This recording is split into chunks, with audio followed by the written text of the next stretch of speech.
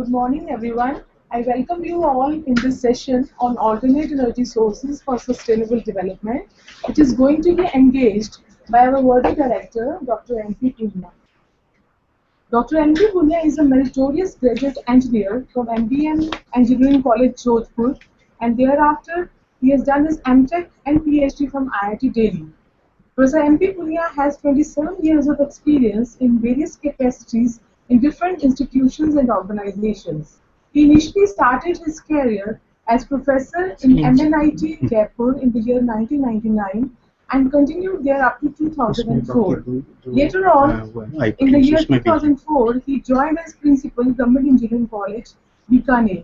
As a result of his efforts and the span of 2 years, the institute geared up the construction activities and also was very much high on the academic front.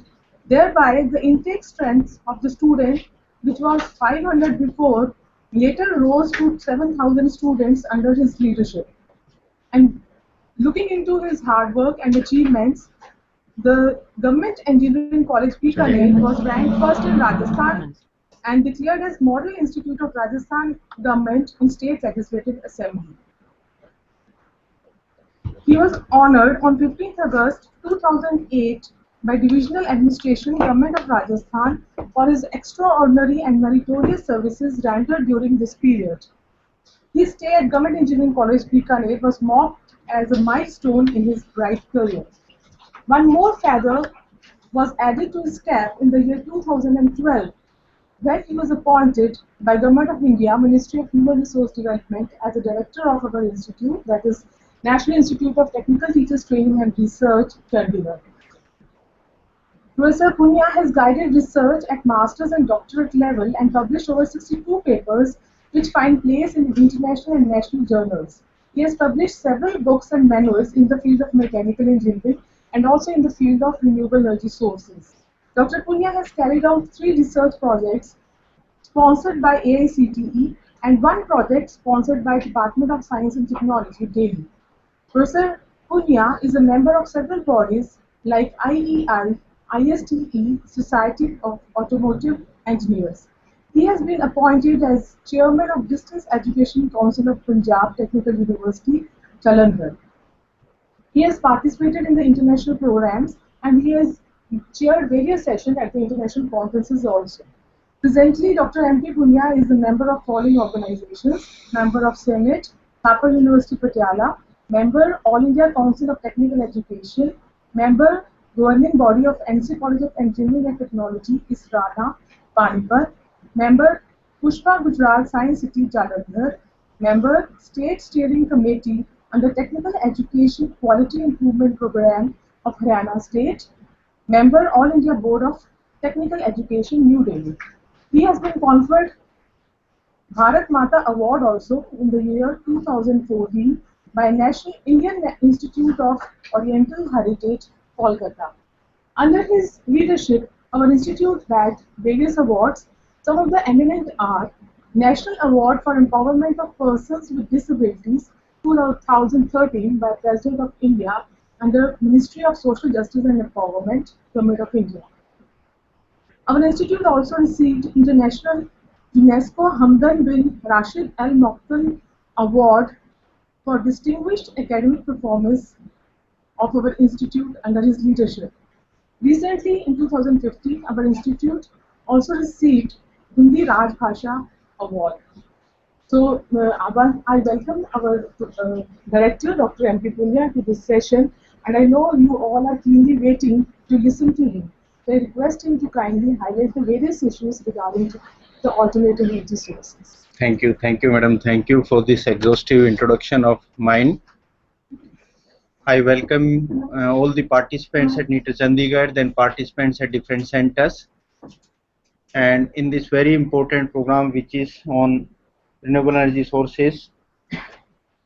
Energy is very important for everyone, even our movement, our working, our functioning, our comfort, everything depends upon energy. Unit of energy you are knowing? What is the unit of energy? How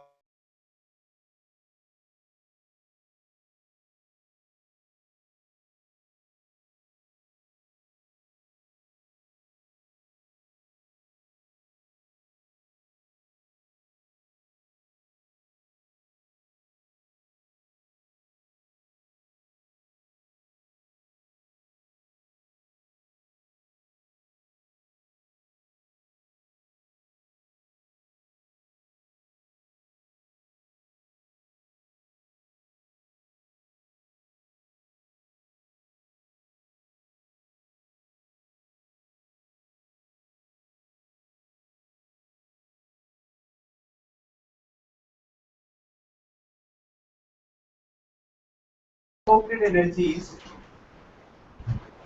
when we want to convert heat into this electrical energy or work. When we want to convert, total heat can't be converted into work. Whose engine we are using petrol, we are using diesel. Whatever energy petrol or diesel is having, same output we are not getting on the crankshaft. You will be knowing, everyone is knowing. Even the Carnot cycle which we are having, which is most efficient, it is most efficient, but it is not 100% efficient. The purpose of the Carnot cycle is to convert heat into engines. Any heat engine which we are using, it is converting heat into work. Yes, heat into work conversion. It is with the help of any engine. The engine which we are using, your petrol engine, diesel engine which we are using, their efficiency is around 25%. Meaning of 25% efficiency is, suppose 100 kilojoule heat we have supplied in the form of petrol or diesel. The output which you are getting on the crankshaft, it will be only 25. Say 100 kilojoule if you are giving 25. So total heat energy we are unable to convert into work. There are many limitations those we won't be discussing, but it is certain that heat requirement for the same amount of work conversion, heat requirement is more as compared to work output we are getting. So work we are saying it is high grade energy, heat is low grade energy, and we never want to convert this low grade energy into high grade energy. अगर सूरज की अपने को heat मिल रही है, if that heat we are utilizing for the purpose of heating the water or for the purpose of cooking the rice or some vegetable preparation if you are doing, that is more advantageous as compared to if you are converting that solar energy into electrical energy. Photovoltaic arrangement देखा है, panels लगे हुए ना solar के, solar lights वगैरह जो बनाते हैं, the amount of heat which is falling on the solar panel, the same amount is not getting converted into electrical energy. Always it is lesser. So always our efforts are, if heat energy can be utilized in the form of heat only, then it is most advantageous.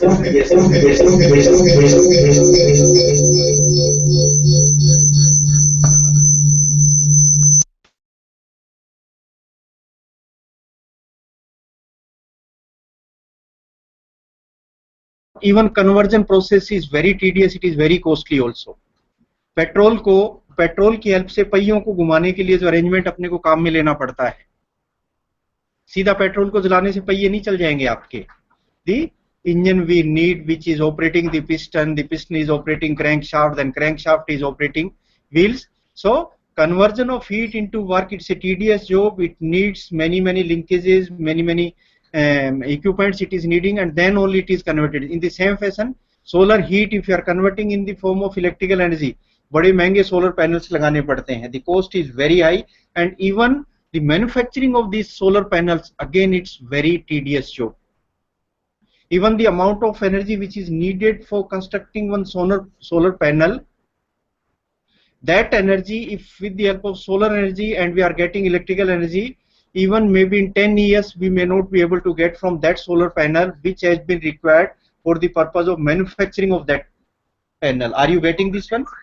जो बनाना पड़ रहा है अपने को panel, और उसके लिए energy चाहिए ना, उसमें स्टील भी है, उसमें जो है सेमीकंडक्टर्स भी हैं, उसके अंदर पॉलिशिंग भी है, मैन्युफैक्चरिंग प्रोसेस है, उस सारे को करने के लिए जो इलेक्ट्रिकल एनर्जी लगानी पड़ेगी अपने को, even in the span of 10 years when we'll be using it as a solar panel for the purpose of converting that solar energy into electrical energy, even in 10 years we may not be able to get that one. The process of this manufacturing of the solar panels are very costly. These are very energy intensive. That's why these solar panels are not becoming very popular. वो popular इसलिए नहीं बन रहे हैं क्योंकि उनको बनाने में जो अपने को एनर्जी चाहिए, that energy is very high, cost of manufacturing is very high. तो अपने को जो प्रयास करने हैं, चाहे आप अपने इंस्टीट्यूट्स में लगाते हैं, चाहे हॉस्टल्स में लगाते हैं, चाहे घर में लगाते हैं, आप ये प्रयास करें कि सोलर की हीट को सीधा हीट में ही कन्वर्ट कर लें, उसे सीधा पानी गर्म कर लें. एक तरीका ये भी हो सकता है कि सोलर की हीट को first we are converting electrical energy, then we are having one heater, that heater we are putting into the water and then water is getting heated. But that process should not be. आप सीधा जो है solar thermal process से ही उसको heat करें, या cooking करनी है कुकर के अंदर, that direct heating of solar energy should be utilized so that it will be much more useful. So always your solar thermal processes are more advantageous as compared to these solar photovoltaic arrangements which we are having. Even on the top of this building, another building, we are having solar photovoltaic arrangement. Sometimes you can visit also. It is 50 kilowatt और 50 kilowatt हमें electrical output उससे मिल रहा है, that we are putting on the grid. It is grid connected. One may be the battery storage system we can have, another one directly on the grid it is connected. पूरा चंडीगढ़ में वो बिजली जा रही है, जब हमें जरूरत पड़ती है हम यूज कर रहे हैं, otherwise it is available for all of the city. Our target is in this institute that at the end of this year our 25% energy requirement should be fulfilled by solar energy. We have converted our conventional lights into solar lights. हमने हॉस्टलों पे solar thermal heating arrangement लगाए हैं, guest house पे लगा रहे हैं, even घरों में हम दे रहे हैं, and it is need of the hour. if you won't be doing this one, and if always will be dependent upon this thermal energy, the coal से जो अपनी इलेक्ट्रिकल एनर्जी बन रही है इंडिया में, करीब 60% एनर्जी जो बिजली आ रही है अपने पास, इट इज थ्रू कोल ना, कोल के जो थर्मल पावर प्लांट्स बने हुए हैं उसके थ्रू आ रही है. 40% एनर्जी या आपकी हाइडल से आ रही है या आपकी विंड से आ रही. In wind we people are dominating, India is dominating in wind. Our total requirement of electricity in India is around 2.8 lakh megawatt. हमारे देश की जो रिक्वायरमेंट है बिजली की वो करीब 2,80,000 मेगावाट है. उस 2,80,000 में से करीब 40,000 हम पानी से बना रहे हैं, हाइडल एनर्जी है. Around 1.7 lakh units, 7 lakh megawatt we are generating with the help of coal. 2,80,000 megawatt में से करीब 40,000 तो पानी से मिल रही है अपने को, करीब 1,70,000 हमें कोल से मिल रही है. तो करीब काफी होगी ना, 1,70 ये होगी, 40 वो होगी, 2,10 होगी, 60 के करीब बची आपकी, 65 के करीब बची, 70 के करीब बची. उसमें से अपना करीब 27-28 हजार मेगावाट जो है वो विंड से आ रहा है. In wind we are dominating, we are more or less third in the world as far as wind energy is concern. फिर आपका न्यूक्लियर से आ रहा है करीब 6,000 मेगावाट, सोलर से आ रहा है 4,000 मेगावाट, कुछ आपके कैप्टिव पावर प्लांट्स लगे हुए हैं इंडस्ट्रीज के अंदर, those are generating. So the total energy which is being generated it is रफली 2.8. But if whole it will be dependent upon, suppose on this coal or this biogas or natural gas. If it is dependent, not only biogas, natural gas it has to be. If it will be dependent, then the environment which we are having, it is continuously degraded. आपका जो pollution है environment में वो बहुत ज्यादा होता जा रहा है. Particularly in Delhi, if you see, if you go in capital city of India, the consumption of petrol and diesel if you see, or the number of vehicles if you see, the population of Delhi is increasing by 4% every year. जो आदमी की जो population है वहां पे वो 4% बढ़ रही है, and number of vehicles are increasing by 24%. How will be managing those vehicles? From where will be bringing fuel? From where will be bringing diesel? The highest amount which is being paid by our Prime Minister to other countries from where we are importing the petrol and diesel, it is maximum, it is largest check which is being signed by our Prime Minister. It is in the form of debit, in the form of payment against the petroleum products which we are importing in this country. करीब करीब आपकी जो है 60% जो petrol का consumption India में हो रहा है, डीजल का हो रहा है, वो अपने को इंपोर्ट करना पड़ता है. उसके अगेंस्ट जो पेमेंट कर रहे हैं अपन डॉलर्स में, वो सबसे बड़ी देनदारी है देश के लिए. So anyone who can save A drop of this diesel and petrol in this country, it is a great contribution. एक पेट्रोल और डीजल की एक बूंद को अगर कोई बचा पा रहा है, that is a great contribution. Sometimes back Obama came to Delhi. He stayed here for 3 days. In Delhi, he stayed, President of US. He came to India. He stayed for 3 days in Delhi. He was not ready to breathe in Delhi. He said, the quality of air which Delhi is having, it's very poor. I won't breathe here. कोई घर में मेहमान आए अपने, वो अपनी मेहमान नवाजी खराब हो सकती है, खाना कोई कमजोर हो सकता है, पानी खराब, ये कह दे मैं आपके घर में सांस ही नहीं लूंगा, because quality of air in your house is poor, it's a bad name, no, it's very bad name. Anyhow, he stayed here. When he has gone back, their scientists, they have done some calculations, and they said the lifespan of Obama ji has been reduced by 6 minutes. जितना उनका जीवन होता उसका 6 minute कम हो गया है, क्योंकि उन्होंने दिल्ली के अंदर सांस लिया है. That's the quality of air which we are having. Bangalore is now asthma capital of India. 50% people are asthmatic. छोटे छोटे बच्चे, 1.5 साल के बच्चे जो हैं, जन्म से ही अस्थमेटिक हो गए हैं. So quality of air has been deteriorated by us. Even quality of soil, मिट्टी की quality. From this particular region of Batinda, Fazilka, above, one train is leading to Bikaner. Bikaner is having a huge cancer research center. 300 new patients are entering into that research center daily. Daily 300 new patients. And the name of that train is cancer train. उस train का नाम ही cancer train हो गया है. और वो किस वजह से हो गया? Because enough fertilizers, chemicals which we people are using continuously in the name of increasing the production. Production has gone up undoubtedly, but what cost it has gone up, that we'll have to see seriously. Punjab की धरती के अंदर अगर आप fertilisers, chemicals काम में नहीं लो, एक सेर अनाज आपकी जमीन में यहाँ पे पैदा नहीं हो सकता. The land has become cancerous. जमीन को भी कैंसर हो गया है, इस तरह से ये माने. So we have spoiled the land, we have spoiled the air. Early in the morning Baba Ramdev is saying have deep breathing. आप गहरे सांस लो, गहरे लंबे सांस लो. आप गहरे लंबे सांस दिल्ली में जाके लो, क्या है उसके अंदर, उस हवा के अंदर क्या है देखो. It is having sulfur dioxide, it is having oxides of nitrogen, it is having unburnt hydrocarbon, it is having lot of methane. And that deep breathing if you are doing in our lungs, you can imagine what bad impacts are coming on your health. I remained in Delhi for 7 years, not 7 years, around 9 years I stayed. And the research work which are done on internal combustion engines. Engines पे मैंने काम किया lab के अंदर, that in IIT Delhi. And the lab size was this room plus another room. If you are adding into this one, that lab size we had, and in that laboratory 12 research scholars we were working. 12 research scholars, कुछ Indian थे, कुछ बाहर के, Iran, Iraq, Afghanistan, Pakistan, वहां के लोग थे.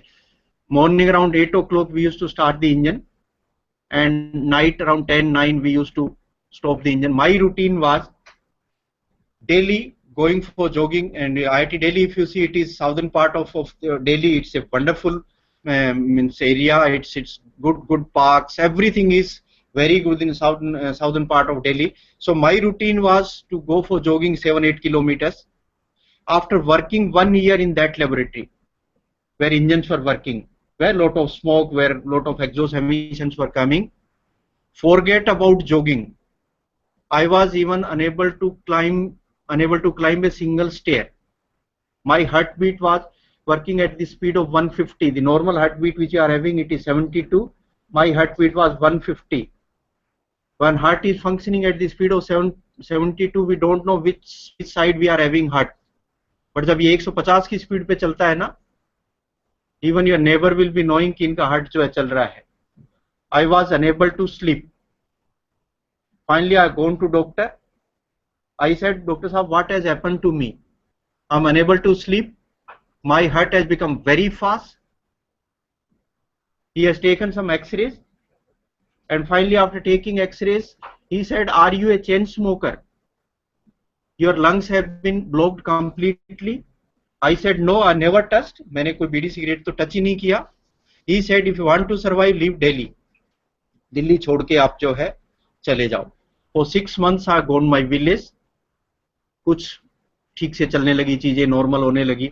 Anyhow, I could complete that laboratory work, that research I could complete even today. After doing everything, yoga, meditation, controlled life, everything, I never touched less than 100. Never. 100 से कभी भी मेरी हार्ट बीट जो है कम नहीं हुई. And today the whole Delhi is just like that laboratory environment. Every day we are studying that natural gas has come, it is a green fuel, now no pollution in Delhi. Whatever is being said, it is absolutely wrong. Only change has come. Earlier majority of the vehicles were diesel vehicles. Lot of black smoke was coming. It was visible to everyone. Now diesel has been replaced by CNG. It is compressed natural gas. In place of diesel now it is methane. CNG is 90% methane. And when combustion of methane goes, around 60% methane comes out unburnt in the atmosphere. तो एक side में आपने क्या किया, black smoke तो कम कर दिया. Another side, what is being done? Methane is getting added into the air. Methane is hydrocarbon.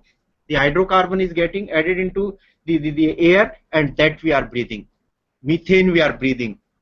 Even it is difficult to say that the diesel was better or this methane is better. We don't know. No one knows. और जब भी environment में आपके hydrocarbons होते हैं, जब भी आपके ऑक्साइड्स ऑफ नाइट्रोजन होते हैं, जब भी आपके पार्टिकुलेट मैटर्स होते हैं, and when sun is present, they are forming a chemical that is termed as smog, SMOG. आपने अगर नाम सुना हो, when we are saying smoke. Smoke is a color of exhaust. When exhaust is coming out from the silencer, color of that exhaust is termed as smoke.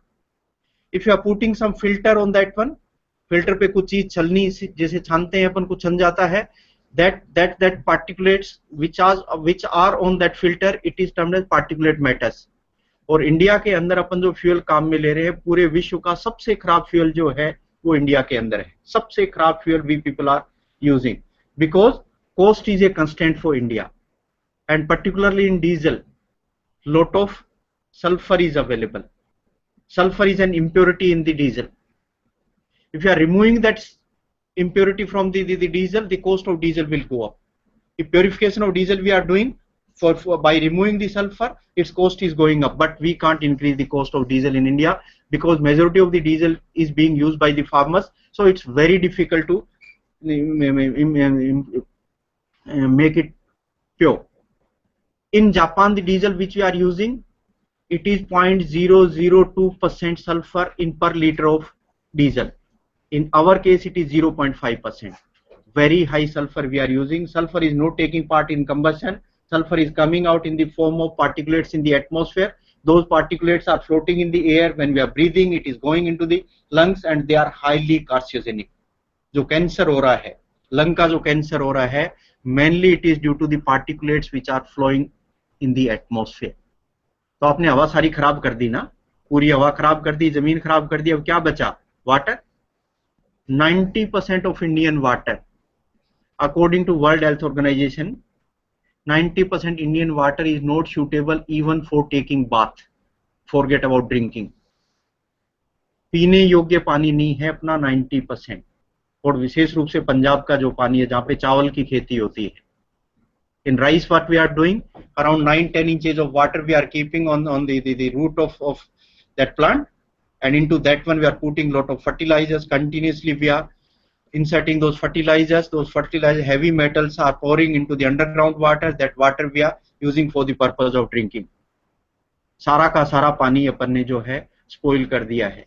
Whatever we got at the time of our birth, at least it is our responsibility when we will be leaving this earth. हम बच्चों को क्या दे के जाएंगे? क्या बच्चों को ये कह के जाएंगे कि आपके लिए सब कुछ जो भी था वो सारा हम खराब करके जा रहे हैं? Whatever we had, it is not the gift from our parents. It is basically loan from the children, and that we have to give. Everyone has to report to God. Finally, everyone has to report to God. क्या God को अपन report करेंगे? And one reason for that one is whatever changes are coming. One reason is our attitude, particularly attitude of Indians, is not good. In our houses we are highly disciplined. मैं जब घर में हूँ मैं बहुत disciplined हूँ. मैं पानी की एक बूंद भी खराब नहीं करता घर पे. Even when I am leaving my bedroom, immediately I am switching off the light. When my wife leaves kitchen, immediately she is switching everything. But when I am at a common place, जब मैं मेरे office में हूँ, I am not concerned at all कि 3 AC काम कर रहे हैं, 2 AC काम कर रहे हैं, 10 लाइटें काम कर रही है. We are not concerned at all. Whatever attitude we are showing at our home, if same attitude we are keeping at our workplace, particularly when we are at a common place, when we are in the public park, when in the railway station, when we are in government hospital, we people are very bad. जितना spoil हमने public places को किया है, I think in no country it is allowed at all. We people, same person when he is crossing the borders of the country, when we are reaching to Canada or US, even the chocolate which we are eating, even the wrapper of that one we are putting into our pockets. But when we are in India, we people are very bad. हमारे students जो हैं mess में खाना खाते हैं ना, mess में खाना खाते, 2 चपाती की भूख होगी, 6 चपातियां लेंगे, इतना सा राइस चाहिए, पूरी प्लेट भर के लेंगे, and in the fear of that one कि क्या पता ये बाद में खत्म हो जाएगा, क्या पता बचेगा या नहीं बचेगा। अगर उन बच्चों का एटीट्यूड ही अपन चेंज कर दें, थोड़ा सा एटीट्यूड ही चेंज कर दें, you are responsible citizen of this country, nothing will be finished, और फिनिश भी हो गया कोई फर्क नहीं पड़ेगा एक टाइम के अंदर। Don't waste the wastage which we are having, or the expectation which we are having, or the level of comfort which we people have increased, it is deteriorating everything. हर घर में आपका एयर कंडीशनर, हर घर के अंदर सैकड़ों लाइटें, बड़ी बड़ी कारें। अगर आपको 800 सीसी की कार चाहिए, we are going for 2000 CC. Why this coping is being done? So foremost thing for we Indians are our attitude has to be changed, and attitude of the teachers. If teachers attitude has changed, we are the strongest person in the society. Every student is having 60 followers in the form of students. अगर हमने हमारा attitude change किया, उन 60 बच्चों का भी attitude जो है चेंज कर सकता है। तो इस प्रोग्राम के बाद एटलीस्ट आप शपथ लेके जाएं कि जहां पे भी ये एनर्जी की वेस्टेज हो रही है, कम से कम जो वेस्टेज हो रही है, energy means food, everything energy, I am considering every in the form energy, everything needs energy. क्या इसको अपन रिड्यूस कर सकते हैं? क्या मैं साइकिल से जो है घर से कॉलेज साइकिल से आ सकता हूं क्या? इतना ही अगर कर दिए, if you are doing, your friends will be coping you, if your friends will be copying you, your friends will also be copying you. Can we decrease the requirement of this one? ये copy करने का अगर system अपन कम कर सकते हैं। हमने नीटर के अंदर एक दूसरा और काम किया है। We are saying we'll be operating this institute with 0 papers, no paper use of papers in this institute. We have made 130-point program of this institute. In 30-point program, first we are saying our energy requirement, 25% energy requirement will be fulfilling with the help of solar, and second one we are saying it will be a paperless institute. If we are consuming one A4 size paper, it means on the earth 10 liter water has been wasted, because the paper which we are getting from the trees. एक पेड़ को उगाने के लिए 10 जो litre पानी आप लगा रहे हो वहां पे, it is for the cost of 1 paper. आपने अगर 1 टन पेपर कंज्यूम किया, 1 ton means 1000 kg paper if you are consuming, on the earth 24 trees has been cut, 24 पेड़ कट गए हैं कहीं पे। Can we reduce this one? even small thing can be done. If you want to take print, many a times it is essential also. Without taking print it won't be possible. Suppose one document you are having, total pages are 38 and font size is 11. If you reduce font size from 11 to 10, whole document, that 38 pages document may come in 29 pages. So at least that much you can do. Yes, छोटी छोटी चीजें जो हैं, छोटे छोटे प्रयास जो हैं, that can be done. Before coming here, I was principal at Government Engineering College, Bikaner. Bikaner is a desert area, and in summer, in the month of June, temperature becomes 50 degrees Celsius. It is not like the Chandigarh where maximum temperature 38, 39. No, the water which we are having, it is saline water. पानी जो P रहे हो खारा पानी है, and depth of water, even underground water which we are having, it is around 400 feet deep. Extracting that saline water itself is very difficult. So in that 200 acres of desert land where our institute was, are tried for plantation. And because it is saline water, summer is also severe, winter is also severe. Winter is 0 degrees Celsius, summer is 50 degrees Celsius.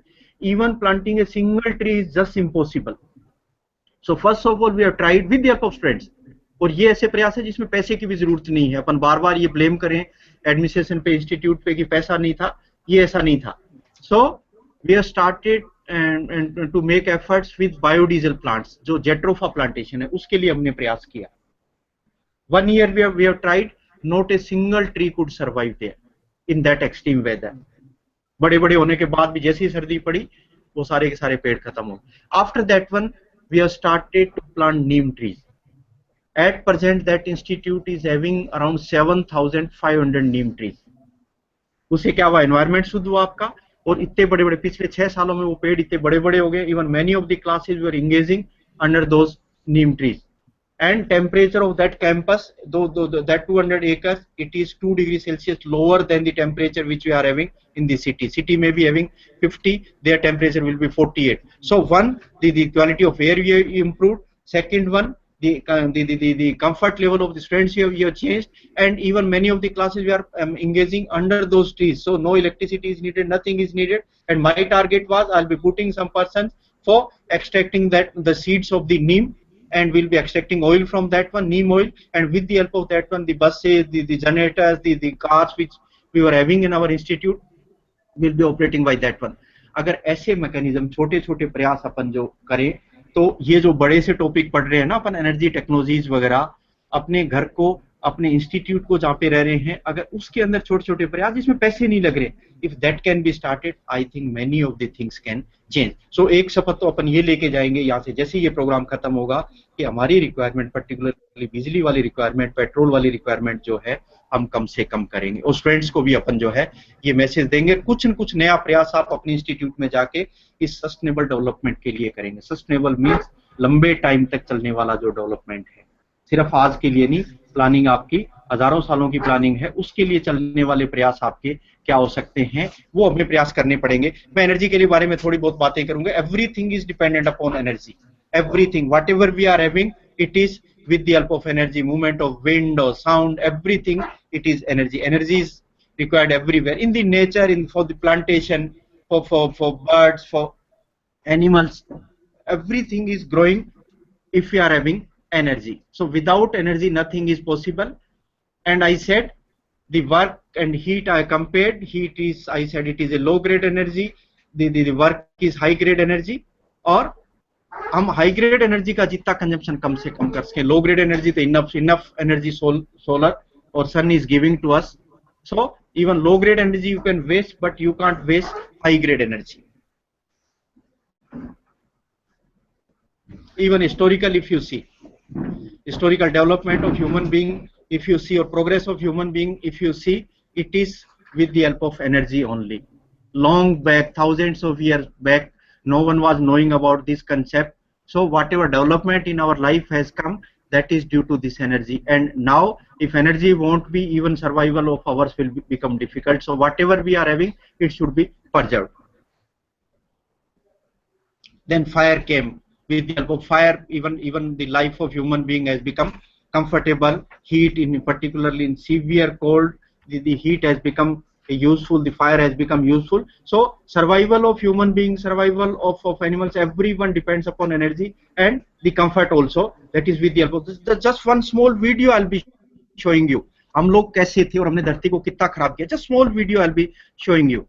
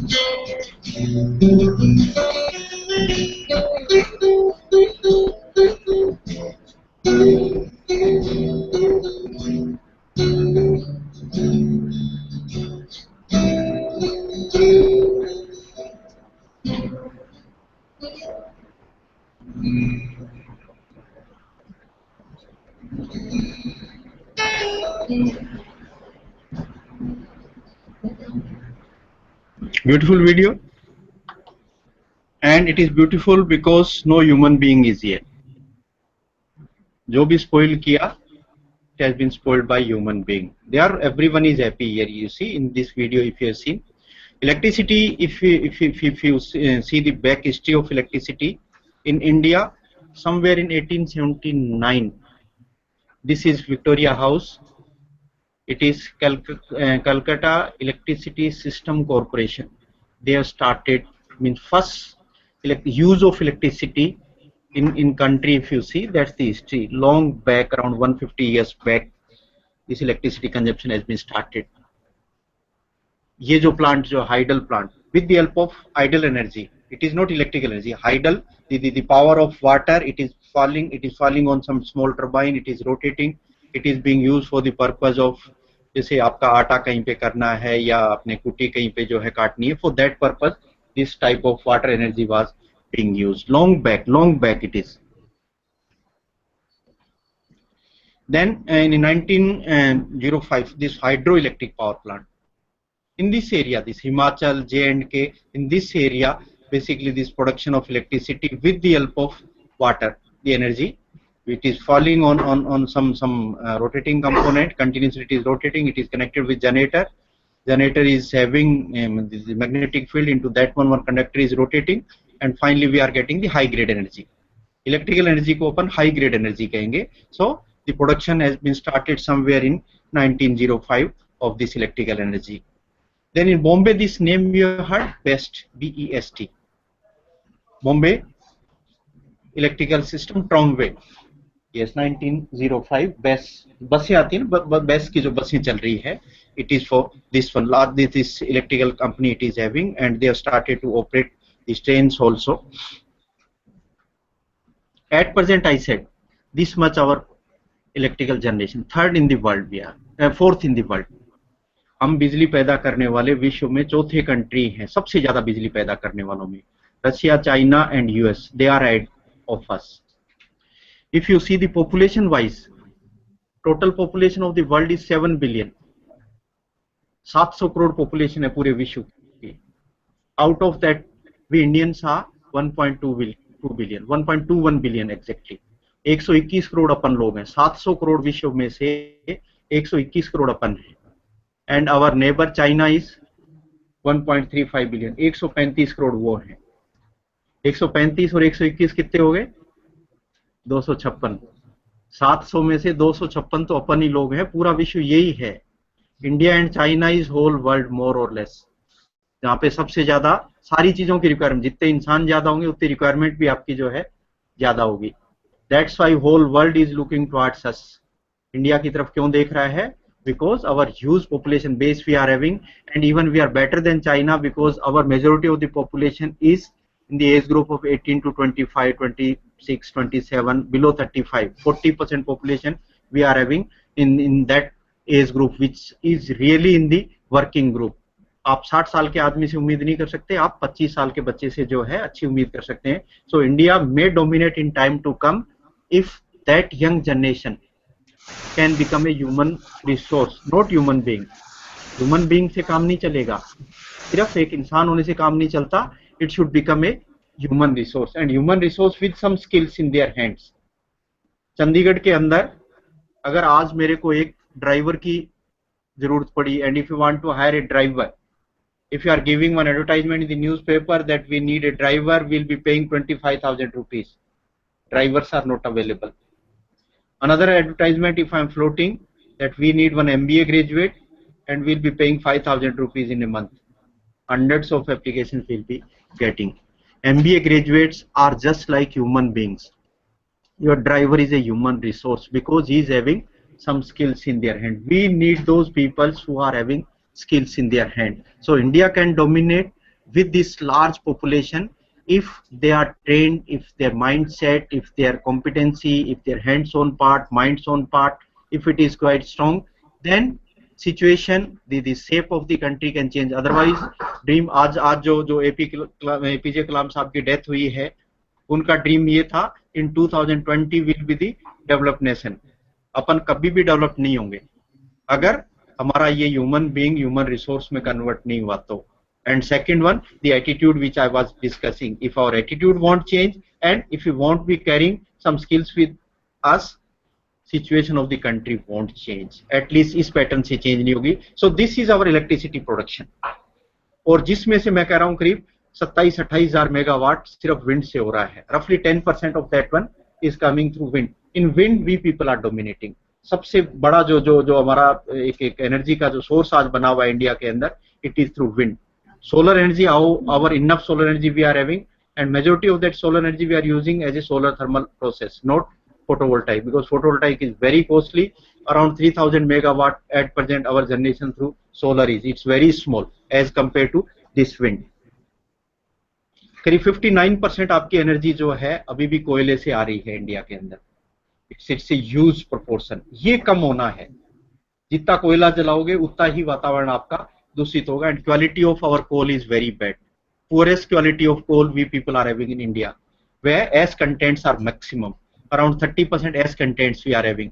If S contents will be more in air, the particulates will be more, and when we'll be breathing, those particulates always will be inhaled into our lungs and it will be creating always a problem. आपका जो US का जो coal है, in that only 10% S contents are. We are having 30% contents. अपन एक जो kilowatt energy, 1 kilowatt बिजली बनाने के लिए अपने को 700 ग्राम कोयला चाहिए इंडिया में. In US it is around 400 grams. कम कोयले से वहां पे ज्यादा बिजली बन रही है, अपने ज्यादा कोयले से कम बिजली बन रही है. And quality of coal is very poor. Our total GDP contribution in the world, it is 6%. GDP का मतलब समझते हो ना? पूरे जो धन धान्य है, पूरा जो संसाधन है, total suppose world is having $100, we people are out of $100 we are having $6. जबकि पॉपुलेशन कितनी है अपनी? रफली 1/6. 1/6 अगर होती 100 में से तो कितना होता अपने पास? करीब 17% होता ना. It means our productivity, it means our production, it means our assets are very less as compare to the developed nations. आपकी चाइना का देखो, ये करीब 14% कंट्रीब्यूट कर रहे हैं वर्ल्ड की जीडीपी में. Their population more or less we are comparable. They are 1.35 billion, we are 1.2 billion. So population is more or less comparable, but as far as their output is concerned, it is much more. 2-3 days back, 5 days back, एक आपका video जो है चल रहा था, आप लोगों ने अगर सुना हो, अपने जो मिनिस्टर थे, क्या नाम है उनका, एचआरडी मिनिस्टर थे जो पहले, शशि थरूर का वीडियो सुना था वो आप लोगों ने? What he was saying? He was saying when British people came somewhere in 16th century, that time our GDP contribution in the world was 23%. उन्होंने कहा 23% था जब वो यहाँ पे आए थे. And when they left in 1947, our GDP contribution was 3%. 27% से अपन 3% पे आगे थे. And the blame which we are putting, he was saying we were dominating in manufacturing. Our the strength of the country was in manufacturing. We were very strong, very very strong. And particularly उन्होंने artisans की बात की थी. Artisans विशेष रूप से जो weaving का काम करते थे, जो जुलाए थे हमारे देश के अंदर. ये बनारसी साड़ी और जो देखते हैं अपन, it was hand woven. and after weaving it used to pass, the whole sari used to pass through a ring. इस तरह के artisans we people were having, and those clothes we were exporting, and in lieu of that one we were getting gold here. That exchange that time was not in the form of dollars or in the form of rupee, that was in the form of gold, and that's why this country was known as, it was termed as Sone ki Chidiya. When British people came, that time the gold stock which we had, it was around 27,000 of metric tons we were having. और सारा का सारा हमारा जो है, because export, वो सारे के सारे आर्टिजन्स को they have taken to Britain. जो मैन्युफैक्चरिंग यहाँ होती थी, that manufacturing they started there. Just after that one we were just the exporter of raw material. पहले तो हम फिनिश प्रोडक्ट बेचते थे, उसके बाद एक्सपोर्ट करने लगे रॉ मटेरियल. रॉ मटेरियल की तो कीमत कम होगी ना, कीमत तब होगी जब वो बुना हुआ फिनिश प्रोडक्ट होगा. On this earth what ever metal this world is having, it was the production of this country. In surgery, whatever surgery is available on earth, it has been done by we people. So हमारे यहाँ पे medical का बहुत बड़ा व्यवसाय था, हमारे metals का बहुत बड़ा व्यवसाय था. Even this kiln brick which you see, it is production of this country. जो भट्टे की ईंटें दिखती है अपने को, the life span of this brick is 500 years, 500 साल ये ईंट चलती थी. Even export of this brick was from this country. तो हमारा manufacturing part was very very strong. And today where we are, our GDP, if you see, around 65% is coming from service sector. Service sector जिसमें कोई manufacturing नहीं होती. Only 20% in our GDP is through manufacturing, and 15% is from agriculture. Agriculture means 70% population of this country is staying in the villages, and they are solely dependent upon agriculture. 70% people are contributing 15% in the GDP. In US, only 1% people are dependent upon agriculture. They are contributing 4% in GDP. आप देखो even agriculture का भी हम कितने पिछड़ गए हैं, कितने ज्यादा पिछड़ गए हैं. वही बात हमारे जो शशि थरूर साहब कर रहे थे कि हमारा जो स्ट्रेंथ इस कंट्री की, that has been lost. Even in the rural area our villages were independent. Not a single village were dependent upon another village. Everything was available in that village. First of all farmers families, helping to them, there were barbers, there were the carpenters, there were julas, there were this Vedya, there were Pandiji, there was Baniya family. Everyone was for supporting those farmer families. अब अगर गांव में आपको देखो, अगर फेरे कराने के लिए पंडित जी की भी जरूरत हो, those pandit are not available. जो जितने आर्टिजन्स थे, जिनके बेसिस पे हमारी रूरल इकोनॉमी चल रही थी, those artisans have been lost.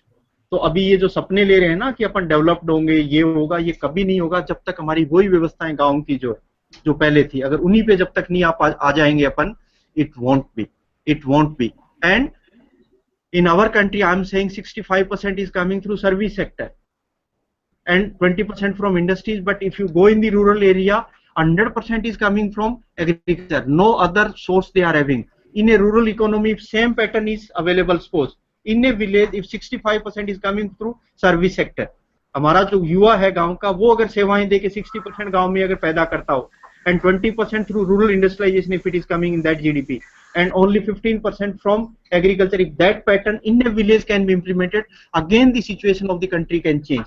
But unfortunate part is that 70% population which we are having in the rural area, solely they are dependent upon agriculture. No industry, no service sector, nothing is there in a village. Whatever service sector is available in the urban area. लेकिन वहाँ पे तो population कम है ना आपकी.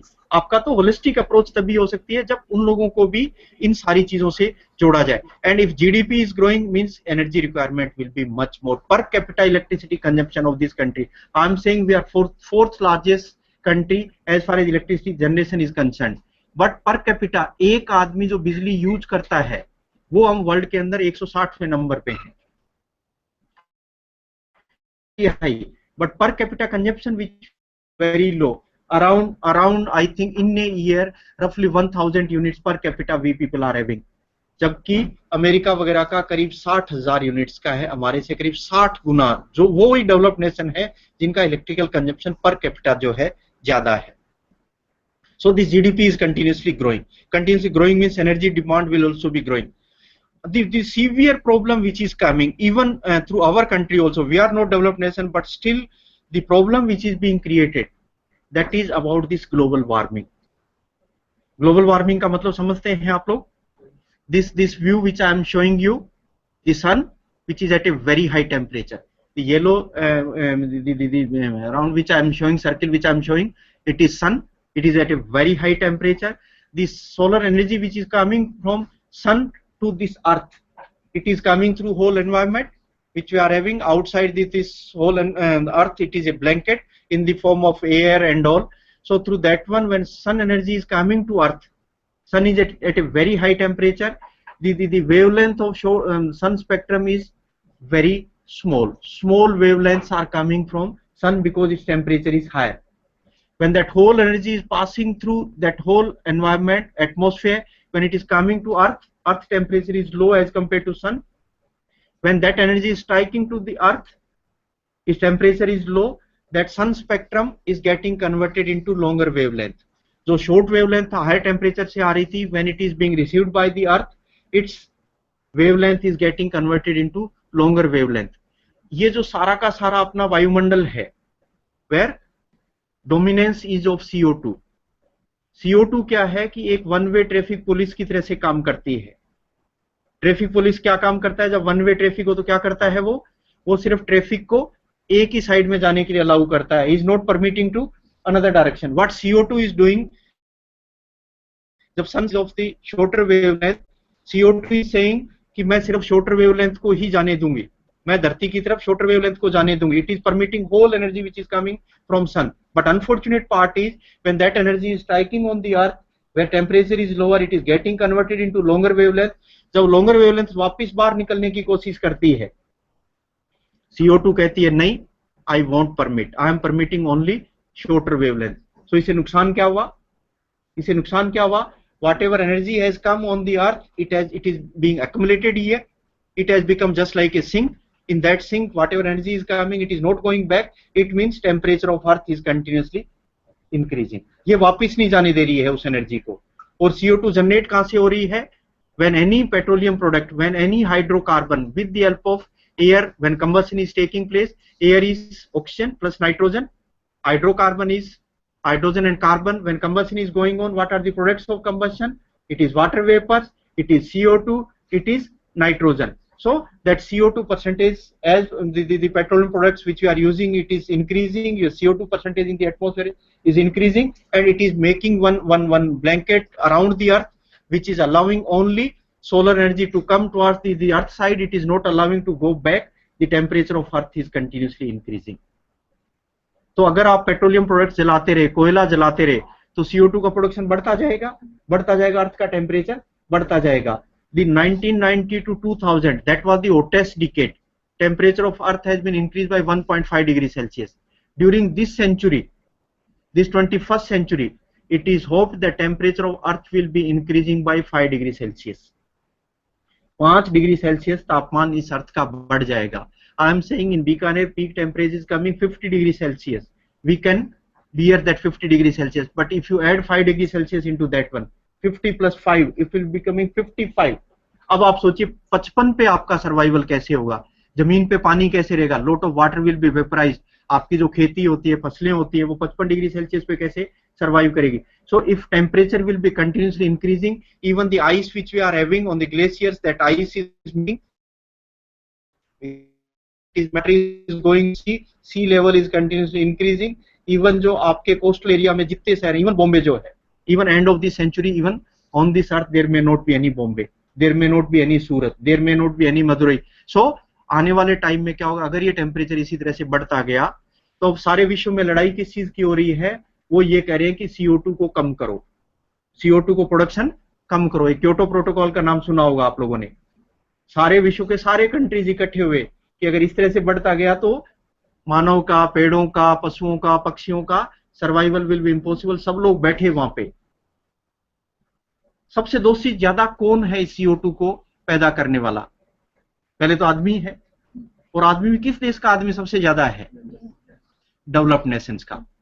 US population is around 4 to 5% of the world. We are 16-17% of the world. Indian 16-17% है विश्व के. They are 4 to 5%. We are consuming around 3% of the total petroleum products which world is having. हमारा consumption 3% है सारे petroleum products विश्व के अगर जोड़ लो. American are using 50%. हम 3% यूज कर रहे हैं 17% लोग मिलके. वो 4% लोग मिलके यूज कर रहे हैं 50%। Then who is responsible for this generation of CO2? Those people are responsible. अब जब सारे विश्व के लोग इकट्ठे हुए, उनको कहा भी आप रेस्पॉन्सिबल हो, आप कम करो इसको। What they said? No, it is not possible. अगर हम कम कर देंगे तो उनको नुकसान क्या होगा? उनके पास बड़े बड़े घर हैं, बड़े बड़े घर एयर कंडीशन है। in US temperature may become -30°C in winter. What they are doing? Heating of the houses they are doing. Canada heating of the houses they are doing. तो सबसे ज्यादा एनर्जी का कंजप्शन उनका heating cooling पे जाता है। उनकी कारों का साइज देखो जो है कितने बड़े बड़े हैं।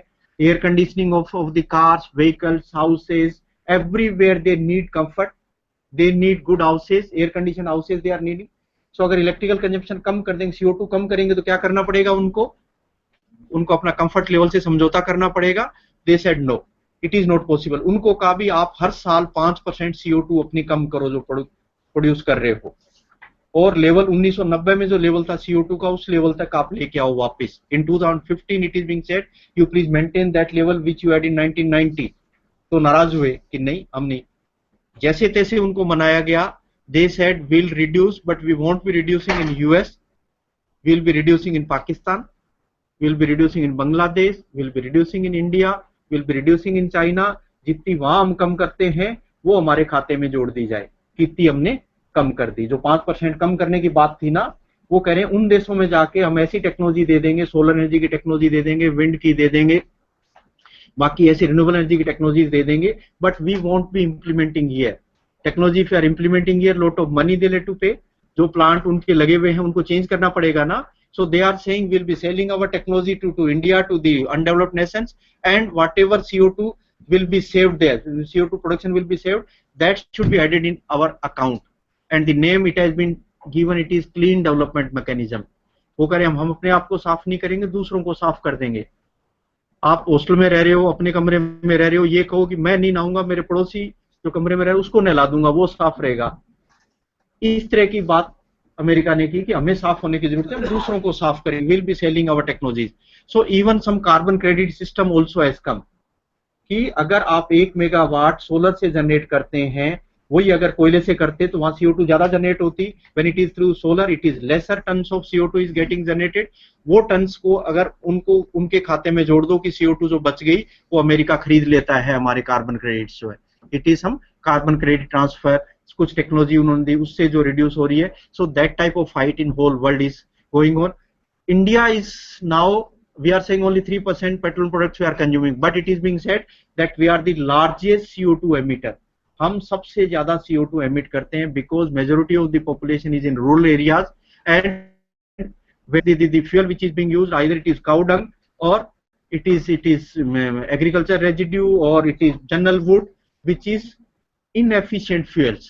Inefficient fuels means it is creating lot of CO, lot of CO2 it is creating.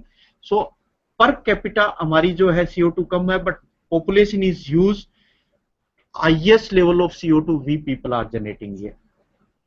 और गांव में हमारे घर जो है, जहाँ किचन घर के अंदर है, वो सबसे ज्यादा पोल्यूटेड घर है हमारे, because our chulhas are highly inefficient. lot of CO, lot of CO2 is getting generated there, lot of oxides of nitrogen. So ladies जो खाना बना रही है घरों में बंद घर के अंदर गांव में, again the severe infection on their health is, particularly lungs पे जो impact है उनके। So हमारे घरों का जो inside pollution है वो भी काफी ज्यादा है, विशेष रूप से रूरल एरियाज में।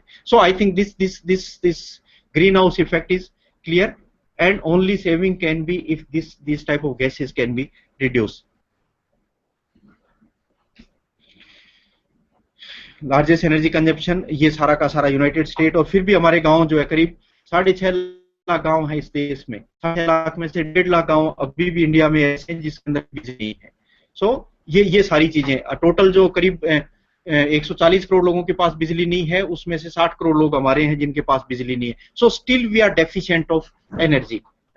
and wood agriculture, again I am saying we are dependent upon wood agriculture, biomass, etc. for the purpose of combustion. That's why CO2 emission in India is very high. Then air pollution, अब विशेष रूप से हम लोग जो सफर कर रहे हैं, this PM10 no, it is particulate matters, and which is having size less than 10 micrometers. When size of particulates are very small, they won't settle on the ground, they'll be always floating in the air, and particularly those floating particulates, when we are breathing, they are going into our lungs. और दिल्ली में जो सबसे ज्यादा दिक्कत है वो floating के साथ साथ जो है, जो लार्ज पार्टिकल जो सेटल हो जाते हैं, और लार्ज पार्टिकल सबसे ज्यादा सेटल हो रहे हैं वहां पे लेड के पार्टिकल्स। पेट्रोल का नाम आपने लेडेड पेट्रोल का भी नाम सुना होगा, अनलेडेड पेट्रोल का नाम सुना है। Lead is being used for the purpose of improving the octane rating of the fuel, petrol की ऑक्टेन रेटिंग, ताकि कार स्मूथ चले, कोई आवाज नहीं हो कार के अंदर। When we are adding lead into petrol, lead is not taking part in combustion, and in the form of solid particulates, larger particulates, it is coming out into the atmosphere. वो larger particulates settle हो जाते हैं। मान लो आपका सब्जी का कोई ठेला लगा हुआ है, फलों का ठेला लगा हुआ है, those particulates are settled, and जब उनको अपन खाते हैं, those lead particles are going into human body, and particularly when they are mixing into the blood, lead is highly toxic. When it is mixing into the blood is circulated from heart to brain, and the nerve system which we are having, it is very thin. So those lead particulates which has been mixed into the blood, they will settle somewhere into our nerve system, and if level of this lead in 1 liter of blood, if it is becoming more than 4 micrograms, chances of brain hemorrhage becomes very high. One survey was conducted in Delhi near ITO circle sometimes back. ये करीब 2000 की बात है, सन 2000 के अंदर। In 50% children, the level of lead which has been found near ITO circle, it was around 48 micrograms. जो 4 ग्राम की limit है आप हम सब के लिए, अडल्ट के लिए, जहाँ नर्व सिस्टम डेवलप्ड होता है, बच्चे में तो डेवलप्ड ही नहीं है। Doctors were surprise that how the childrens are surviving, जिनके अंदर 48 माइक्रोग्राम्स लेड जो है ब्लड के अंदर हो गया है, उनको ब्रेन हेमरेज क्यों नहीं हो रहा है? Doctors were surprise. Immediately supreme court came into picture, they said you remove this led from the petrol. Unleaded petrol आया था जिसके ऊपर not a single droplet even today in India is unleaded. Even this term which is there, unleaded petrol, it is misleading. Only the amount of lead which was being added into the petrol, that amount has been reduced. The amount is lesser, and in addition to that one, some benzene aromatic group is being added into that one. But benzene is highly volatile. जैसे octane rating बढ़ाने के लिए benzene add करना शुरू किया, आपके hydrocarbon atmosphere में बढ़ गए, क्योंकि it is highly volatile. So even still it is confusing. First natural gas is confusing, another one unleaded petrol which is being said, it is not exactly unleaded but some benzene is being added into this petrol, so उसका vaporization होकर hydrocarbons आपके बढ़ते जा रहे हैं। So, but how can we remove these PM10 particles from the... It's very difficult. I'm saying impurity on in the diesel, that is sulfur content. This PM10 which I'm saying, luminous here is sulfur content. Sulfur, if you are reducing, cost of the diesel is going up. So in India, the challenge which we are having, quality of fuel itself is very poor. It's very difficult to remove this one. If you are removing, you'll have to ready to bear the higher cost of that one. Not possible at all. Manufacturing sector में और electricity की बात की अपन ने, जो है काफी ज्यादा कंज्यूम हो रहा है।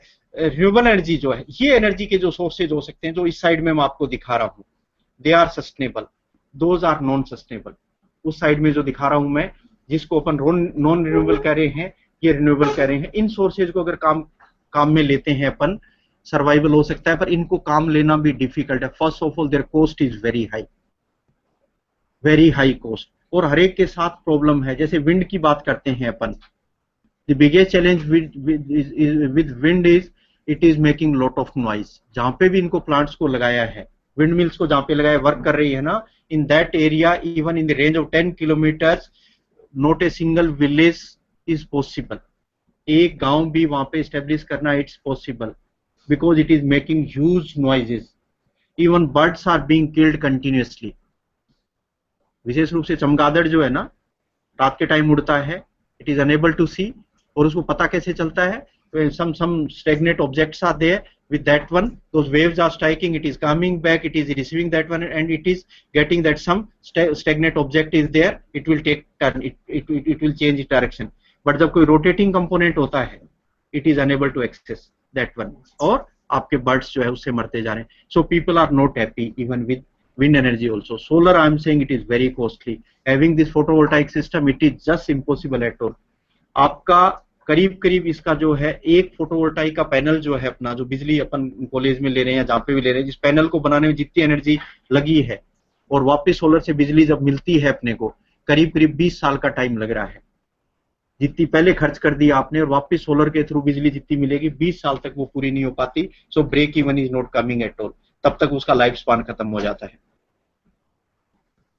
Then thermal power, it is dominating. I am saying that it has to be reduced. Roughly 59% energy is coming through solar. और कोयले की क्वालिटी मैंने बताई. Our quality of coal is very bad. So with 1 kilowatt, the US is generating with the help of some 0.45 kg. Our coal requirement is around 0.7 kg. Coal quality is very poor. और यही है सबसे बड़े जो plant हमारे जो हैं, ये मुंद्रा, ये जो प्लांट है आपका गुजरात में, ये सबसे बड़ा प्लांट है हमारे यहाँ पे. Its capacity is 4600 megawatt. Largest plant we are having in Gujarat. जो अडानी ग्रुप जिसकी बात करते हैं अपन, इनका सबसे बड़ा प्लांट है. ये वर्ल्ड का सिंगल लार्जेस्ट प्लांट है. 4600 मेगावाट, काफी बड़ा plant. This is nuclear. Nuclear करीब 6000 मेगावाट अपन जनरेट कर रहे हैं इंडिया में. रफली 3% energy requirement is with the help of this nuclear. And our targets up to 2032 it should be 9% through nuclear. But nuclear again it's a challenge. देखो Japan वगैरह ने nuclear बंद कर दिया है. वहां पे जैसे अर्थक्वेक वगैरह आए, सबसे बड़ा चैलेंज आपका न्यूक्लियर एनर्जी जो है वहां पे हुआ था. ये बाबा एटॉमिक सेंटर आप लोगों को दिखा रहा हूं मैं. Hydro electric power plants, it is most useful in fact, लेकिन इसकी भी अपनी लिमिटेशंस हैं. Now even rainfall is going down. In whole country rainfall is going down. आपका वाटर की रिक्वायरमेंट आपके इंडस्ट्रीज में, agriculture, it is too high. So even with this hydro electrical power plant system, that generation is going down. That much water we don't have. Even Bhakra का आप जो है देखें, या कोटा के अंदर Jawahar Sagar, Gandhi Sagar, everywhere the production of electricity is going down because amount of water which is available that is going down, that is being reduced. ये China के अंदर जो है largest hydro electric power plant है, जिसकी अकेले की कैपेसिटी जो है 22,500 मेगावाट. अपने पास टोटल 41-42 है सारे हाइड्रो से, और उनका एक पावर प्लांट की कैपेसिटी जो है इतनी बड़ी है. ये 1000 मेगावाट का. उनका तो देखो आप, चाइना वाला कितना बता रहा हूं मैं, 22,500 का. अपना सबसे लार्जेस्ट है इंडिया का, 1000 मेगावाट का है. सोलर का फोटोवोल्टाइक का अपन देख ही रहे हैं. It is photovoltaic arrangement. ये अपने जो छत पे लगा हुआ है, मैं कह रहा हूँ अपने इंस्टीट्यूट के छत पे लगा हुआ है, नीटर चंडीगढ़ के छत पे लगा हुआ है. It is of 50 megawatt. And now another one 35, it is kilowatt. 50 kilowatt we have put, another 35 kilowatt it is in the process. Madam is looking after that project. कुछ सोलर लाइट्स भी अपने जो है कॉलोनी में किया है. Then I said solar water heating system in the institute we have provided. ये वाला अरेंजमेंट काम करेगा. I am suggesting this arrangement. This is for the purpose of heating the water. Just solar energy is coming, it is being captured by this solar जो आपके reactors हैं. Yes, collectors से we have collected, and the water is circulating through this one. That hot water through tank we can use. This arrangement is most useful as far as our environmental conditions are concerned, because lot of sun we are having in India. Bharat के अंदर जितना भगवान ने दिया किसी देश को नहीं दिया है. In majority of the countries sun is not available. In Canada for 9 months in a year there is no sun. Temperature is -30, -25 like that. So India में जितना दिया है वो कहीं पे नहीं मिला. बट जिस तरह से भी यूज किया आपने, जिस तरह भी टेक्नोलॉजी यूज की, I think we have not done serious efforts. Madam how much time is available? Just मैं 1-2 वीडियो दिखाना चाहूंगा आप लोगों को. One is related to wind. I will be, yes, this is wind energy. जो आपके ये प्लांट्स, इनकी कैपेसिटी करीब 0.5 मेगावाट से 2 मेगावाट तक है. और इंडिया में अभी एट प्रेजेंट मेरे हिसाब से छोटे बड़े मिला के करीब 1 करोड़ प्लांट्स लगे हुए हैं इस तरह के. 1 करोड़ के करीब इस तरह के विंड मिल्स लगे हुए हैं. Some of them are very very small, some of them are very small, but total is रफली 1 करोड़ इस तरह से लगे हुए. एंड ज्यादा ये प्राइवेट लोगों के हैं. It is not of the government. Private आदमी ने इन्वेस्ट किया है, और रफली 1 मेगावाट जनरेट करने के लिए रफली उसका 15 करोड़ का इन्वेस्टमेंट है. 15 करोड़ में 1 मेगावाट इलेक्ट्रिसिटी जनरेट कर पा रहा है. जबकि आपका थर्मल वाला सिस्टम है, सोलर वाला, ये जो कोल वाला सिस्टम है, इसमें 1 मेगावाट के लिए around 3 to 4 crore they let to spend. So ये सिस्टम आपका कॉस्टली है. जो भी विंड का सिस्टम है it's quite costly. And government ने ये स्कीम चलाई हुई है. कुछ लोगों ने अपना एक कंपनी बना ली, 15-20 डॉक्टर्स या बड़े पैसे वाले लोग इकट्ठे हो गए. Government has given land to them. They are generating here and they are putting on the grid. Grid में मान लो मदुरई में उन्होंने जनरेट किया, and if they are having some industries in Chennai, so same amount of electricity they are getting in Chennai without cost. वहां पे grid पे यहाँ जमा करा दी उन्होंने, and and in the city, wherever they are needing, where their industries are, where their domestic use is, they are getting. Otherwise, roughly 6 rupees per unit they are giving to them. Wind का मैं आपको दिखाना चाहता हूँ. Just a small video I'll be showing to you.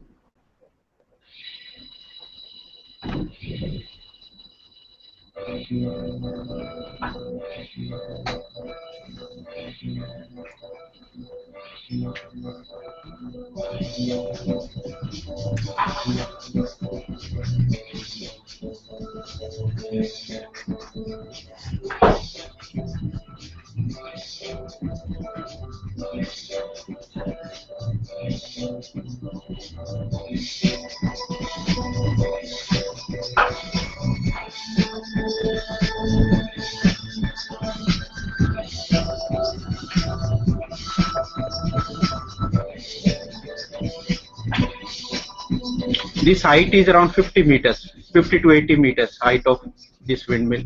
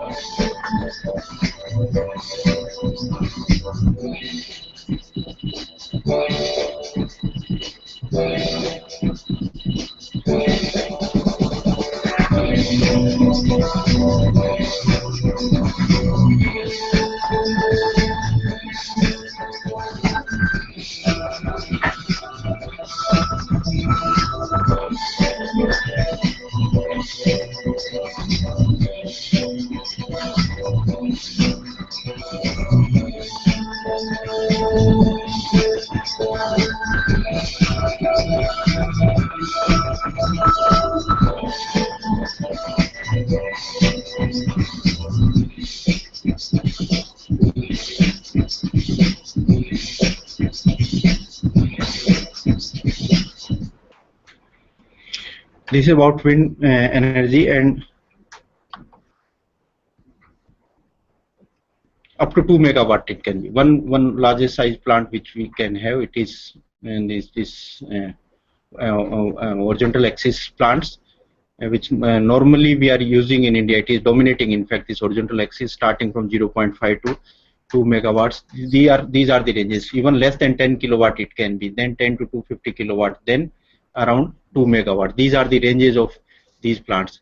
noise pollution. Now the plants which are coming, they are saying if you put into offshore, अगर समुद्र में लगा दिया जाए उनको, they'll be far away. That noise problem won't be. But problem with the transmission losses, when will be coming on the it is coming on the earth, huge transmission losses will be long distances they'll have to travel. In India, again serious challenge which we are having, this transmission losses, around 32% transmission losses we are having, even in conventional energy which we are transferring. World average is 10%. In Bombay, TCS is operating this electrical system in Bombay, their transmission losses are 6%. You can't imagine in Delhi, the transmission losses are 53%. जो चोरी हो रही है, transmission losses जिसको नाम करें theft, and majority of the people are blaming on us कि आपने जो engineers यहाँ पे जो बनाए, जो इंजीनियरिंग कॉलेजेस इंजीनियर्स बना रहा है, वो चोरी करते हैं आके, वो चोरी करवाते हैं लोगों से. इन दिल्ली द लॉसेज आर 53%. जो दिल्ली में लड़ाई हो रही है ना, दिल्ली बिजली के लिए जो है, सबसे बड़ी लड़ाई ये है कि सबसे ज्यादा चोरी वहां पे हो रही है. They are doubting on the values, the ethics which our friends are having. जब बॉम्बे में 6% लॉसेज से काम चल सकता है, why 53% in Delhi, and world average I am saying it is 10%. So इस तरह के लिए भी वो बात कर रहे हैं कि इस तरह से अगर पानी में लगा दिए जाए इन प्लांट्स को, सो बेटर हो सकता है. ये बड़े बड़े मदुरई वगैरह के आसपास जो है, thousands of wind mills are available in southern part of the country. और लोग जो प्राइवेट पार्टी ज्यादा इन लोगों को आके लगा रहे हैं. ये 6 मेगावाट का भी जो विंड मिल की जो डेवलप किया गया. तो अब ये है कि एक विंड मिल ज्यादा से ज्यादा आउटपुट कैसे दे सकता है with smaller wind velocity. Normally the wind velocity which is needed, it is in the range of 15 to 20 meters per second. They are saying if wind velocity is very low, even that time how it can be operated. Then cost of this windmill, any metal which can be devised, which can be used with lower cost, this manufacturing cost, even the processing cost, if it is lower, so lower cost windmills. ये China ने अभी बनाया है vertical axis. Its output is 10,000 megawatt. Alone single windmill, it is producing 10,000 megawatt. It is magnetically levitated. Its vertical, these winds are there, and it is rotating like this one. Normally the rotation is in this axis, this is rotating like this one. So alone it is producing 10,000 megawatt. करीब 7,50,000 घरों को ये बिजली दे रही है. Even small these innovations, no, ये कुछ try कर सकते हैं अपन कॉलेजेस में और बच्चों के साथ प्रयास करके. This is just balloon in fact, no, balloon is going higher and higher. When it is going up, it is rotating. It is rotating. Some wings have been provided over the surface of this one. It is rotating and it is connected with a small generator, and these ropes which are there, they are good conductors. So whatever is getting generated, we are bringing at ground. इसी तरह की भी wind mills आ रही हैं, छोटी छोटी wind mills इस तरह की आ रही हैं, which is capturing maximum of air. इस तरह की जैसे गहने होते हैं ना, ये गहनों की तरह से घरों पे लगी हुई छोटे छोटे of this type also. And everywhere effort is size is should be smaller, with low wind velocity it should be operated, look should be good. ये इवन हाईवेज पे लोगों ने ट्राई किया. देखो आप, where vehicles are moving, they are disturbing the air. When air is getting disturbed, with the help of that air, these small windmills are being operated, and in highway electricity requirement is getting fulfilled with the help of this one. ये ऐसी building जो nano skin building जो दिखा रहा है, whole skin of this building is rotating. When air is blowing, this whole the upper portion of this one is rotating. Building is not rotating, the skin of the building is rotating. When it is rotating, it is connected with generator again, and the building electricity requirement is being fulfilled with the help of this one. इस तरह के भी wind mills हैं, helix wind mill turbines इस तरह से आ रहे, एक के ऊपर काफी एक साथ लगा के जो है. ये जो अनारा टावर है, इसके अंदर two tall buildings are there, and between those two will if two tall buildings are there, when wind is blowing through this one, there will be a tunneling effect. Velocity of wind is increasing. जैसे बीच में से किसी भी चीज के बीच में से air pass होती है, wind velocity is increasing, and that wind velocity is being utilized for the purpose of operation of these windmills. Again, the requirement of electricity of these windmills are being fulfilled with this one. ये अनारा tower रात के time कैसा लगता है, Dubai का जो अनारा tower जो है ये दिखा रहा है, ये भी अनारा टावर के जो है लाइटें जो होती भी. So it is being said it's a useful, wind energy is useful if cost can be reduced, if its noise can be reduced, if the birds which are being killed, if it can be reduced and look can be reduced, if people can accept, particularly near their colonies, their residences, if people can accept, then it should be a very good alternative. और मैं आपको थोड़ा सा दिखाऊंगा. Geothermal का नाम सुना है आप लोगों ने? Yes.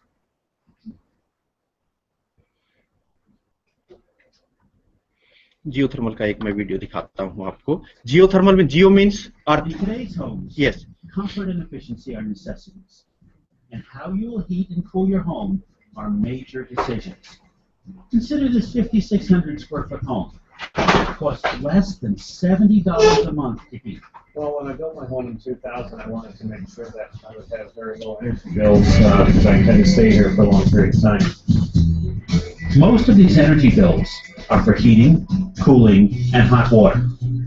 Looking at the way energy prices were starting to creep up, I felt that the geothermal system offered the best possibilities for energy savings.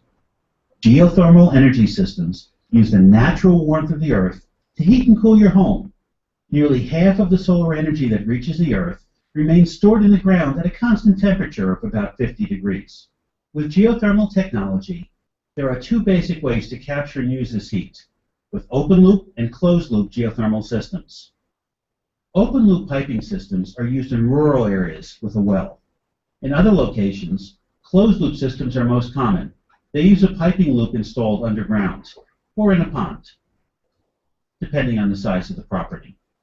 Each closed-loop piping system can be placed horizontally, vertically, or with a directional bore to absorb the earth's heat and move it into your home.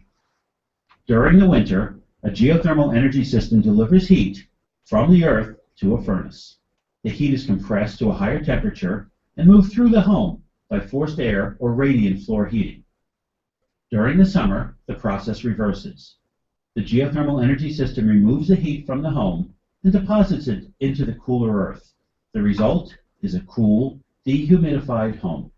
Well, the first benefit that we looked at was the cost savings. In this home, our differential between doing a conventional system versus geothermal was about $10,000 more for the geothermal system. I'm spending about $60 more per month in my mortgage, but I'm saving about $110 to $120 a month in energy. And those savings are pretty typical for homes with geothermal in Michigan. But then when we looked further into the systems, we found that they're really environmentally friendly. Because we use renewable energy from the ground, we're not having to rely on fossil fuels. And since there's no combustion, it's very safe as well, so there's no risk of carbon monoxide in the house. Geothermal energy systems are quiet, dependable, and safe. They have few moving parts and require little maintenance. We get our system checked about once every 2 years just to make sure it's operating at its peak performance, and so far there's been no problems at all. Geothermal energy systems also have no outdoor equipment. They maintain a comfortable, even temperature in the home, and they provide efficient, renewable heating, cooling, and hot water.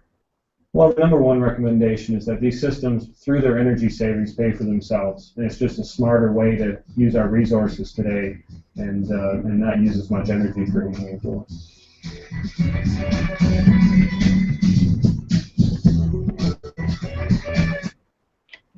At lower level, when we are going down and down, the core of the earth is having very high temperature, and after that one temperature reduces at top all atmospheric temperature we are having. So that energy which you are having at beneath of the earth, if that energy can be utilized where temperatures are high, so what is being done? Low temperature water is being supplied, that is getting heat from the underneath of the earth. That water is getting heated, and that hot water again we are bringing back. That's basically geothermal energy. So if you see about this geothermal energy, geo we are saying earth, thermal we are saying heat, and it is being said the core part of this earth is very hot, very hot, very hot. Up to that distance, up to 5,000 kilometers we can't go, but say 1 kilometer, 1.5 kilometer depth we are going, we are sending that water, and then with the help of pump it is getting extracted, that hot water is getting circulated. Even in many of the areas, particularly Philippines, the many spaces they are having where lot of hot water, the lot of hot vapors, automatically it is coming.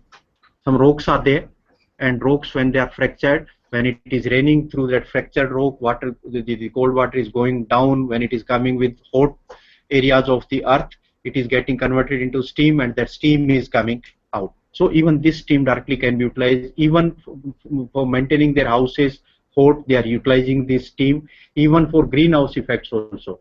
जितने ठंडे countries हैं वहाँ पे फसलें और यहाँ पे particular vegetables वगैरह पैदा करना भी इट्स वेरी डिफिकल्ट. आप जो धरती पे इंडिया के अंदर जितने फल सब्जियां खाते हैं ये कहीं पे नहीं है. In India, there are around 1000 varieties of mangoes we are having. 1000 varieties है इंडिया के अंदर मैंगोज की. दिल्ली के 100 किलोमीटर की रेंज में ही आपको करीब 400 varieties मिल जाएगी. And particularly the vegetables which we are having, जो पत्तियों वाले हैं, आपकी पालक है, मेथी है, ये उन्हीं कंट्रीज में हो सकती है जहां टेम्परेचर 0 डिग्री सेल्सियस नहीं हो. उससे नीचे होगा, वहां पे ये कहीं पे भी नहीं होगी. So what they are trying in some particular space they are trying to maintain higher temperature. Outside temperature may be 0 degree Celsius, but in a particular space they are maintaining higher temperature. The higher temperature they are maintaining with the help of this geothermal energy. नीचे की जमीन से जो है गर्म पानी निकाल के it is like this one. This cold water, these blue lines which are there, the cold water is going down. At beneath of the earth we are having enough heat, hot rocks we are having, it is getting energy from there, it is getting heated, it is coming back. So this type of arrangement, if it is converted into steam, that steam can be utilized for the purpose of operation of turbine, and finally electrical energy we can get. So many applications of We are using steam separators here also. Steam separators. No, steam actually no. The maximum temperature which we are getting at beneath of the earth in the range of 1.5 kilometers, it is around 260 degrees Celsius. So the steam which is coming out at atmospheric conditions, even it is superheated. If it is 265, it is superheated. There is no need to separate water and steam, it is superheated. Sir, but the water which is coming from the earth is full of minerals and all, which is very harmful for the turbine. That certainly. So one separation is with water, that is one issue. Another one is the impurities which are there. Even underground water, when we are drinking, it is being said that it is best water. है ना, hard, एक तो hard पानी होता है एक drinking के purpose के लिए. So the underground water which we are using, and even the application which will be having, one is indirect heating. Even it may be having minerals. If indirect heating, if it is passing through the pipes, there is no problem. It is directly not coming in contact with any metal or something, no. So depending upon the quality of steam, depending upon the quality of water, depending on the quality of rocks, depending upon the quality of this earth, these type of plants is being installed. In fact, in India, nowhere this type of arrangement is available. Now they are tracing somewhere near Jammu. Around 1000 sites they have traced where this type of arrangement can be started. Yes, but majority of one is in Italy. No, Italy, outside India, many places, particularly in California, many sites are there. In New Zealand, many sites are there. इस तरह से drilling वगैरह करके जो है, ये अर्थ के temperature की बात कर रहे हैं अपन. तो जैसे जैसे नीचे जाते जा रहे हैं आप, जो है टेम्परेचर बढ़ता जा रहा है. So around 3000 meters down the temperature is around 270-280 degree Celsius. That much temperature is there. So उस टेम्परेचर में से पानी को अगर पास करें तो it will be in the form of steam, and steam is the water is going through pipes in that case. So आपके मिनरल्स और उसके संपर्क में आने की भी बात नहीं. It is going through the pipe, the heat it is getting, it is converted into steam. So it is a closed loop. In fact आपने दो लूप की बात की ना उसने पहले जो हीटिंग के लिए. One is closed loop. What is inside the pipes, heat is coming from outside, it is heating, and that vapors are going. Again same vapors are getting condensed, after giving energy it is coming back. So आपके minerals वगैरह उसमें add होने की भी बात कहीं पे नहीं है इसके अंदर. So this type of arrangement, ये इस तरह से स्टीम निकलती है. काफी जगह जो है, काफी जगह स्टीम निकलती है. लोग नहा रहे हैं, देखो ये इतना गर्म पानी भी काफी जगह इस तरह से अवेलेबल हो जाता है. So many places this type of arrangement. Even आपके ग्रीन हाउस इफेक्ट की मैं बात कर रहा था. So in particular region the temperature they are increasing, जहाँ पे ये vegetables वगैरह grow कर सकते हैं. ये सारे के सारे vegetables जो है due to that heat, that thermal energy which we are having, they are utilizing and it is being utilized. ये आपके जो है मछलियां वगैरह पालने का. Otherwise if temperature is very low, if it is ice formation, how this will survive? ये देखो आप किस तरह से वो सर्वाइव कर रहे हैं. Even roads are being heated when temperatures are -25, -30 degree Celsius. Lot of icing will be there on the road. तो रोड पे व्हीकल कैसे चलेंगे? इवन आपके एयरक्राफ्ट को जो है एरोड्रोम पे उनका जो रनवे है, everywhere there will be ice. तो आप उड़ेंगे कैसे? आपको अगर शिकागो से उड़ना है, where majority of the time temperature -35 degrees Celsius. जैसे एयरक्राफ्ट नीचे उतरता है, whole aircraft will be just like it is a pond of ice. चारों तरफ उसके आइस जम जाती है. Immediately what those people are doing, first of all some chemicals they are spraying.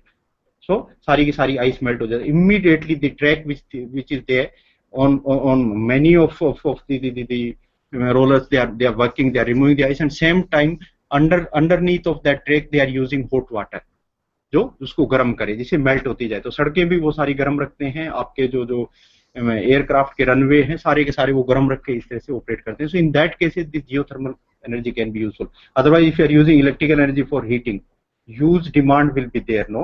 So this is an alternative for this electrical energy for heating this pathways.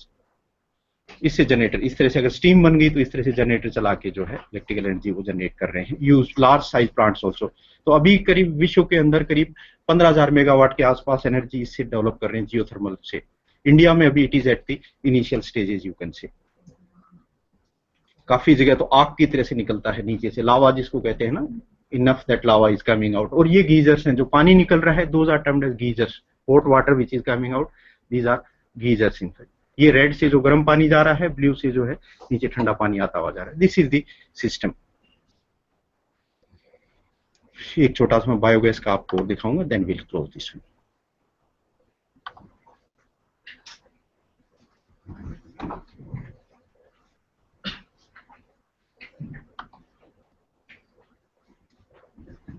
Very small So biogas this plant. I'm is a sure. simple, easy to make, compact and efficient biogas plant based on the principle of anaerobic digestion.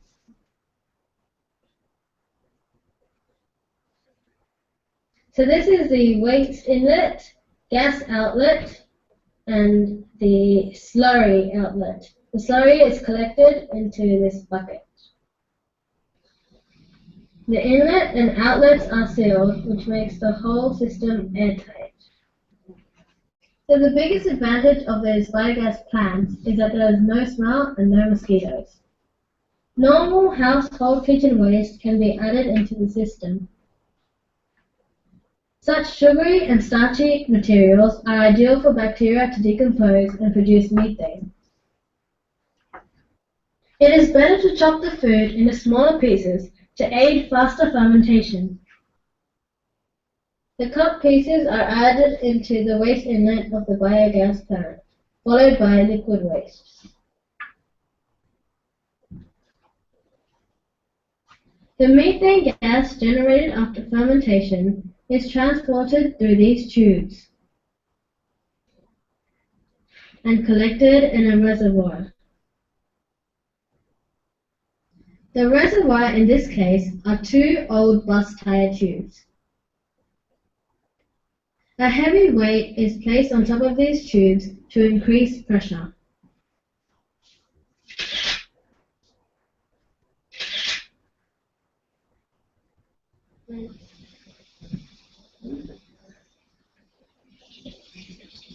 The slurry generated in this biogas plant is colorless and odorless. It is an excellent fertilizer that can be used diluted on smaller plants and vegetables or undiluted on bigger plants. Now it's time to cook. Turn the gas valve on, burner on, ignite!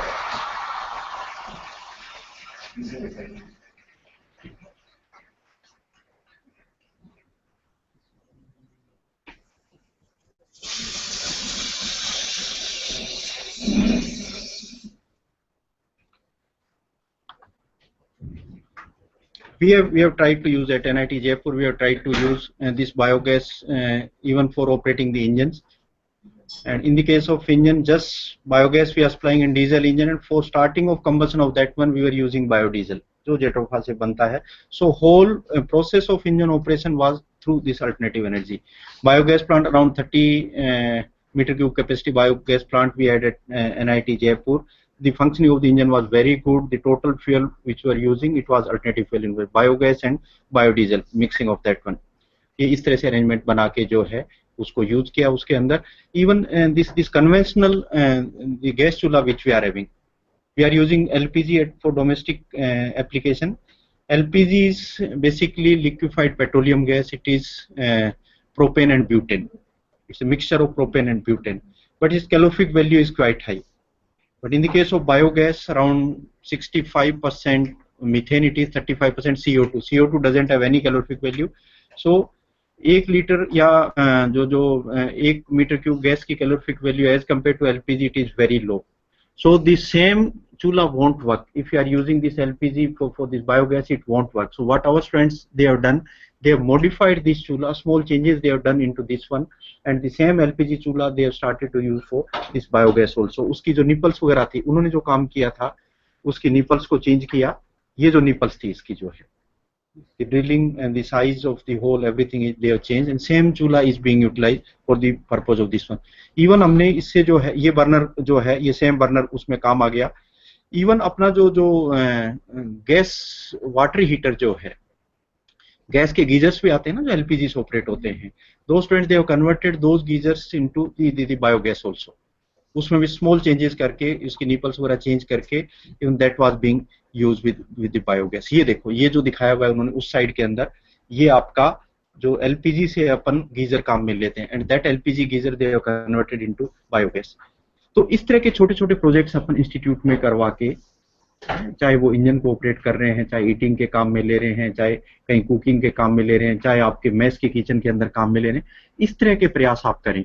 और solar वाले भी मैं suggest करता हूं कि अगर आप solar जो कुकर है, बड़े बड़े सोलर कुकर अगर सिविल कंस्ट्रक्शन करके छत पे ही बना दे, मेस की जो है उसकी दीवारें वगैरह बना के उसके ऊपर जो है सोलर कलेक्टर और पूरा का पूरा छत पे ईंटों से ही बना दे, itself will work, cost will be very low. और बड़े बड़े भगोनों में और जो है आप राइस और कुक कर सकते हैं. Even if 50% cooking is there, that itself will be a contribution. तो ट्राई ये करें कि सोलर एनर्जी को किसी न किसी तरह से यूथ जो है अपनी फंक्शनिंग में, रेगुलर फंक्शनिंग में अपने काम में लेके आए. So thank you very much, and I hope you will be carrying some of the message and you will be implementing. सिर्फ सुनना नहीं है, सिर्फ बात करने से नहीं, some concrete should be delivered to society. Thank you so much, Mr. Punya, for giving such an illuminating talk on the various issues regarding the sustainable development and also the role of renewable energy and energy conservation for sustainable development and for our future generations. And now we'll have a question answer and doubt clearing session. We'll go to various nodal centers and I'll request them if there is any question, they are most welcome to ask. We'll go to Dronacharya Group of Institutions, Greater Noida.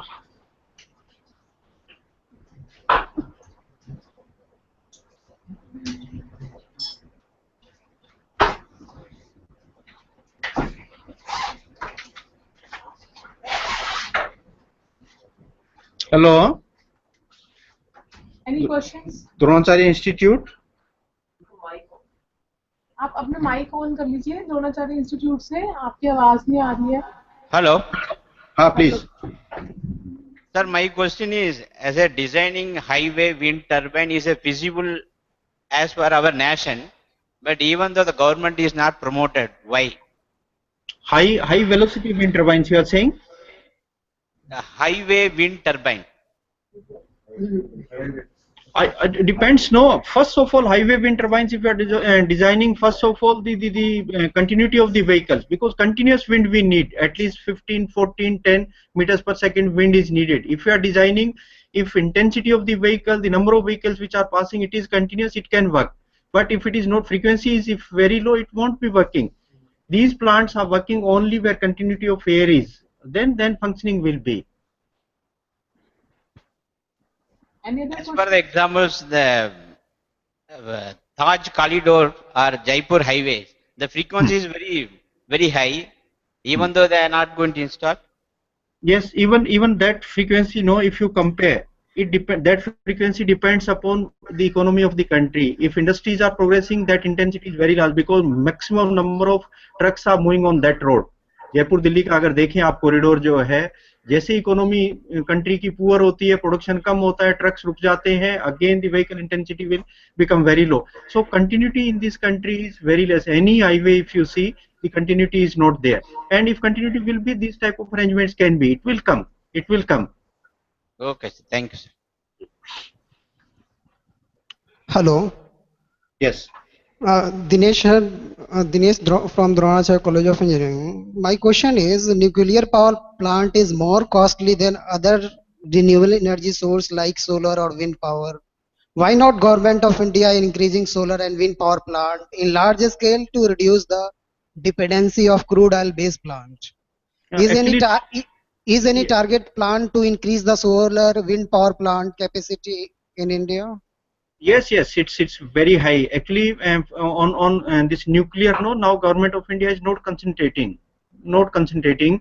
They are concentrating on solar and wind. Just you go on the website of MNRE, Ministry of New and Renewable Energy Sources. India country is very lucky that we are having a separate ministry, and they are planning what they are having planning in next 5 years, in next 2 years, for every sector of energy generation. It is available, and they are planning use. In fact. In 2020 somewhere around 5 lakh megawatt energy will be needing, and maximum growth which they want in wind and they want in solar only. So in that area they are growing.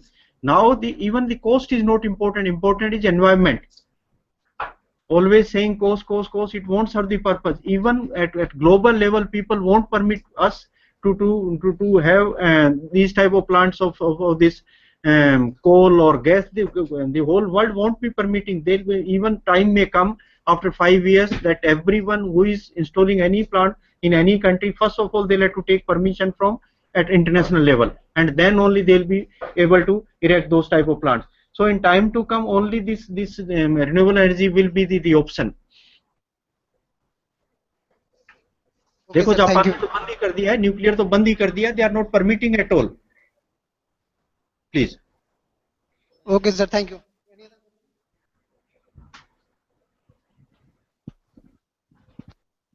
Hello.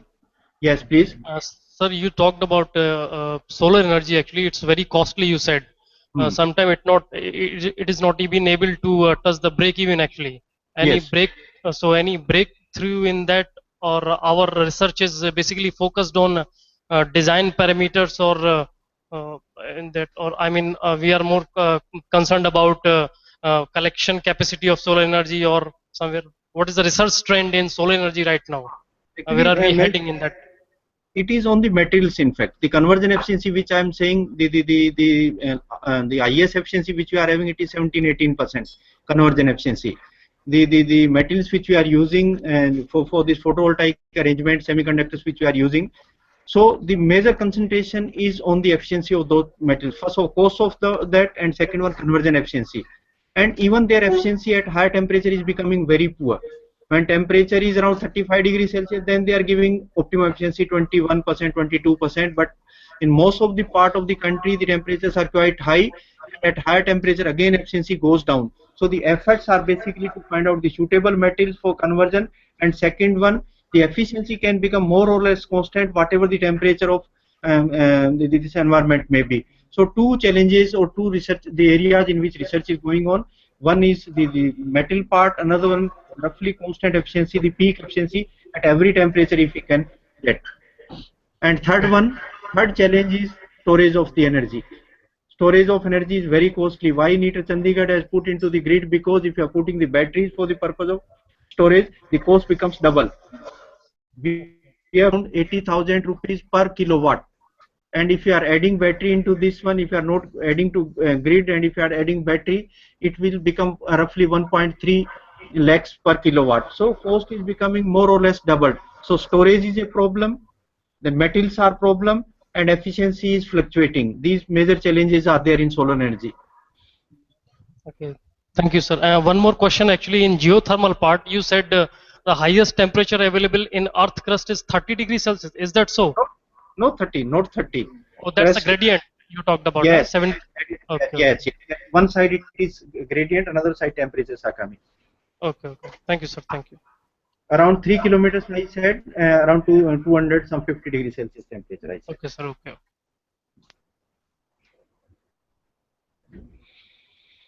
Okay, sir. Thank you very much. Please, from here, any question? Madam close करेंगे अपना, close करेंगे अभी ना, फिर बात करेंगे. मेरे को कुछ ऑफिस में जो है अलबत्. So thank you so much everyone for being with us during this session, and on behalf of all the participants and on behalf of the electrical engineering department, I thank Professor M.P. Punia, our director, for sparing his valuable time and providing us a very illuminating talk regarding very crucial factors related to sustainable development. And one of the key solution is change of our attitude, very much required, that is reuse, recycle and reduce. So, and here's the practical examples at our institute, and we hope that Your institutes at different level will also take certain projects to implement such type of initiatives. So thank you so much, sir, and thanks the participants, and we'll meet after 15 minutes.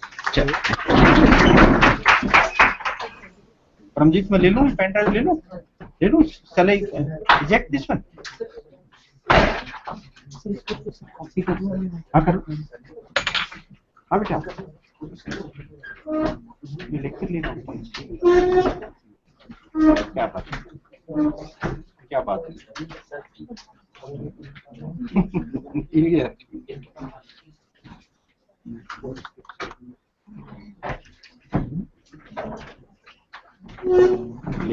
लेके दे चलो ठीक है।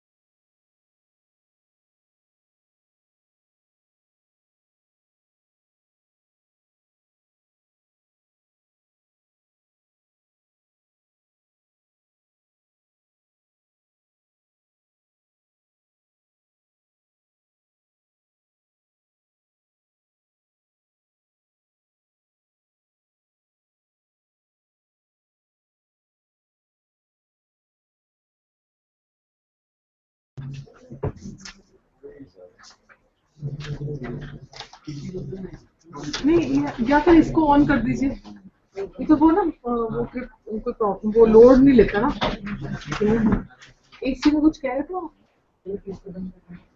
एक से तो एक ही चल रहा है।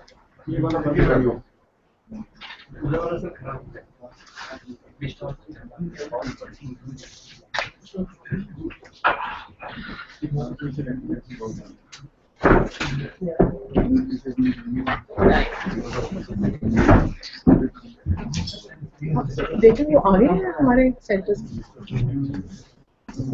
स्टार्ट करके। Good afternoon, everyone. We are going to have a session on wind energy and related technologies by engineer Anu Singla. She is basically electrical engineer and got 20 years of rich experience in industry and teaching. Her industrial experience includes design of mini and small hydro projects. And her main interest areas are power system, renewable energy, and energy management. She has presented several papers in national and international conferences. Presently, she is working as Associate Professor in the Institute of Advanced Energy Research at NITTTRCHD University in Punjab. So I'll request her to kindly engage a session related to wind energy. Very good afternoon to all. I will be just talking about wind energy, basic concepts, and how the wind energy can be converted to electrical energy, and what are the various technologies involved. So I just give a broad spectrum of wind energy and its application in the power generation. If we go to the old ages, in wind energy utilization is not a new concept. Earlier, it was used in the ancient times as windmills, wind parks, and sailing the ships. As the time passes on, the application of wind energy moves from windmills to the electricity power generation. In 1930s and 40s, hundreds of thousands of electricity producing wind turbines were built in the US.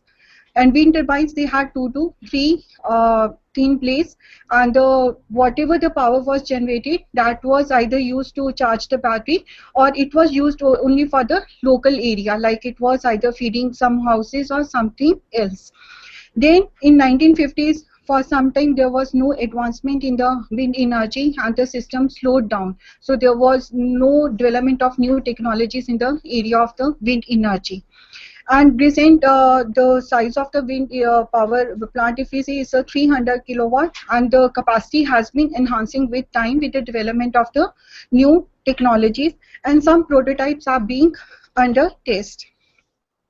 And if we see, we start from windmill to the modern concept of the wind power generation. It is just a one diagram which shows the wind blades, and then we have a turbine. Then it's a wind tower, which will be discussed in detail in the subsequent slides.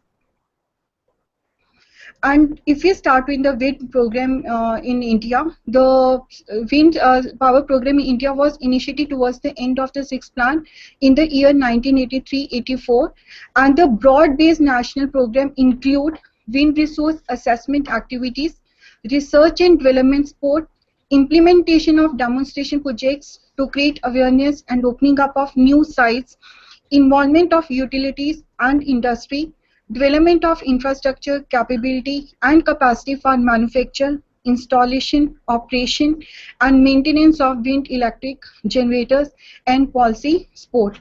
Nowadays, the government is giving a lot of thrust on the development of solar energy.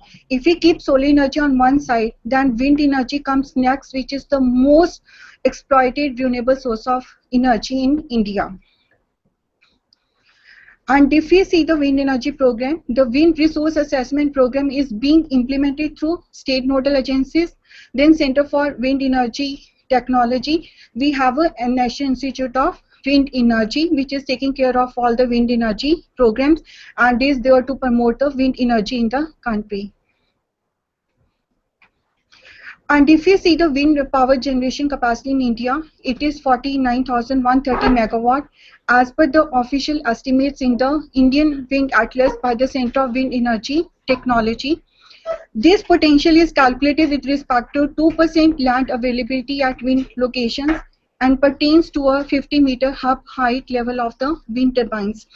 And if we see with development, now the hub height is 80 to 100 meters, and there are large rotor diameters available up to 122 meter. So thereafter, if we visit the website of National Institute of Wind Energy and all, we can get the data for both the cases. Like if 50 meter is the hub height, then what is the wind potential in the country, and if the hub height is 80 meter, then what is the estimated potential in the India. There are certain measurements which are not validated yet, so they have not officially declared it. And if we see the state-wise potential capacity in India, then we can say that we have Andhra Pradesh, Gujarat, Karnataka, Kerala, Madhya Pradesh, Maharashtra, Rajasthan, Tamil Nadu, and others. The main problem with wind energy is there that it is not distributed all over the country. There are few states, mostly coastal states, which have the large potential in the area of wind energy. So that was one of the reason of the popularity of solar energy in India, which I think almost all the states of the country have the potential to be harnessed. And these are a map of showing some of the states which I mentioned earlier in the table also, which have the potential of the wind energy in the India. And if we see the development of wind technology over the period, the wind turbine size has been large. So larger the rotor size, larger is the output of the wind energy. And if we go by the concept, now I just go by step, that if we go by the concept of wind energy, what is wind energy? Basically, it's the byproduct of the solar energy. Almost 2% of the solar energy is converted to the wind energy. And how the wind flows? Basically, the solar falling on all over the world is not uniform at all these places, which results into the uneven heating and cooling of the places. So wind is merely the movement of air from one place to another place, and there are global patterns as well as the local patterns. As you go higher, the wind speed increases, because at the lower areas there are buildings and all which obstruct the flow of the wind. And if we go by the concept, wind speed data can be obtained from wind maps or from the meteorology office. And unfortunately, in most of the places of the world, the data are either not accurate or they are not easily available. Although many developments are going on, even in the country, there are been certain areas where wind measurements, all stations are there where wind measurements are being taken place. And if we come to the speed, at what speed will be required, we can say wind speed of about 4 to 5 meters per second makes a small scale wind power electricity generation an attractive option. So this is just an idea that how much speed will be sufficient to generate the power. And now if we go by the concept of the wind energy, now I start with how the wind energy can be converted to electrical energy, and how can we tap the potential of the wind energy, and how can we extract the power from wind energy, and what is the conversion formulas, and what are the basic equations involved. If we see the wind power, it depends on the volume of the air, then speed of air, velocity of air is velocity, mass of air. If we go by the kinetic energy is half mv square, and if we put power is kinetic energy per unit time, then we take the differential of mass, then we get the equation power is equal to half rho a v q, where v is the velocity and a is the rotor swept area and rho is the air density. So we can make out that the power, like a conversion of wind energy to electrical energy, is directly proportional to the cube of the wind speed. So it means even a small change in the wind speed can give you a larger outputs. Then it depends on the rotor swept area. So we had seen in the previous diagram that as the rotor area, the size of the rotor increases, the output power increases. And moreover, it depends on the air density. Less the air density, lower will be the wind electricity generation from the wind. And if we say it's directly proportional to air density, so power is linear function of the air density. And on what parameters air density depends? It is the function of altitude, temperature, and pressure. So variation in temperature and pressure can affect the air density up to 10%, plus minus 10%. And the equation which we have written earlier, that half rho A into V cube, that is basically theoretical equation that gives you that what can be the maximum energy which can be extracted from the wind, but actual energy will be less than this. So the combined effect of wind speed and rotor diameter can be is illustrated in the diagram. On x-axis we have taken the wind speed, and on y-axis we have taken the total power in megawatt, and these are different curves which are plotted for the different sizes of the rotor dia. Now what we can conclude from this illustration: as the wind speed increases, the output power increases. As the rotor dia increases, the output power increases. So it means the wind machines, they should have large rotors and should be located in areas of high wind speeds. So if we see that what is the potential of the wind energy in the Punjab state? Yes, anybody can tell what is the potential in Punjab state? We put it as a nil. So there is no potential in the Punjab state. So that's why Punjab government is now putting a lot of thrust on the development of solar energy, which is abundant in the state. And we did the equation, and I told you that that is only theoretical concept, but the energy which is actually converted into electrical energy depends on the size of the rotor, and then the design of the rotor, and there are many other parameters. Because when the wind it touches the rotor blades, the pressure drops down, the speed slow down, and as it passes the rotor, then again it picks up the speed and the pressure gets built up. So this is how we have shown the curve. On y-axis we have taken the wind speed, and on x-axis we have taken the wind direction. This is the rotor structure. Say it's a tower, and there we have the rotor blades. Now when wind comes towards the rotor side, what happens? This is the atmospheric pressure. As the wind is moving towards the rotor blade, the pressure is increases. But when it comes near to the rotor blades, the pressure drops. Then as the wind passes through the rotor blades, the pressure again picks up, and it comes the ambient pressure. And the speed again it drops. Then again the speed picks up.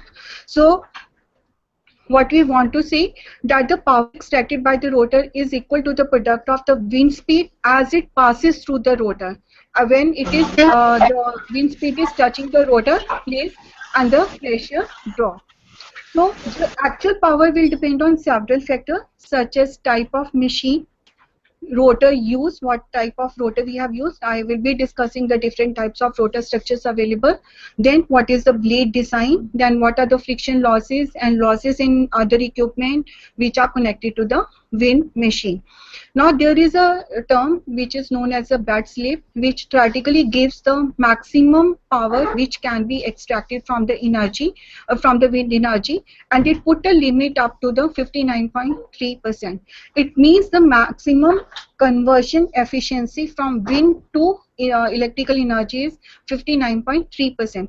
Again, it's a theoretical value, but if you come to the actual values for the large wind farms, the efficiency goes up to 45%, and for the smaller it is 30 to 40%. So there is for the same formula.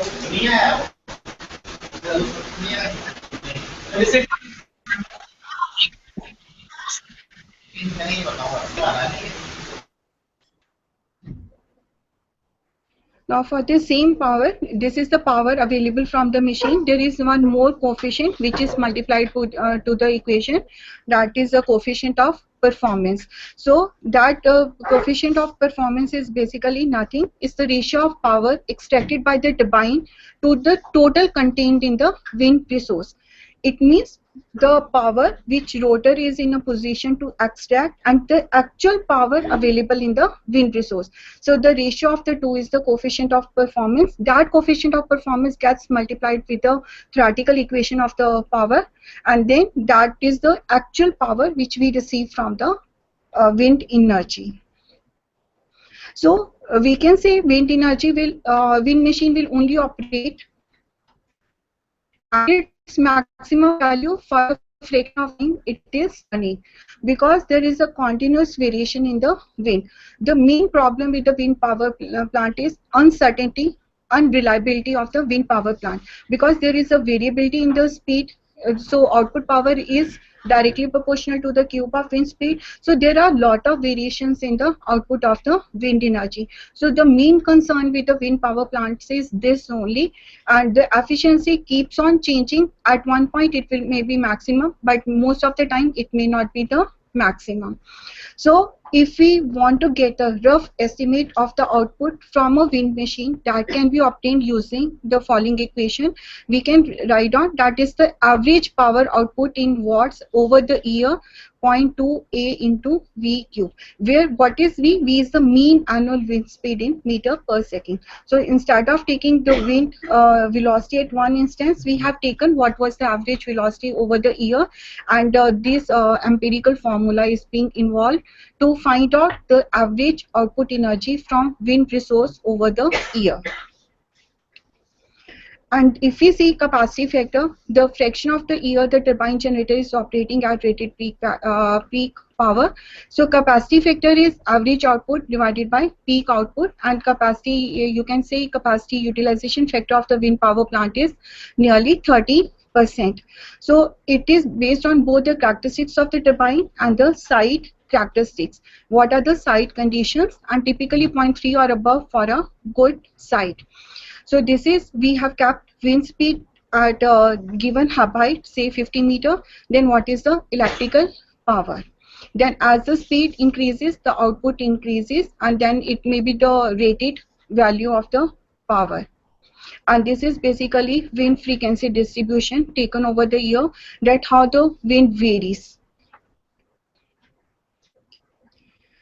And coming to the principles of wind energy conversion, there are two primary physical principles by which energy can be extracted from the wind. So there are two forces. One is lift force and another is the drag force.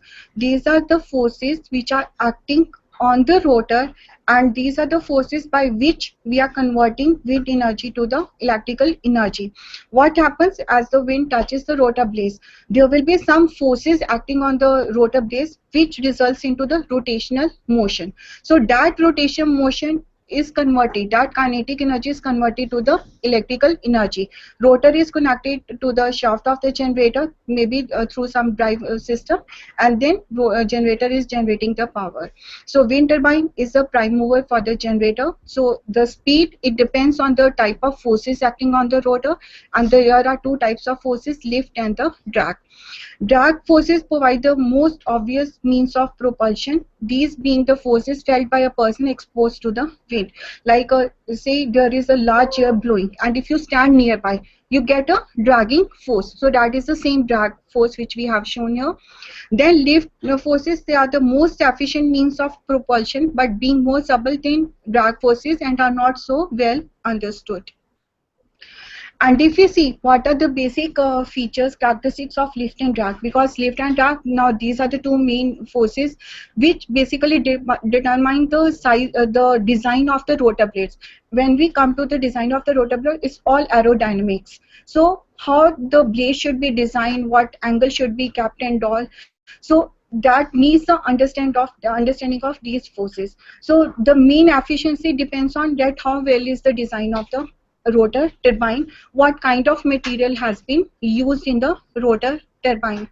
So if you see what are the main features, then drag, it is in the direction of airflows, and lift is perpendicular to the direction of the airflow. Drag acts along the direction of airflow and lift is perpendicular.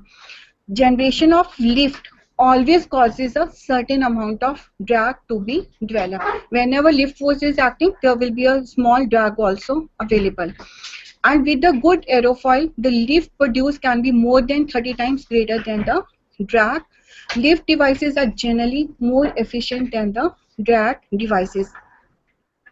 This is just a small example, lift and drag forces, how the wind power works. These are the rotor blades, and this is how when the wind touches it, then how the lift and drag forces occur.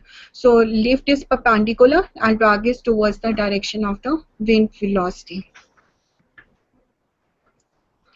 And coming to the basic concept, What is a wind turbine? Basically a device that converts kinetic energy from the wind into mechanical energy known as a wind power. Now, if the mechanical energy is used to produce electricity, we call the device as a wind turbine or wind power plant, which is being discussed in today's lecture. If the mechanical energy is used to drive machinery such as grinding grain or pumping water, the device is called a windmill or a wind pump. So just a basic difference between the two and general concept of the wind energy. Now we talk about the wind energy conversion systems. When we talk about the wind turbines and all, there are two options are available. One is vertical axis machine, another is the horizontal axis machine. So these are the main two types of the machines, and then each category has own different kinds of the designs available. Now, in the vertical axis machine, this is one example of the vertical axis machine. Here, the axis of rotation is vertical. So, it is rotating the blades in the vertical direction. The scales of blades may also be vertical. In horizontal, this is the example of horizontal axis wind turbine or wind machine. Here, the axis of rotation is horizontal. Now, both the types, they use lift and drag forces. Some of the designs, they use only drag force, some of them they use only lift force, but there is no ideal case that only lift or drag is used. Basically, it's a combination of the two, but the one factor may be the more pronounced one. In some cases, drag may be more pronounced, and in some cases, lift may be more pronounced. So that is basically working technology for that kind of a machine. And if we ask that which is the machine which is most commonly used, then it's a horizontal axis lift device which is most commonly used. And again, continuing with the wind turbines, we talked about vertical axis wind turbines where axis of rotation is vertical, horizontal where the axis of rotation is horizontal.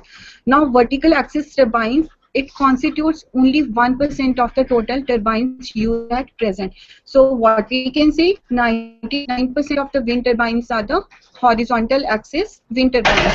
Now, vertical axis wind turbines can be divided into different categories. These are the different types of machines available. Savonius, Darius, hybrid turbines, Darius, Savonius type. Whereas horizontal axis wind turbines, which constitute 90%, can be divided as upwind turbines and the downwind turbines. And 99% of the installed horizontal axis wind turbine is 3-blade, whereas 1% is 2-blade. What is 3-blade and 2-blade? What's the comparison that I have discussed? And what is upwind and downwind? That has been discussed in the next slide. Now we are talking about horizontal axis wind turbines. They are of upwind or downwind. Now can you tell me what's the difference between the two? One is upwind and the another is downwind. In the two cases, there is one main difference. Here, wind first touches the blades, then moves on. Here, is the structure nacelle which is coming across the wind direction. Then it moves toward the blades. So they are upwind horizontal turbines called so because the wind meets first the rotor, then the tower. They have higher efficiency than the downwind machines because there is no aerodynamic interference with the tower. So wind straightway comes, touches the blades, then it moves further. So whatever any obstruction, interference of the tower or the other remaining parts does not come in between. Here it moves here, then it comes to us this side. And if you see the drawback of the upwind or horizontal axis wind turbine, the main problem is they are not self-aligning in the direction of the wind. So they need a control system because to extract the maximum power out of the rotor blades, they should be in a direction of the wind.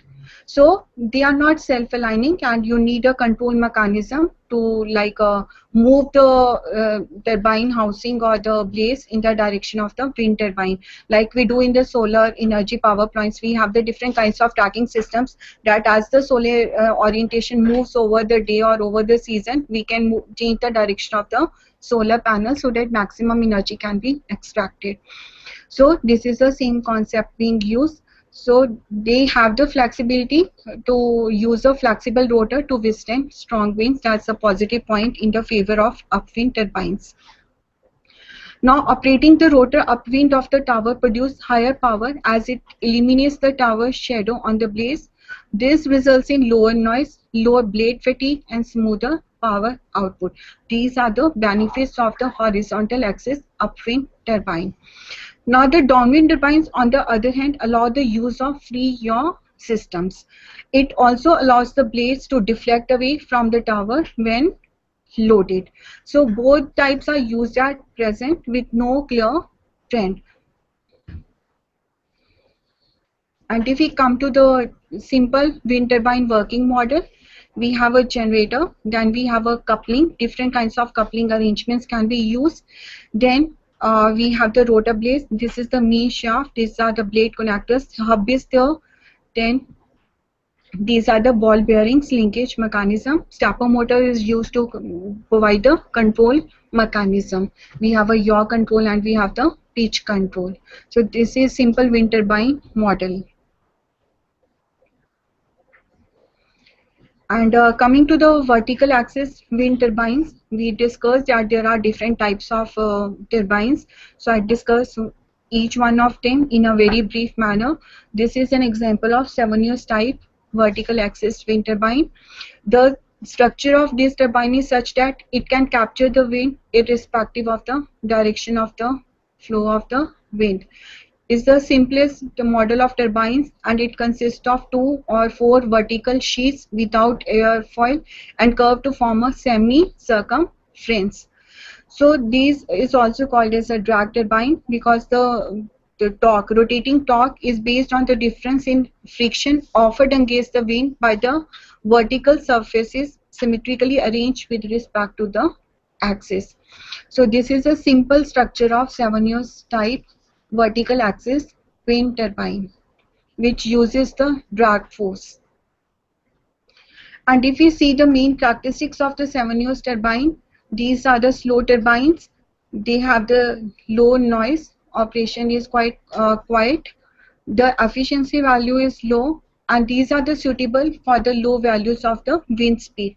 So the areas where the wind speeds are not high, we can use this vertical axis Savonius type turbine. There is a necessity of adequate speed control to keep the efficiency within acceptable values. Then we need a mechanical brake for stopping the turbine. Then there is a necessity of robust structure to withstand extreme winds, the high exposed surface of the blades, because as the wings they directly fall on the blade and all, the structure should be such that it is able to withstand the forces. And these are wind turbines which are designed only for the small power applications. And this is another example Darius type which I had shown earlier also in one diagram. So this is a 2-blade vertical axis rotation, and it is worked on the vertical axis lift type. The earlier it was drag type, and it uses the principle of the lift for the rotation. And in comparison with the drag type turbine, Darius type offers higher efficiency since they reduce the losses due to friction. They are not self-start. The startup torque is null. You need some auxiliary means to start the turbine. And if we see the main characteristics, these turbines are quite fast. The efficiency is reduced in comparison with horizontal axis turbines because a great part of the blade surface rotates very close to the axis at a low speed. And they have the adaptability to variations in the direction of the wind. They are effective for the winds with an important vertical component of the speed, sites on slopes, or installations on the roof of the buildings. Then suitable for low values of wind speed and for a limited range. Necessity of an adequate speed control to keep the efficiency within acceptable values. Impossibility of reducing the aerodynamic surface in case of speed exceeding the rated one because of the fixed place. So blades can't be adjusted, and then we need a mechanism to provide the braking.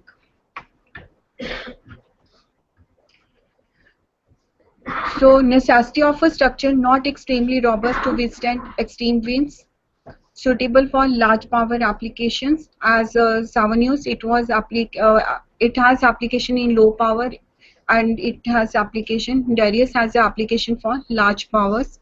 Low noise and with vibrations limited to the foundations, therefore suitable to be installed on buildings.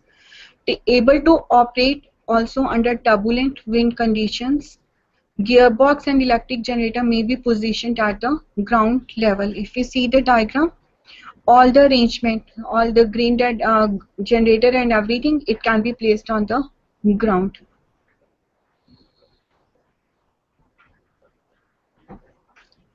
And high fluctuations of the motive mechanical torque. So these were some of the features. There are certain pros and cons of the various type vertical axis turbine. Now this is a hybrid turbine which combines the feature of the Darius turbine as well as the Savanus turbine. So both the structures are being used. Outer is Darius and internal we have the Savanus structure. So what was the main problem with Darius? That it was not self-starting. So with the combined features of the two, we can combine the positive qualities of both the turbines. And if we see what are the advantages of vertical axis wind turbines, they are the massive superstructures are really required. Yaw control is not required. They can align with the direction of the wind. Then wind startup speeds are lower than horizontal axis wind turbines. What does it mean? That they can use for the low wind areas. So noise is less. As you go near the windmills and wind farmhouses, the operation is quite noisy, which actually wind turbines, they look very beautiful and all, but if you go to those areas and all, it's quite noisy operation. So even that is a matter of concern. So disadvantage are guy wires are used which result in stress on the bottom of the bearing. Basically, I have shown one guy wire tower. In the subsequent slides, you can see the guy wires. Basically, they are used to support the structure. So it results in the stress on the bottom. Stress is also caused because the wind loading changes sign twice during one complete rotation. And changing parts is very difficult. So if any maintenance is required or any say the repair work is required, then in both the cases they are quite difficult. Now coming to the horizontal axis wind turbine, which constitutes 99% of all the wind turbine available. The main rotor shaft and electrical generator are generally at the top of the tower for a horizontal. In vertical, they can be kept at the bottom, but here it is kept at the top. It has a design which demands that it should be pointed to the wind to capture maximum power. So we need a yaw control to extract the maximum power. There are different kinds of horizontal axis wind turbines. Earlier I had talked that we have a upwind and downwind, but if we come to the different types of wind turbines, we have Dutch windmills, then multi-blade water pumping windmills, and then high-speed propeller type wind machines. And coming to the horizontal axis propeller type using single blade. This is a simple propeller type horizontal axis wind turbine. We are using only one blade. This is, you can say, simplest kind of a structure available. And there is a long blade. Above the length may can go up to 60 meter. They are mounted on the rigid hub. Large blade root bending movements may occur due to tower shadow, gravity, and sudden shifts in wind directions. To reduce the rotor cost, use of low weight cost counter weight is recommended, which balance long blade centrifugally. So the main advantages are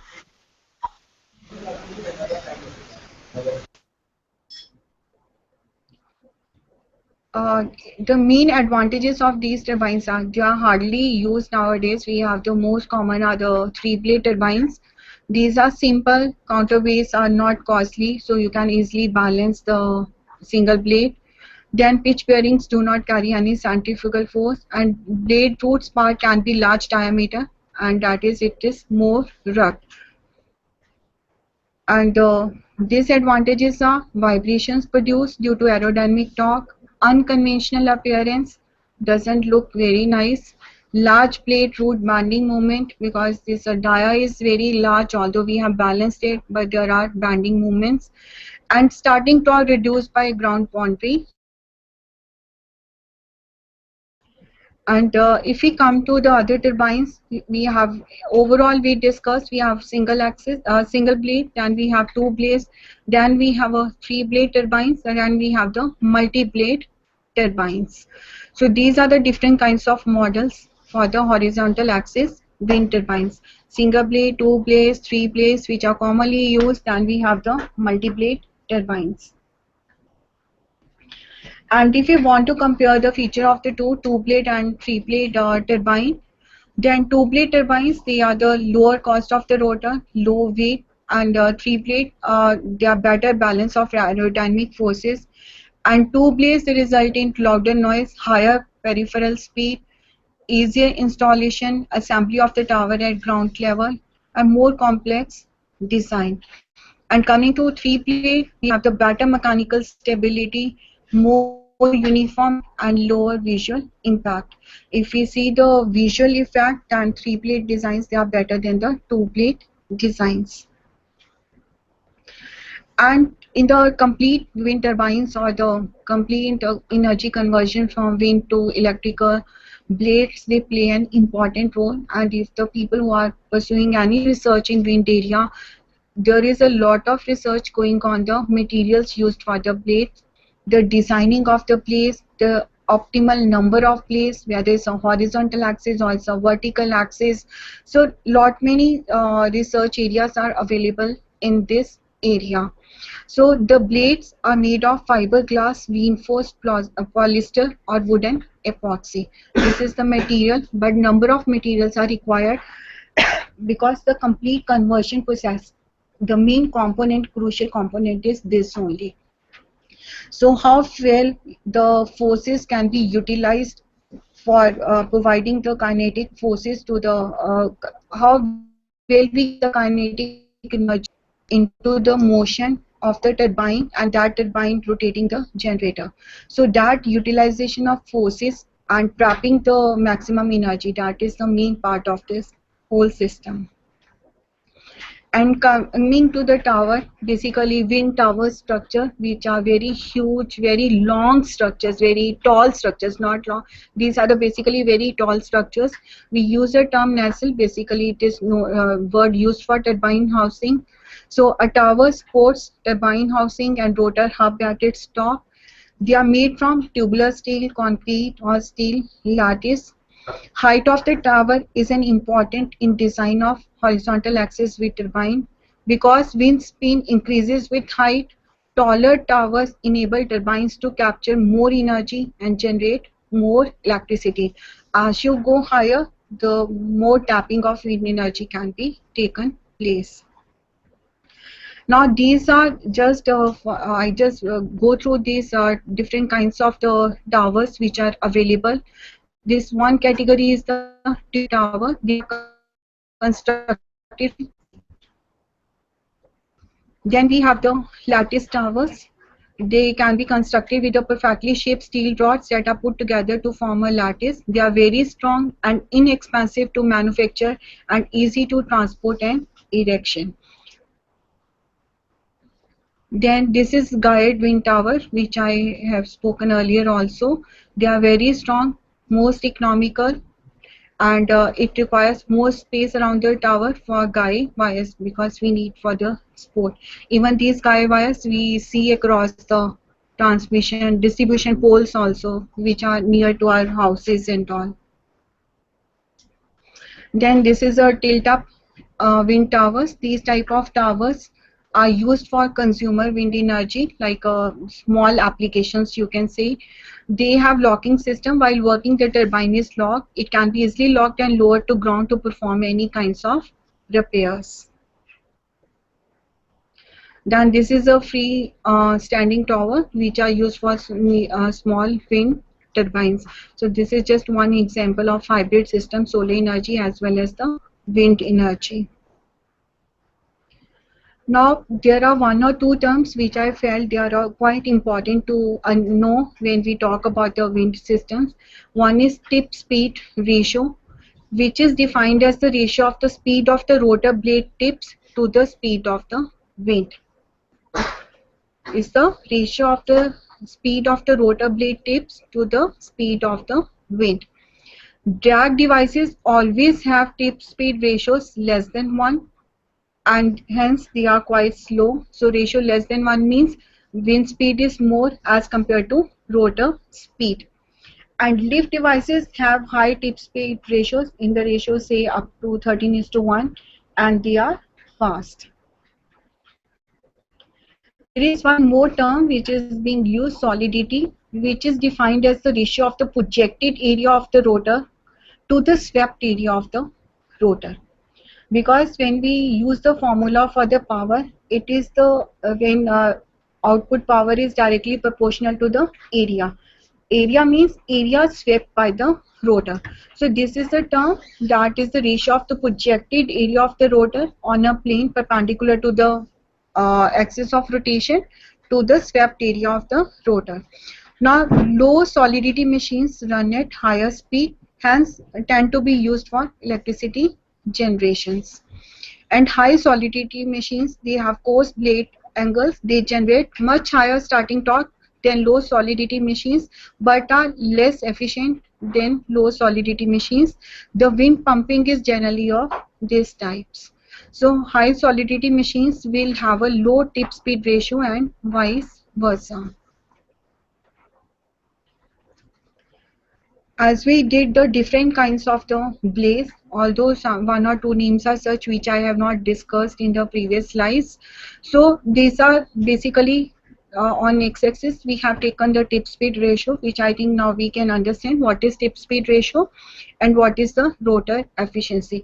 How for different kinds of turbines, what's the relation between rotor efficiency and the tip speed ratio. Like we can see that this tip speed ratio for rotors with different number of blades, two blade rotors, they have the highest efficiency. So for different kinds of rotors, we can see that how the, for a given design, if the tip speed ratio varies, how the rotor efficiency varies. And there has been a parallel development in small scale wind generators for supplying electricity for standalone applications. When standalone applications, either the directly put to use for different kinds of AC loads and all, or we can charge the battery, then battery can serve the loads at other times. So this is just the idea that if we have a micro wind turbines at micro level, the rotor diameter is less than 3 meter and power rating is 50 watt to 2 kilowatt. And for small scale, the rotor dia varies from 3 meter to 12 meter and the power rating is 2 kilowatt to 40 kilowatt. For medium scales, is 12 meter to 45 meters and 40 kilowatt to 999 kilowatt. It's just an idea that what is the size of the rotor diameters and what is the power rating. And this micro, small, medium and all we have determined based on the power rating and the power rating. Now coming to the wind turbine subsystems.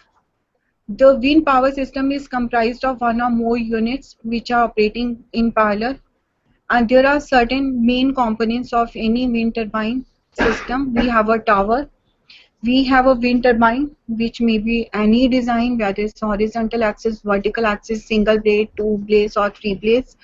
Then we have a yaw mechanism, which is basically control mechanism to tap the maximum wind energy. Then we have the mechanical gear system, then generator, then there are certain sensors are there, then control, electronic control is there. And coming to the modern systems and all, because there is a lot many development in taking place in the area of power electronics, so there are number of static and high speed controls are available for these wind systems. Then we can use some like a supervisory system also. Then the battery for improving the load availability in standalone mode. And then there is some braking mechanism which is used to halt the turbine in the case of emergency situation or during the routine maintenance. Because like say we have a hydro station or we have a thermal station and all. In hydro station we can close the gates and all, then the system can become to halt after some time, although in there also we have to apply some suitable braking systems. Here, since wind is moving, you don't have any control on the wind speed and all, and if you want to halt the wind turbine for some maintenance or some other work, then there is a need of some suitable braking system. This is a elaborative example of the complete wind turbine system. This is the diagram which had been shown earlier also. We have the, say this is the wind direction, these are the blades, this is nacelle complete turbine housing, we have the generators, then we have the controllers, then anemometer is there to measure the speed of the wind, then wind is there to measure the direction of the wind, then we have the yaw control mechanisms, then we have the braking mechanism, this is the tower, and these are the control systems like transformers and all other auxiliaries or all other electrical equipment which comes after the generator. Then these are the rotor blades. When we say rotor dia, this is the rotor dia and this is the swept area of the blades. So this is, I think, and when we talk about hub height, this is the hub height.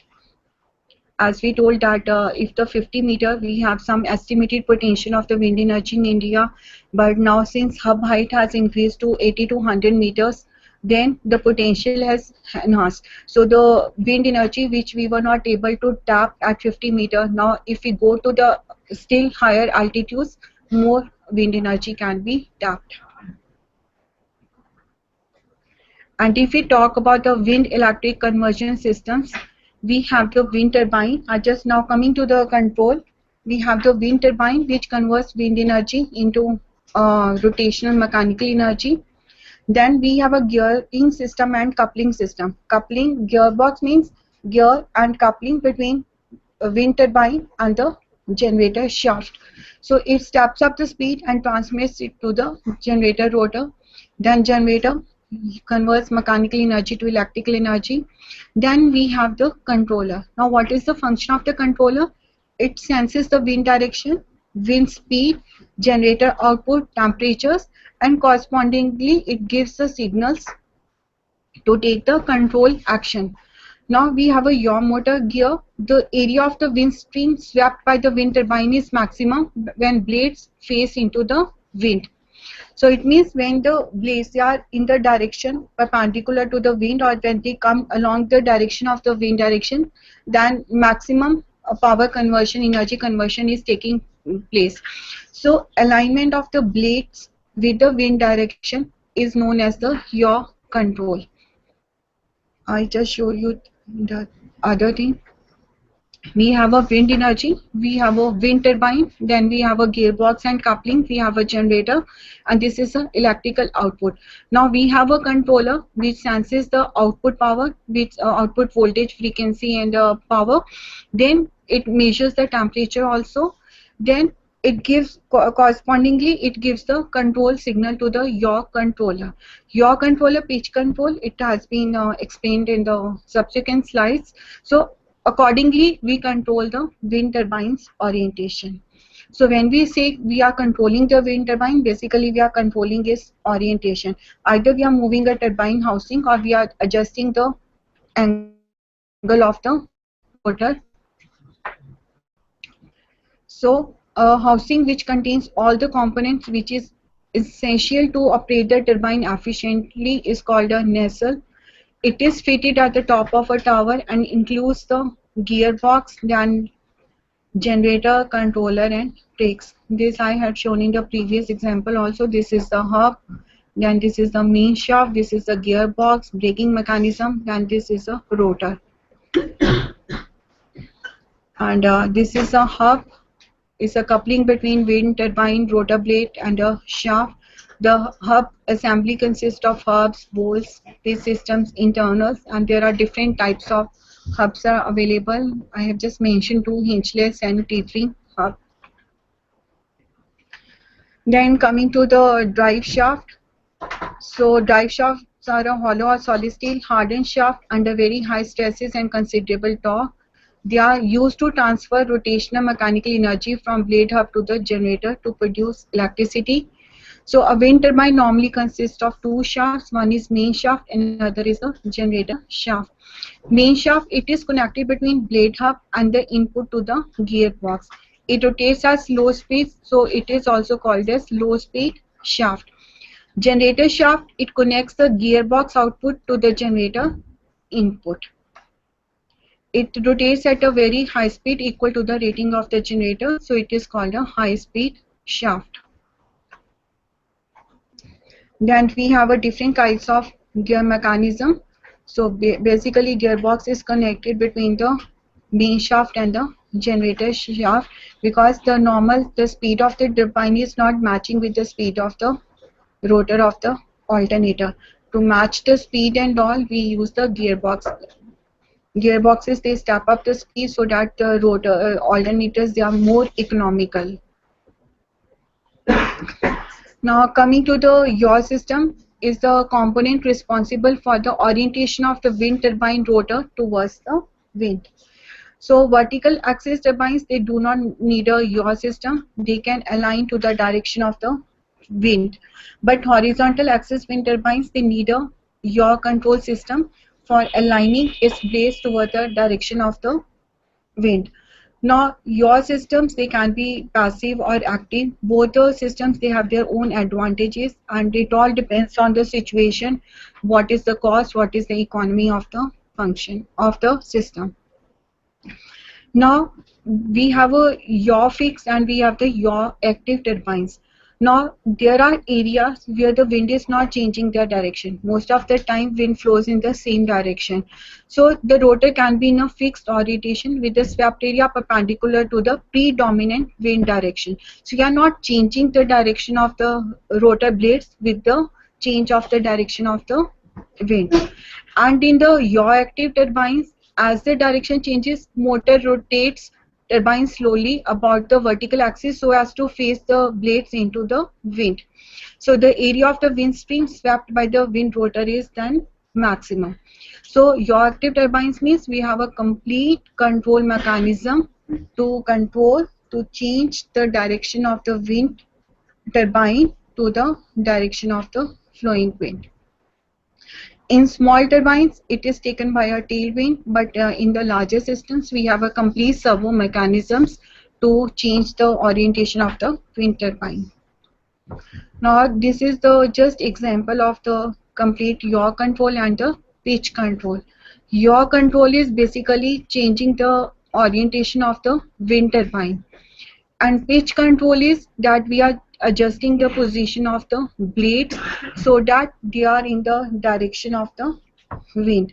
So it is to maintain the optimum blade angle to achieve certain rotor speeds or power output. So this is pitch control and yaw control, which I have shown earlier in the energy conversion diagram, and this is the basic difference between the two. Here we are changing the position of the turbine housing, here we are changing the position of the rotor blades, we are changing the angle position.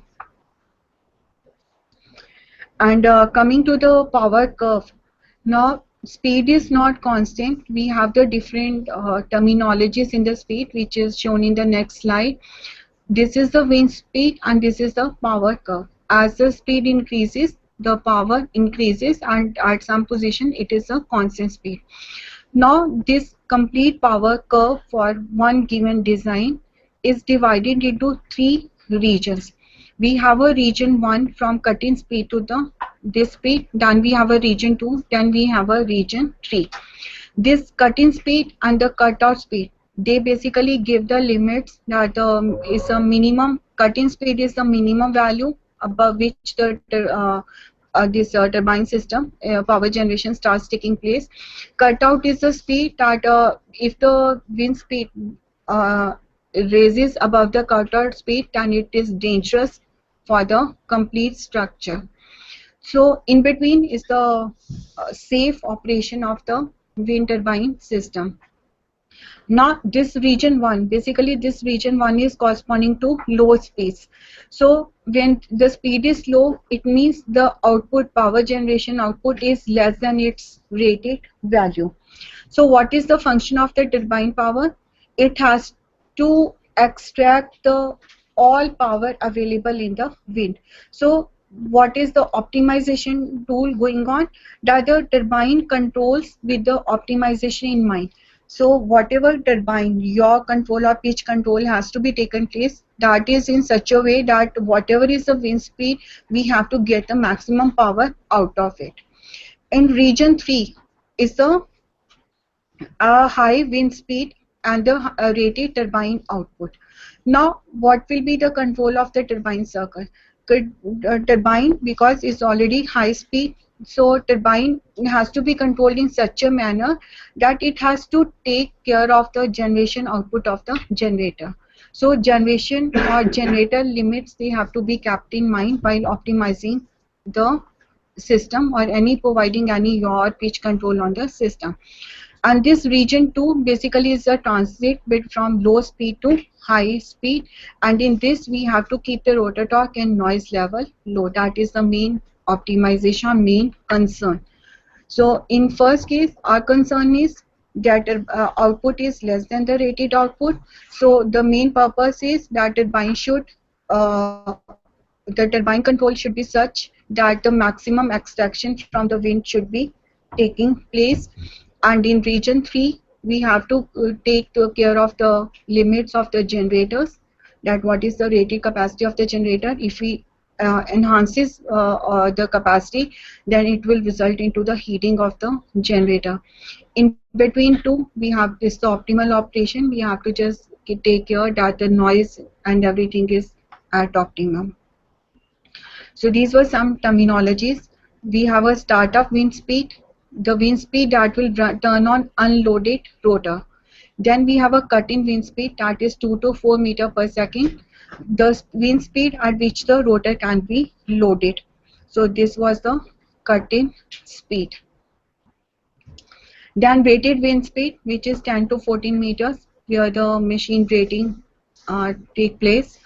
Then we have the cutoff speed, 20 to 25 meter per second. It is the speed. If the speed goes beyond this thing, then we have to stop the system. And maximum design wind speed, the wind speed above which damage could occur to the machine. So it's the same wind, but there are different speed values are given the different names. And if we come to the schemes of the wind power generation, we have for the wind power generation, the most common generators used are the induction generators, and we can use synchronous generators also, but induction generators, they are more economical generators. Now the main problem with the induction generator is that they need a source of the to supply the magnetizing power. So normally they extract the magnetizing power from the grid to which they are connected, or we provide some capacitor banks to supply the reactive power to the generators. Now this is a constant speed, constant frequency scheme. Here we have a wind turbine, then we have the gear, then we have the induction generator. Capacitor bank is used to supply the reactive power to the induction generator. This induction generator is synchronized with the grid system. Now when any induction generator is connected or any generator is synchronized with the grid system, it means the frequency will remain constant. If the frequency is constant, it means the speed will remain constant. So this is a constant speed, constant frequency scheme, and induction generators are most commonly used because they are easy to operate, they are cheaper, and they have no synchronization problems. Then we have a dual speed, constant frequency scheme. Here we have a dual speed wind turbine, then we have a yaw control controller, then we have a double winding induction generator. Now there are two windings which are used in the induction generator. The two windings, they have different number of poles, say P1 and P2. P1 and P2, they are designed for two sets of speeds. So this same machine can be used for optimally for the two different speeds. Then we have a variable speed constant frequency scheme. So we are using a three-phase alternator, wind turbine, then generator, a gearbox and coupling. Then we are using a three-phase alternator. Then we have a bridge rectifier assembly, and then we have a DC transmission system. Then we have an inverter. So AC is converted to DC, then DC is converted to AC, then it's a grid system. Now alternator output is not directly connected to the grid. Clear? It is connected through the rectifier assembly. So even if there is any change of the frequency, still it can be matched with the frequency of the grid. So this scheme involving small wind generator is commonly used in autonomous applications such as street lighting. Due to variable speed operation, it yields higher output for both low and high wind speeds. Both horizontal axis and vertical axis wind turbines are suitable. Variable means constant. Now I think it's clear what does we mean by variable speed and constant frequency. Here, since alternator is not directly connected to grid, so frequency is not fixed. If frequency is not fixed, it means speed is not fixed. So with the change of the wind speed, this speed can vary because its output is connected to grid through the DC system. Then we have a variable speed constant frequency with double output. We have a induction generator, then we have a rectifier, synchronous inverter and grid system. So here to increase the power generating capacity of the system, squirrel cage induction generators are replaced by the slip ring induction generators. Rotor power output as slip frequency is converted to line frequency power using rectifier. Output power is obtained both from the stator and rotor. In squirrel cage induction motors, we don't have any access to the rotor circuit, but in slip ring, the rotor winding is accessible. So that slip power can be converted, and even the generator as such output power can be converted. So for this, we are using again the system because slip frequency is low as compared to the frequency of the generator. So if this is 50 Hz, this frequency will be very low, but the power output is taking place from stator as well as the rotor. Then we have a variable speed, variable frequency schemes. We are using the squirrel cage. Depending upon the wind speed, squirrel cage induction generators powers at variable frequency. Such generators are excited by capacitor bank. I think all the induction generators, they are excited by capacitor bank only. The magnitude and frequency of the generated EMF depends on wind turbine, speed, excitation, capacitance and load impedance. If the load requires constant DC voltage, then output of generator is converted to DC, or if we need AC, then it can be directly fed to the AC. So it's a variable speed, variable frequency schemes. And coming to the wind direction measurement, there is a weather vane which is used to measure the speed, and wind direction is often indicated in the terms of 360-degree circular scale. 0 means north, 90-degree means east, 180-degree means south, and 270-degree indicates the west directions. So weather vane is also known as a wind vane, basically which is used to measure the direction, and anemometer is used to measure the speed of the wind. Then there are different types of anemometers are available, like rotation anemometer, then pressure type anemometer, thermoelectric anemometer, phase shift anemometer. I'm not discussing the different types of anemometers. Just one or two are covered. So this is 4 hemispherical cups, each mounted on one end of 4 horizontal arms, which in turn were mounted at equal angles to each other on a vertical shaft. Now, this was all about the different technologies with different kinds of wind turbines, then how the wind energy is converted to the electrical energy, then what kind of generators are we use, and what are the different types of schemes are used. Now is the end part of the wind energy, that how the site selection is taken place. How do we select the site which is suitable for the installation of wind power plants? So there are certain parameters which one should know while selecting the site for the wind suitable selecting a site which is suitable for the installation of wind power plants. We must know what is the high annual average wind speed. Like this is similar to what kind of survey we do for the hydro turbines. Even for the solar plants, we do all the shadow analysis and all, that whether this place is suitable for the installation of solar plant or not. So these are certain conditions for the wind plants. Strategy for siting is generally recognized to consist of survey of historical wind data, that what is the wind pattern there, what is the wind speed, and how the wind variations are taking place.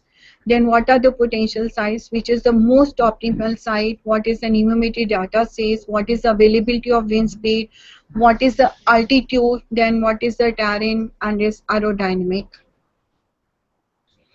Then what is the ecology available, distance to roads or railways, nearness of site to local centers, favorable land cost, other conditions such as icing problems, soil supply or blowing dust should not be present at the site, as they may affect aero turbine blades or environment, and is generally adverse to machine and electrical apparatus. The best sites The best sites for wind energy are found offshore and the sea coast. If we see what are the best suitable places, they are offshore and the sea coastal area. So mostly the coastal areas, they are the most suitable for the installation of the plants. An average value on the coast is 2400 unit per meter square per year. And the second best sites are in mountains. Coastal areas, they are the best, and then we come to the mountains where the average value is 1600 kilowatt hour per meter square per year. Then the lowest level of the wind energy is found in plains where the values are generally 3 or 4 times lower than the coast. A typical average is 750 kilowatt hour per meter square per year. So this is how the like wind capacity, wind variation or wind energy available with the site. Coastal areas are best. Then we come to the mountains. Then we come to the plain areas. Mountains, although we feel that they are the best places, but there are different peaks of the mountains. They are the obstruction to the flow of the wind. So the characteristics of a good wind power site may be summarized as: a site should have a high annual wind speed, no tall obstructions for a radius of 3 km, open plain or open shoreline may be a good location, top of a smooth, well-rounded hill with gentle slopes lying on a flat plain or located on an island in a lake or sea is a good site. Mountain gap which produces wind funneling is good. So all the mountain sites are not suitable. There are certain requirements. Then we have onshore and offshore. Onshore wind turbines, they require cheaper foundations, easily integrated with the electrical grid network, so connections are possible. They are the cheaper installations and access during the construction phase. It can be operated and maintained easily and cheaply. What about the offshore and nearshore? The roughness of the water surface is very low. Wind and obstacles to the wind are less, so large turbines can be installed. Noise pollution is also not a factor because these are too far from the shores. Less affected to turbulence in wind and low wind shear. And what are the disadvantages? Negative visual impact on noise, limited availability of lands, restrictions associated with obstruction like buildings, mountains, then there is a noise pollution, then they are affected to more turbulence. And disadvantages of offshore are: installing offshore wind turbine is much more complex and costly. Going inside the sea and putting up the complete installation is not an easy task. Then making the connections of the turbine to the utility grid are not easy. Even operation and maintenance is very tough. And this is other, and that if we see the different cost components of the wind turbine, then we can say that wind power plant is 70%. The main cost 70% is of wind turbine and 30% is of the remaining component. So tower cost 26%, then rotor blades 22%, then gearbox 13%, then generator cost is hardly 3% of the overall cost. Then assembly, then we have a transformer and all. So this is just a brief idea about the different components of the cost of any wind power plant. And if we see what are the major strength areas which have accelerated the wind energy program, not only in India but worldwide, is the high strength fiber composites for constructing large low cost plays, then falling prices of power electronics, then variable speed operation of electrical generators, improved plant operation, economy of scale as the turbines and plants are getting larger in size. Then we have a field experience. Then even skilled labor is available nowadays. And coming to energy storage, because most of the difficulty with these plants is that since output is variable and how to store the energy and all. So there are different kinds of schemes available. One is stored in storage batteries, that whatever is the output of the wind plant, you charge the batteries and then batteries can be used. Then other options are, we are making a hybrid system, hydro power plant and then wind power plant. If generation is equal to demand, okay, both the systems, they are serving the load. But if output is more, like wind output is more, then what we can do, same energy can be, it's a pump storage plant, same energy can be used to pump the water and then we can use in the peak times. Then this is another example that the output of the windmill is used in the compressor. We make use of compressed air, and the energy stored in the compressed air could be used to drive wind turbine, whose shaft would then drive a generator supplying the needed power. This is just one example to store the windmill output. And coming to the advantages, all these sources, all renewable energy sources, basically these are the distributed, decentralized energy sources. And remote areas that are not connected to the grid, they can be served by these distributed generations. Then emission saving or conserving the fossil fuels, and easy dismantle of the wind turbines, and the generation capability of the wind turbine ranges from few hundred watts to several megawatts. And what are the disadvantages? That the strength of wind is not constant, variability, that is the main issue, and the wind doesn't blow well at all locations on the earth. So there are certain areas which are suitable for the installation of wind power plants. Then wind turbines are, one point is repeated again, wind turbines are noisy. Each one can generate the same level of noise as a family car traveling at 70 miles per hour. So there are certain other issues, storage of excess energy. Then when wind turbines are being manufactured, some pollution is produced. So there are certain difficulties associated with wind power. So that was all about the wind energy.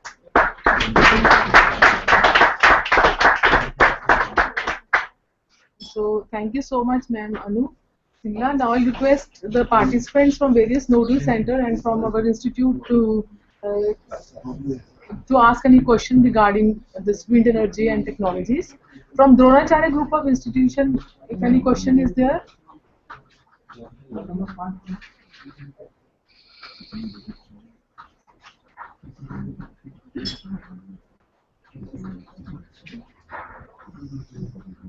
Hello. Hello. हाँ जी ma'am, Dinesh from Dronacharya College of Engineering. Yes, please. My question is, either AC or DC generator are able to use in wind turbine. Beside permanent magnet generator, which type is the best to be used in wind turbine? Sir, I told you the best generators are the induction generators. Ma'am, you have mentioned that a squirrel cage induction generator is used. kindly elaborate the function of a squirrel cage induction generator used in wind turbine? Sir, induction generator is used for the conversion of mechanical energy to electrical energy. It's just the generator. Squirrel cage induction generators, they are um, uh, less costly as compared to the slip ring induction generators. Basically, all the induction generators, they are built like induction motors only. They are operating at a negative slip. So the main problem, induction generators, they are quite rugged and needs less maintenance as compared to synchronous generators. But induction generators, they have only one problem that they need when they have to operate in standalone systems or in isolated areas, we need some source to supply the reactive power. Otherwise, they are better than the synchronous generator. At least they are more economical as compared to synchronous generators. Hello. Okay, thank you. Hello. Hello. Yes. Hello. Hello. Hello. Yes, yes, please. Hello. Good afternoon. Ma'am, myself Anu Bharadwaj. My question is how to prevent interference rays to the modern wind turbine blade? Pardon, how to? How to preventive interference rays in the modern wind turbine blade?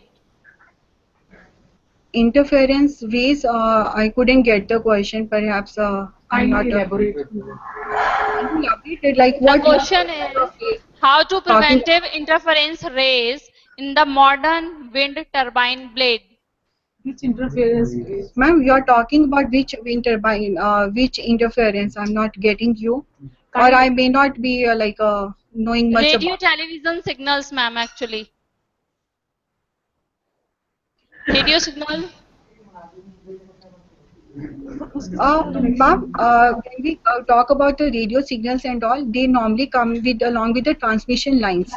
Like say you have generated the power, you are transferring the power from one area to another line. So if the transmission lines they are carrying the power at large voltage levels, then the question of interference of power lines with communication lines comes into picture.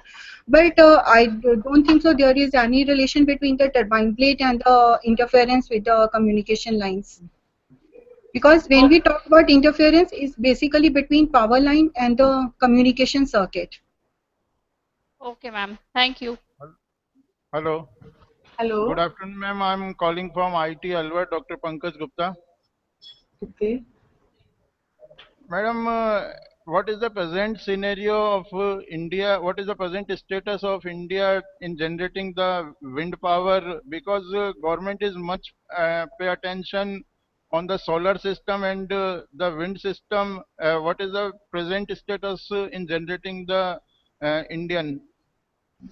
What is the present status? So present status is, I told you that if amongst all renewable energy sources, if we put solar energy on one side, then amongst renewable in India, then wind is at the top. But nowadays with the National Solar Mission and all, the government is putting a lot of thrust on the development of solar power plants. But under MNRE, we have a National Institute of Wind Energy, which is dedicatedly working on the development of the wind power plants. So at the same time, although nowadays everybody is talking about solar, but the government is equally concerned with the wind power plants. The main problem with wind power plant is that this resource is limited only to the certain states of the country. So most of the states, the potential is not large as compared to the solar energy. Otherwise, the development is taking place, and I have shown the potential is 49,000 around 150 megawatt. Then current developed scenario is I think 4,000 megawatt power, which has been developed from the wind energy. So it's not that thing that solar energy is at high pace, so wind energy is neglected. So it's not that case. Thank you. No, any question from other centers? Hello. Hello. Yes. Yeah. Madam, am I Hello, audible hello. to you? We can hear you.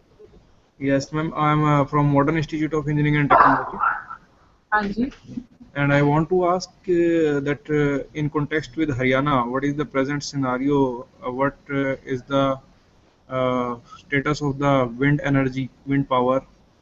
In like what is there some potential that we can use Sir, I think Haryana is not having much of the state, much of the potential. And if I go to the previous slides, then I must have mentioned in the table where I mentioned all the states. So please, can I refer to that slide?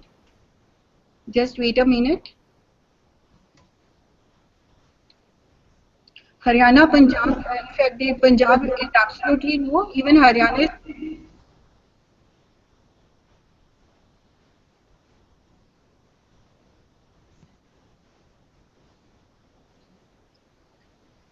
And if we come to the installed capacity, even Haryana is not appearing. But if you visit the website of National Institute of Wind Energy, the complete data of all the state is given. If it is zero, it is mentioned zero. If some potential at higher height is there, even that is mentioned. And ma'am, what is the cost of installing one single unit of wind power windmill?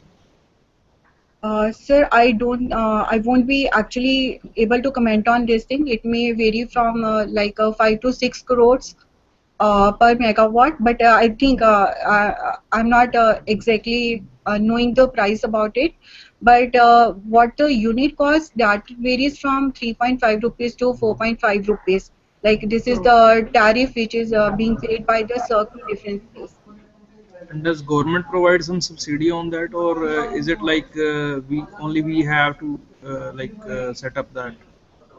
So government is providing the lot of support which is available on their website, and the most part is that the government has now come up with the renewable energy policy 2015. Is the first draft is again available on the website, and moreover a number of provisions are provided to the people. Like there is one clause for renewable purchase obligation, that all the distribution companies, they have to, there is a certain fixed quota state-wise by the government of India, that each distribution company has to buy the power from some renewable energy source. So that way there are number of incentives available which I think can be seen from the website of MNRE. And ma'am, there is one last question. I have some BTech graduates who are doing graduation in mechanical engineering. If they want to obtain career in this alternate source of energy, what are the courses they should go for after doing their graduation?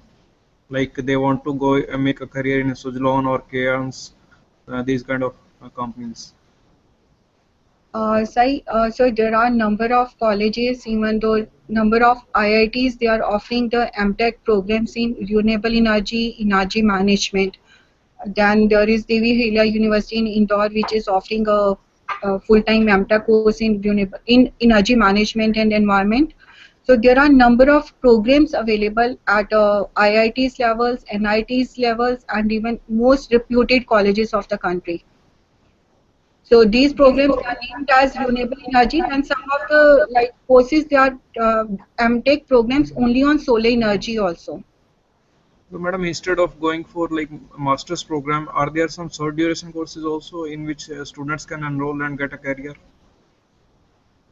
So the government is coming up with a scheme for the certificate courses. I know more about the solar energy. There are different schemes which are being started by the government. They have made some setnet partners.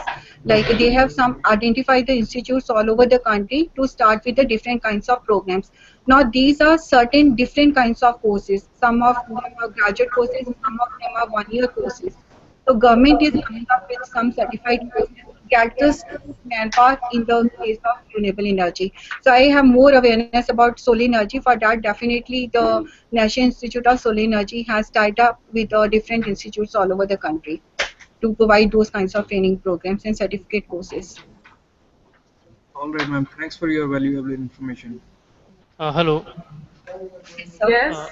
Yeah, ma'am, under extreme turbulent wind conditions, particularly these horizontal axis turbines, are they equally efficient, or is there any design modification is incorporated to extract wind kinetic energy?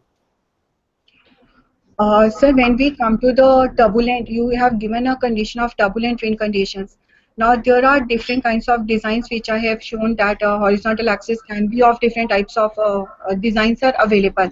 Now, each wind turbine has designed for a particular speed. That is, I have shown that there are different kinds of the speeds available. So there is a cutoff speed or maximum design speed. If the speed increases above that design speed after certain time, then we have to shut down the system. That's why all the braking mechanisms are provided. Okay, okay. My second question So is, ma'am. turbulent Okay. wind is one of the disturbance during the operation of the complete wind turbine system. For that, we have the control mechanisms. Okay. Ma'am, you mentioned two drag operated turbines, particularly horizontal, Sevonius and Darenius. One was having a large surface exposed area, one was having a small exposed area. You show, I mean, it is since it is a drag operated turbine, so area has to be larger in order to extract that wind kinetic energy. But in you showed one efficiency diagram where you showed that Darenius turbine is more efficient than this 7 years turbine. So is that uh, from that efficiency point of view, is that justification is available? Sir, those energy efficiency diagrams, they are shown on the different tip ratio, velocity tip ratios. Like if you say that on x-axis, I have not taken the velocity, I have taken the tip ratio. That for different velocity tip ratios, this is how the curve of a particular design varies. There may be some optimal value than the less than that value and more than that value, the performance varies. Like it's just a small example. Like if we take a motor at some with certain efficiency, and if the loading on the motor varies, the efficiency also varies. So these are the different types of machines which in general we can say that for a given rating, okay, this machine is better, that machine is less efficient, or that machine is more efficient. Again, the suitability of a particular type of machine, it depends on the site conditions, it depends on the economy, and it depends on the loading conditions. Okay, thank you, ma'am. Yes, any other question from other center? So if there is no any other question, we can move to our participants at our institute. Any question from this side? We want to know one thing, when at very high speed, how you shut the turbine is 150 kilometers per hour during stops. What is the built-in system there to prevent? So in that case, we have the controlling mechanisms. There are certain controls which are being provided, and in those cases, we have to provide the braking mechanisms to lower the speed and all. That is an emergency shutdown of the system. Shutdown systems. Actually, sir, as like for other machines, like say for electrical equipment, we have some short time ratings and all. That for certain duration it can withstand, but after certain conditions we have to take the preventive action, or we have to take some emergency decisions. So it's a similar kind of a thing. Another point is in Punjab we don't have mostly the wind speeds or wind. Yes, sir. As far as this story, but at certain height, certain wind speeds are available. The Met Department has shown that at a 40, 50, 60 meters. So this is the data which was based at a hub height of 50 meters and all. In that data, Punjab is not shown the much of the wind energy potential. So that's why the Punjab government is not putting an effort to tap this kind of a source. But if you go to the research institutes and all, many researchers at even PhD levels or MTech levels, they are working on the design of the turbines at very low speed. Recently, we had a visit of one professor from Deakin University. So he has done his PhD from Victoria University in Australia. He was talking about that they were working on the turbine which is suitable to Punjab state. So I don't know how do they come to know about the Punjab state. I told him that you are wasting your time. There is no potential at all. But in actually they were working for the turbine which is suitable for very low speeds. So all of them, they are the research area suitable. But we work out the economy and feasibility of the project, because at the end of the day you want to get the return from it. So if you are not able to get the output from the investment made, then It's not there. Because It's in basically Telangana, we were installing one okay. institute, 10 meters height, we said. They said, oh, 40 meters, then it will first. Speed is not there. Not able to understand what is that. Principle is not available. Actually, sir, it's the feasibility of the project and all. And when we talk about renewable, whether it's a solar or wind, still a lot many developments, technology developments are taking place. And if we, like one gentleman has asked about the certificate courses and all, that's why the government even realized that the success of the development of these projects depends on the skilled team available. Even these plants are installed, if they are not maintained properly and we don't have the skilled manpower who can handle these projects, then the whole exercise gets defeated. So that's why that's the thing. And one thing I want to tell more thing, that the government, like Power Grid Corporation of India, they have set up the renewable energy management centers, because I think you have one session on the integration of renewable energy with grid. That was one of the problems, that all these plants, they have uncertainty, they are not deterministic in nature.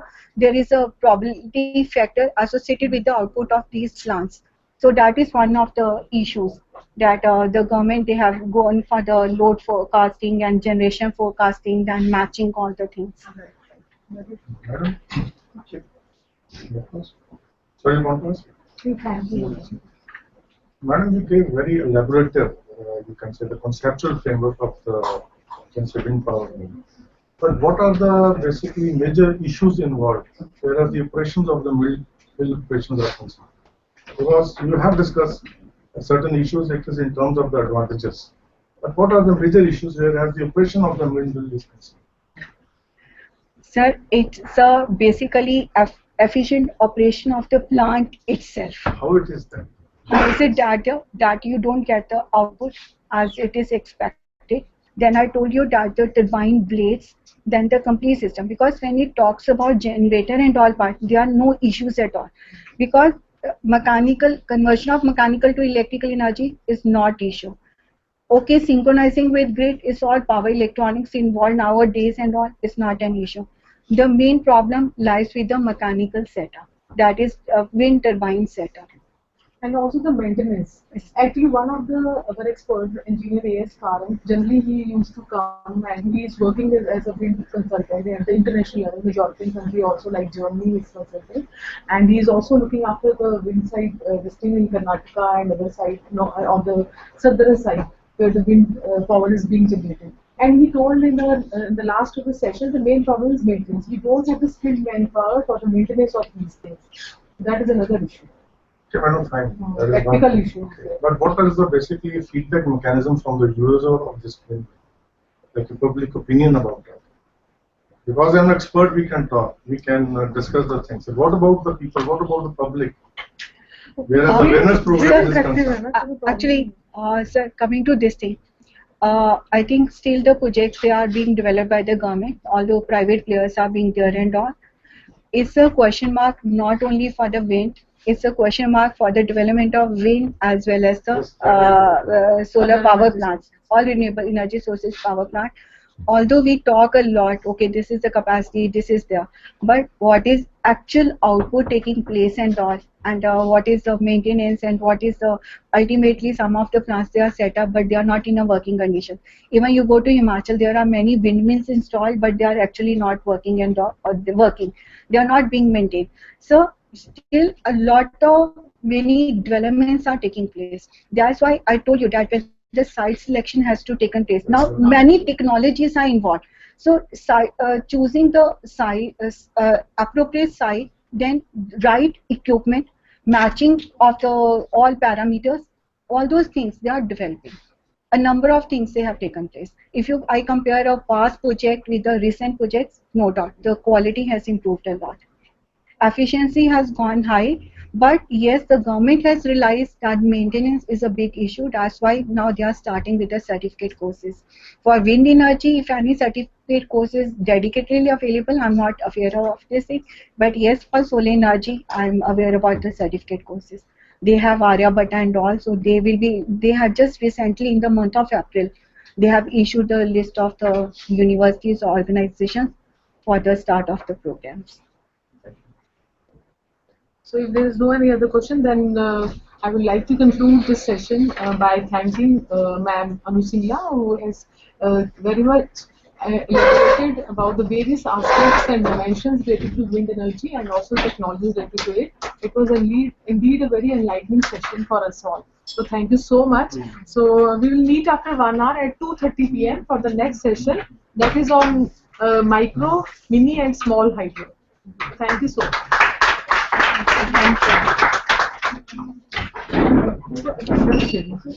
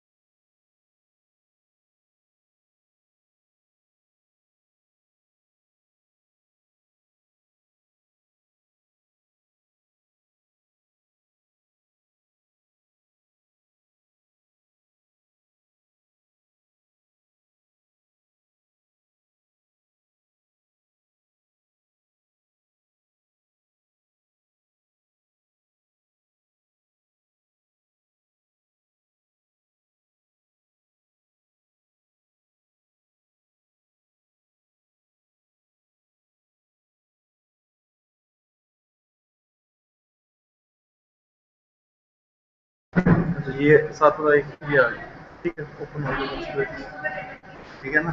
अब इसका तो पता ही है। हाँ वो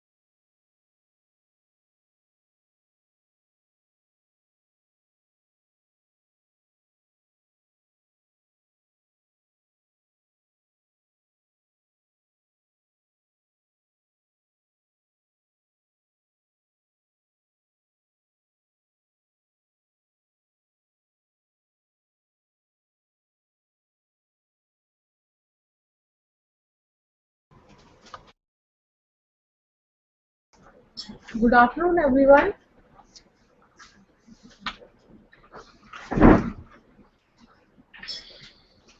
So I welcome all the participants from the nodal centers as well as at our institute to this afternoon session on micro, mini and small hydro plants.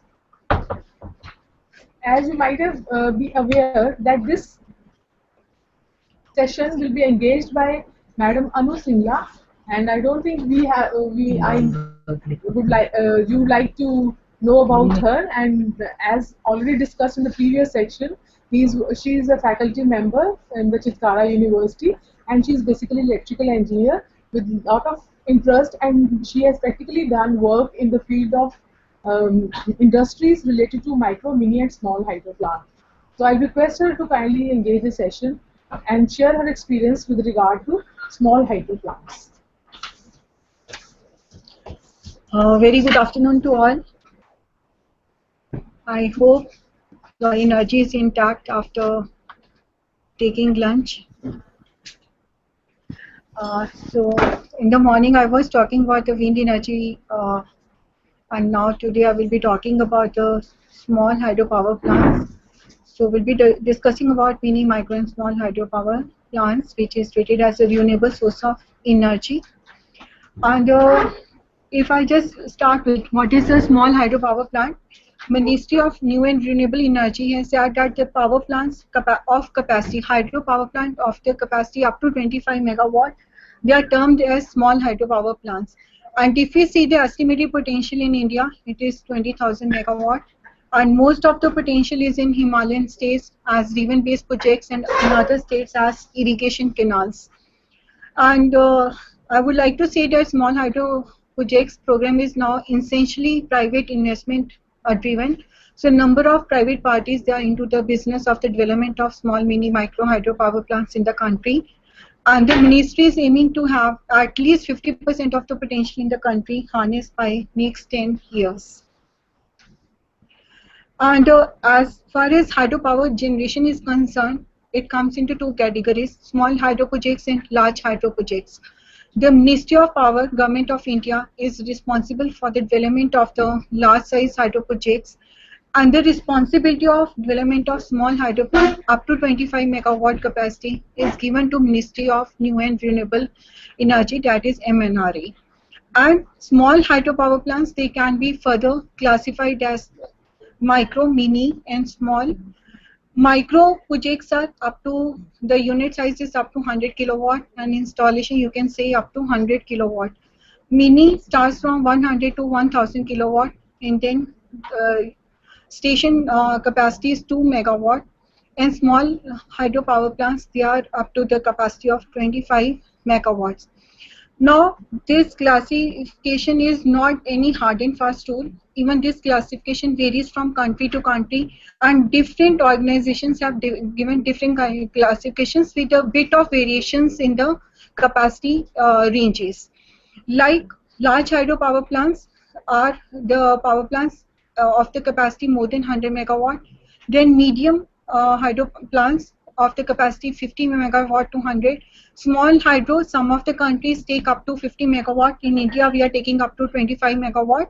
Then we have mini, micro and pico hydro plants, which is a very, very new concept in the rural remote areas in the Himalayas. That is the capacity less than 5 kilowatt. And again, the classification depends on the water head available. We have 4 categories: ultra low head, medium head and high head. Ultra low head means when the water head is below 3 meters, low head is less than 30 meters, medium head is between 30 to 75 meters, and high head is above 75 meters. And again, small hydro power estimated potential is 20 megawatt, and let's see how the power plant development has taken place over the period of time. At the beginning of the 10th plan, that is up to 2002, 1434 megawatt capacity was installed, and on 2007, the capacity was 19 megawatt, and 11 plan achievement megawatt. Up 2014, installed capacity of the small hydro power plant is around 4,000 megawatt. And if we see the data state-wise number and capacity of small hydro projects up to 25 megawatt, this information is taken from the website of the MNRE. We have different categories. What is the potential state-wise? What is the number of project size? And what is the total capacity state-wise? Then how many projects sites are installed? And what is the capacity harnessed? And what are the projects which are under implementation? So this is the exhaustive list state-wise of the India, which is available on the website of MNRE. So we can see that Punjab, here we get the good potential of the development of small hydro projects. And up to this, 3,803 megawatt capacity has been installed. Now from the above case, we can see that 50% of the small hydro identified potential lies in the state of Himachal Pradesh, Uttarakhand, Jammu and Kashmir and Arunachal Pradesh. And if we see the plain region, Karnataka has the maximum potential, then followed by Maharashtra, Chhattisgarh and Kerala.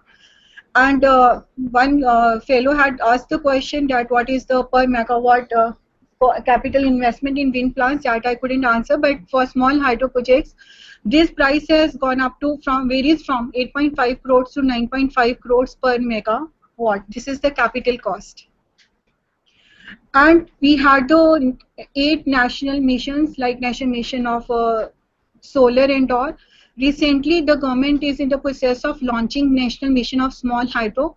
Its first draft is released, which is available on the website, and you can just Google search the national mission of small hydro.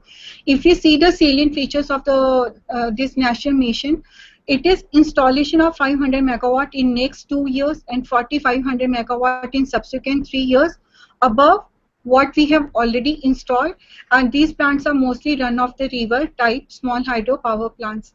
Then there is a potential of 1,000 megawatt on canals, then 5,000 micro hydels, water mills, then experiment with low head and velocity turbines.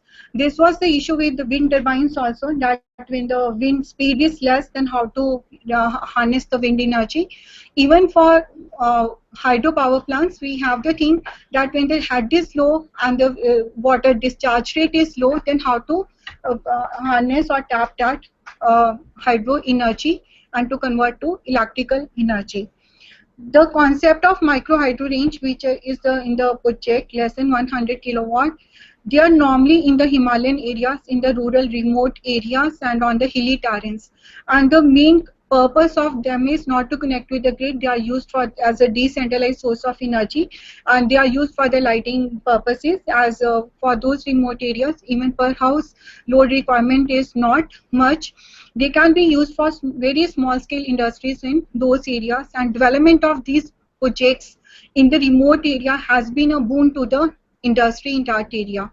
And normally the electricity generation is kept as 415 volts 3 phase, if it's single phase 240 volts, and most of the small size generators are being used, and in some cases we can use the unity ratio transformer.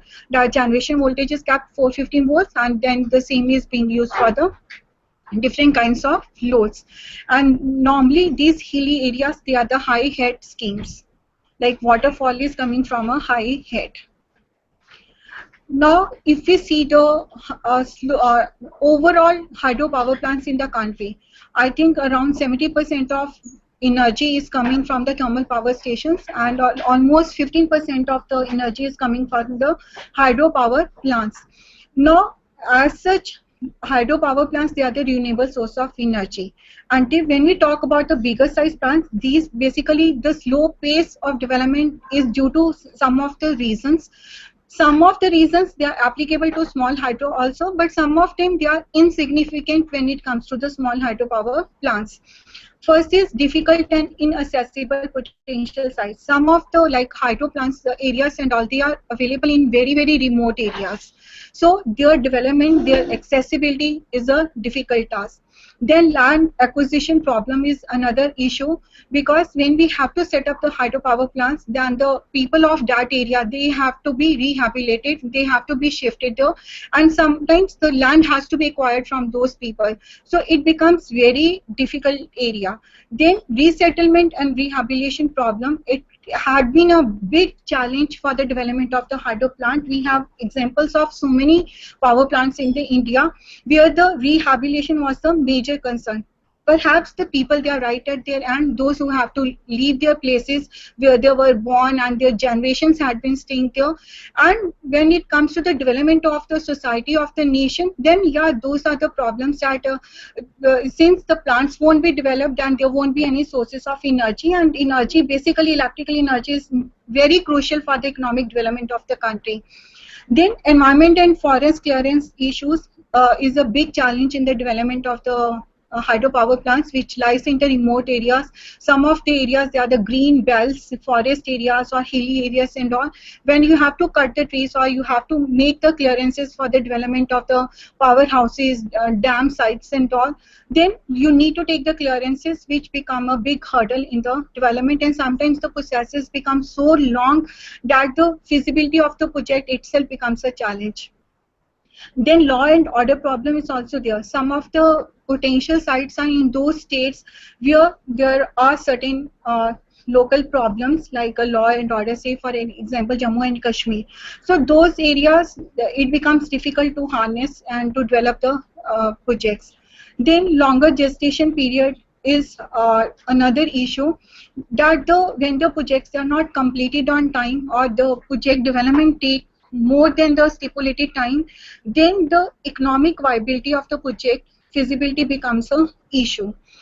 And geological surprises are there, that although a lot of survey is being done, hydrology of that area has been studied and all, but when actual excavation work start, only then you come to know that there were certain issues, that when you excavate, water is coming up, or there are certain terrains that it's very difficult to make them plain and to make a build a plant, or some ecological unbalances are there. So those are issues. Interstate aspects, I think, is a big problem, at least for our country, that we don't see the things in totality from the national point of view. So some of the projects, they are not being developed because of interstate issues, because of water disputes among the different states. So that was the main reason for the slow development of these hydropower plants. And most of the problems with the hydro plant in India had been the long gestation period, that the project completion has taken number of years, and even when the projects are being developed, there are number of challenges are there. And when we come to small hydro plants, some of the problems still remain there, but as vis-a-vis large hydro plants, small hydro plants, they have the benefit that they are economical, they are sustainable, they are technically very simple, and they are environmental friendly.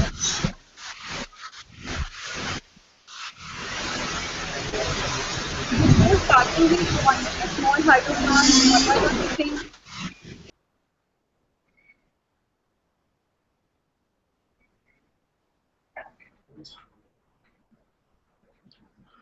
Before starting with the different components of small hydro plant, I just want to list some of the advantages of small hydro plant, which are again elaborated at the end of the session.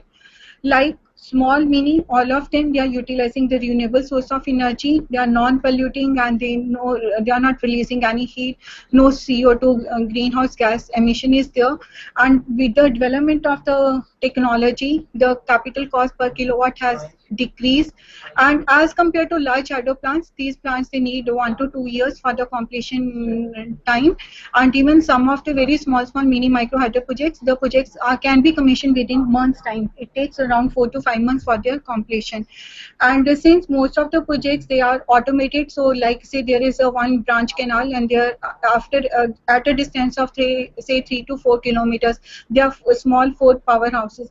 All of them, they are put on SCADA, and they are remote controlled. and again decentralized energy source, so they can feed the remote areas and all. If you I just take an example of the Himachal Pradesh. Now there are, if you see the hilltops, at one hilltop only one house is there where the power requirement is not less, but if you see the transmission structure, long towers are there and the cabling is going there. So main advantage for these decentralized sources there, that you cut on the transmission and distribution losses as well as infrastructure. You develop the power in local area, then serve that local area, and then you have not to give any supply from the grid or the utility. So all those hassles in bringing the power from the grid to very remote areas, that problem is being done with the development of these projects. And small hydro projects, they are better than other renewable sources of energy, especially with the wind and solar energy. They can be easily synchronized with the grid, and that synchronization is easy. Moreover, the certainty of small hydro project is much higher than the solar and the wind power plants, where there is a variability in the speed of the wind and there is a very uncertainty about the sunlight and all. So small hydro plants, although they are also seasonal, especially runoff river types and all, but still their output is more stable than the other renewable sources of energy. And in India, since most of the canals and all, the water, the main objective of the water is for the irrigation purpose. So this infrastructure is already existing without disturbing them, and with the more civil work incorporated in the existing infrastructure, we can develop these projects. Like especially, I had a chance to visit to Himachal Pradesh a number of times. So anybody who goes to Himachal Pradesh, I think after certain distances, like you just travel a few kilometers, you will see that some time site is under construction or some project is already commissioned or under commission.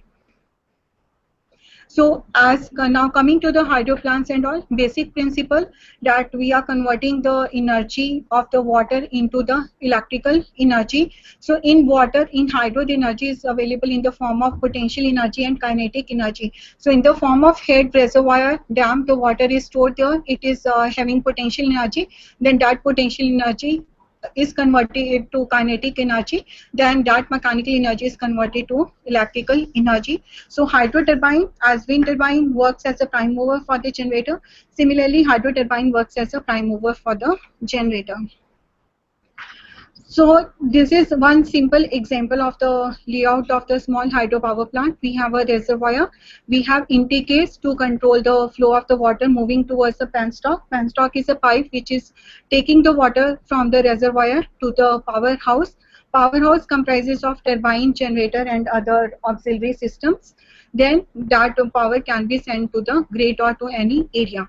So this potential energy is converted to kinetic energy is converted to mechanical energy, and mechanical energy is converted to electrical energy. So this is the simple basic principle of operation of any hydro power plant. If I take any micro hydro scheme, there are certain components which are optional, which may be applicable in one case, another may not be applicable in some of the cases. We have intake pier, settling basin, so that any silt or anything is there, it settles down there. Then we have a water channel. Then we have a forebay, which is a balancing reservoir, which provides the water storage.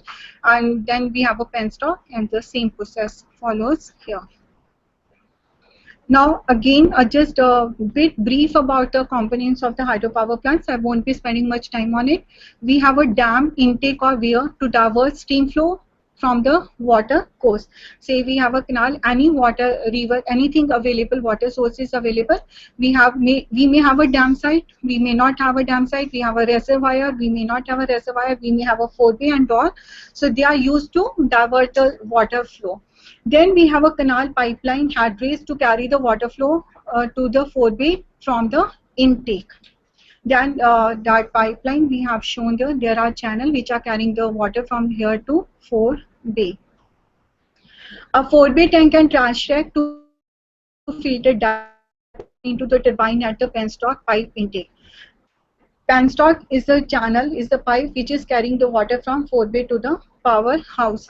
Now there should not be any debris or anything which should move towards the turbine. Some filtering should be there from the water, and that particle size, any say there is something which needs to be filtered and all, so it the size, there are certain guidelines that a 0.5 millimeter size or 0.3 millimeter size, that depends on the head of the water available. Then we have a penstock pipe to convey the water to the powerhouse. Then powerhouse, we have turbine and generator. Then we have a tail race through which the water is released back to the river. If the water, if the turbine is just near to the stream, tail race may not be done and the water is directly sent to the stream. Just a bit of the different components. We have the dam sites, and there we have a reservoirs, which are barrage solid wall structures. These are different types of structures available. Some of the structures, they are created depending on the local material available on them, and all these structures, although basic concept design remains same, but again it depends on the site conditions. So actually, the suitability, feasibility, economic viability of these mini, micro, small hydro projects, it depends on site to site. So how economical project is, it depends on the actual site conditions. Same project may not be feasible for one site and it may become uneconomical at some other conditions. So this is a trash gas and all to just prevent so that any boulder, any debris should not flow towards the penstock. Then 4B, it's a just basin located just before the penstock pipe I had shown in the figure, which serves as a settling basin, and it provides the storage also. Storage, water storage may become may vary from 1 hour to 4 to 8 hours. Like I said, there is a variation of the load on the turbine, so accordingly water requirements may change. So to have the stable output and all, there is a small water storage which happens in the form of a 4B. Then we have a intake gates and all. When we have to control or regulate the flow of the water, we have the intake gates. So it depends on what is the load on the generator. So accordingly, we just control the flow of the water moving towards the turbine section. Then these are the penstocks, long pipes that carries the water from the reservoir towards the powerhouse. So that potential energy ultimately gets converted to electrical energy. And what is the amount of power generated in the hydroelectric power station? It depends on the height of the water reservoir and the amount of water flowing through the penstock. So that I have shown in the equations also, that how the head and the discharge, it decides the rating of the power. Now when water falls on the blades of the turbine, the kinetic and potential energy of water is converted into the rotational motion of the blades of the turbine. The rotating blades causes the shaft of the turbine to rotate, and the turbine shaft is connected to the generator. So these are the basic purpose of water turbine. Everywhere, even wind turbine or anything, we have just moved the turbine. It's the mechanical rotation of the turbine. That mechanical energy gets converted to electrical energy through generator. So what are the different types of turbines? They are discussed in the subsequent sessions, but here I have just kept only up to this point. So tail race is a short open canal that leads the water from the powerhouse back into the stream from which the water came. So powerhouse, the water works, the water flows, that motion energy is converted to electrical energy, then water is again discharged to the stream. And as per this thing, like as we have the National Institute of Solar Energy, National Institute of Wind Energy, we have an alternate hydro energy center, which is a government's autonomous body at IIT Roorkee. So many of the points, they are being taken from the website of Alternative Hydro Energy Center. The most common small hydro projects are of the following types. If we put the categories, we have runoff river, we have canal falls, we have dam-based outlets and spillways, then we have a pump storage, and we have a in-stream. These are the different kinds of the projects, hydropower projects available. If we see the runoff river scheme, we have a diversion weir, that was intake dam. Then we have a desilting tank, which is used to settle down of all the debris and all.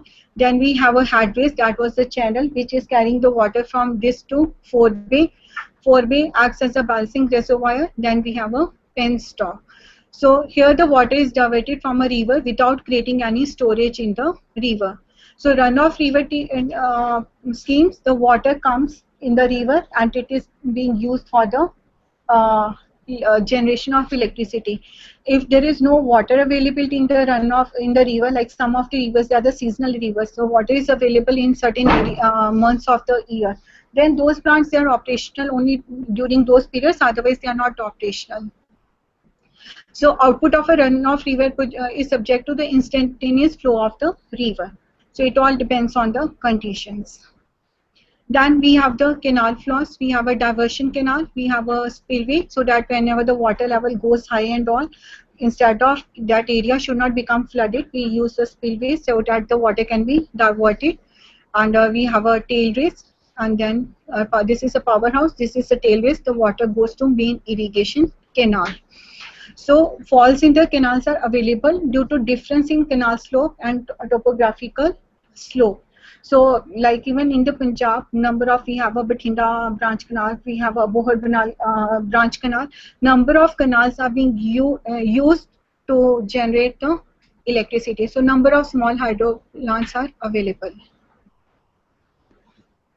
Then this is a reservoir based schemes, like we can say dam based outlets, where the dam site is being made, we have a big reservoir there and the water is being stored and then it is utilized for the conversion of energy. Now schemes are those in water is stored in the river by constructing a dam across the river for the desired use, like irrigation, drinking, flood control and all. Like if you see, we have a Bhakra Vyas management port, then we have a power plant in Nangal. If you see, that is one of the main sources of electrical energy. These are the, I think they have a large capacity. But if you see, the main objective of them is the irrigation. Electricity becomes at number 2. Then we have the pump storage schemes. In pump storage schemes, we have the reservoir. It generates the electricity. During off-peak hours, the water is pumped back to the reservoir. Then again, it is utilized for the generation purposes. So we have the layout of pump storage scheme, which can be also used as a hybrid system in the wind power plant. Now, if we say that what is the power available in the water and how to extract it, the hydropower depends on mainly 2 factors. One is flow rate, what is the discharge rate, that is the quantity of water flowing past a minute past a point at a given time. So units can be meter cube per second, liter per second, or gallons per second, or cubic feet per minute. And height is the vertical height from the level where the water enters the intake pipe to the level where the water leaves the turbine house. Higher the head, higher will be the output. Higher the discharge rate, higher will be the output. So if we want to see what is a head, we have a 4-bay. This is a penstock. This is the inlet of the penstock. Here we discharge the water. There is a turbine section. So from this point to this point, this is the head, which determines the power extraction capability from the hydro. And if we want to calculate the theoretical power, it is proportional to flow rate, head, and then acceleration due to gravity, gravitational constant. Now this H is the gross head in meters. Now actual efficiency will be less, it will be loss of head due to friction in the penstock, and moreover there will be efficiency of the turbine and generator. So we take one more multiplying factor here, and instead gross head has no meaning, we have to calculate the net head available for the power conversion. So gross head is the vertical distance between the top of the penstock and the point where the water discharges from the turbine. So what we had seen in the figure shown earlier, that was the gross head. Then net head is the available head after subtracting the head loss due to friction in the penstock from the total head. And this net head is being used for the calculation purposes. So we have Q, H, G. Now we have another factor, efficiency factor, which takes into account the different losses occurring in turbine, generator, and then this efficiency varies from 50 to 70%. It means if you want to convert water energy into electrical energy, the efficiency of the plant depends on the site conditions and the type of the equipment, and is in the range of 50 to 70%. And sometimes the question comes that what is a small size, what should be the size, appropriate size for the generation of the power. Any head less than 1 meter is probably uneconomical to develop. So if head is less than 1 meter, it is not very economical to develop. And if water discharge is, the flow rate is 0.6 liter per second, it can be considered as the lower limit for the flow rate. Somewhere the data is shown that if the discharge rate is say 200 liter per second and the water head is 1 meter, then you can say it will be generating 1 kilowatt of the energy. The capacity is 1 kilowatt. Now it's just a small citation, so a small example that output power depends on the flow rate, it depends on the head of the water. Now if this is one particular case where the flow rate is 0.6 liter per second and head is 35 meter and the output power is 100 watt, and if the flow rate has increased but the head has gone down, the power capacity still remains the same. So it means basically it's the product, higher the head, higher will be the capacity, higher. If both the quantities are higher, then higher will be the output. And if we come to the classification of turbines, we have the impulse turbines and we have the reaction turbines. I won't be going into a lot of mechanical detail into them, just put to the limit that it gives an awareness of that what kinds of turbines are being used. Impulse turbines can be further categorized as Pelton turbines, cross flow and turbo impulse. Then reaction turbines are Francis propeller type, and then we can use centrifugal pump as the turbine. Propeller turbines can be further classified as Kaplan, tubular, bulk and strap flow. So this is a broad classification of the turbines which are being used.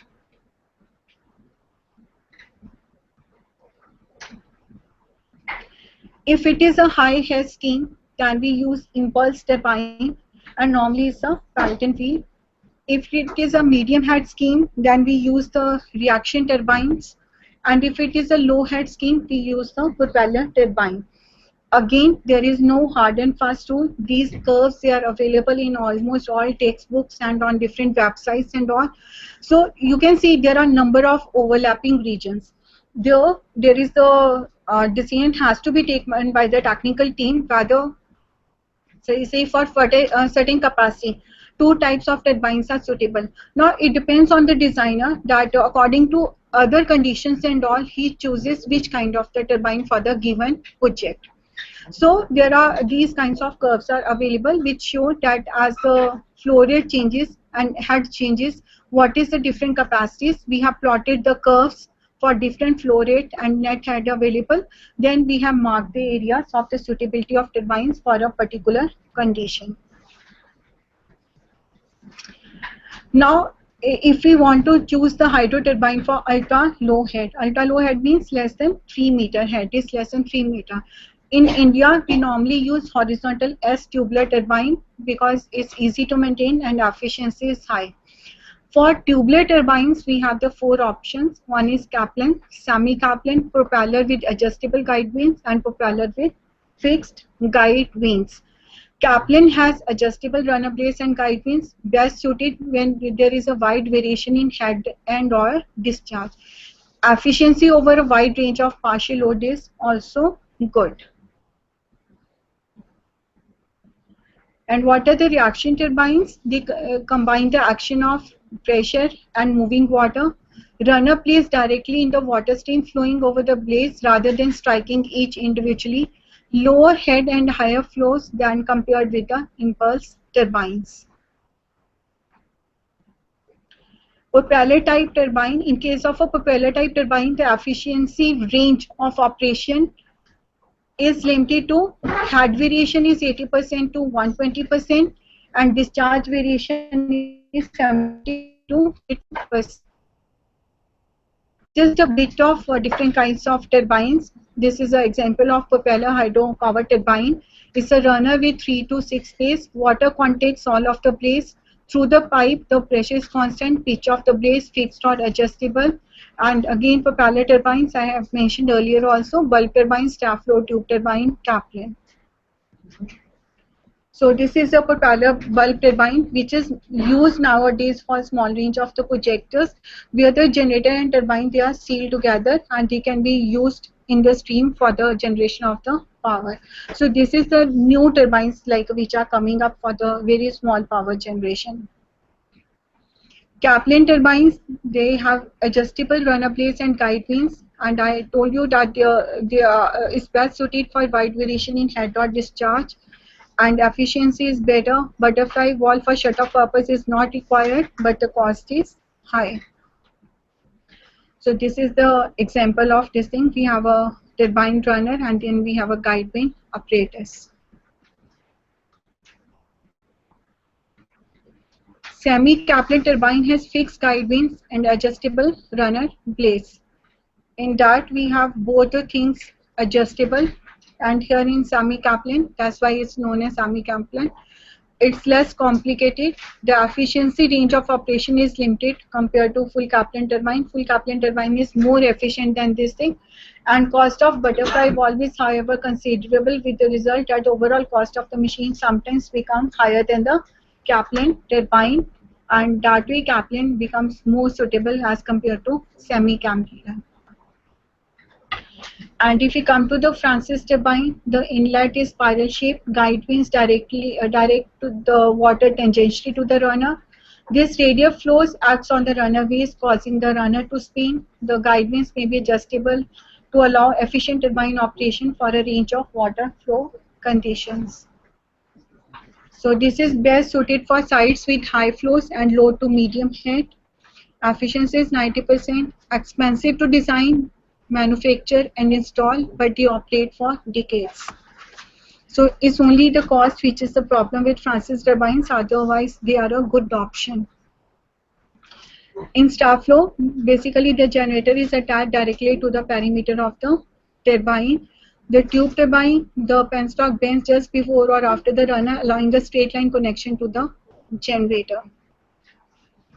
Then coming to the impulse turbines, they uses the velocity of the water to move the runner and discharges to atmospheric pressure. The water stream hits each bucket on the runner. No suction downside. Water flows out through turbine housing after heating. They are used for high head, low flow applications. Like the reaction turbines we were using for low head and high flow applications. We have Pelton vane, crossfield and turbo impulse. This classification of turbine is just not limited to them. There are a number of other turbines also. So Pelton wheels, like many of you must have seen even the different powerhouses. Nozzles direct forceful stream of water against a series of spoon-shaped buckets mounted around the edge of the wheel. Each bucket reverses the flow of water and this impulse spins the turbine. These Pelton wheel turbines, they are suited for high head and low flow size. The largest units can go up to 200 megawatt sizes. They can operate with head 15 meters to 1800 meters. Then this is just an example of the impulse cross flow type. It's a drum shaped, elongated squirrel cage blower. Water flows through the blades twice. Water flows from outside of the blades to inside, from the inside then back out, and larger water flows and lower heads than the Pelton. Coming to micro turbines, cross flow turbines with simplified control is often preferred instead of Pelton or Francis turbine for micro projects if the flow is large or the head is low. Reason, cross flow turbines covers a large flow capacity overlapping the capacity of Francis turbines. Now, what I had experienced with them, that why there was hurdles in the development of these small hydro projects in the almost 2 decades back and all, that whatever we provided for the large size projects, that was scaled down to the small projects.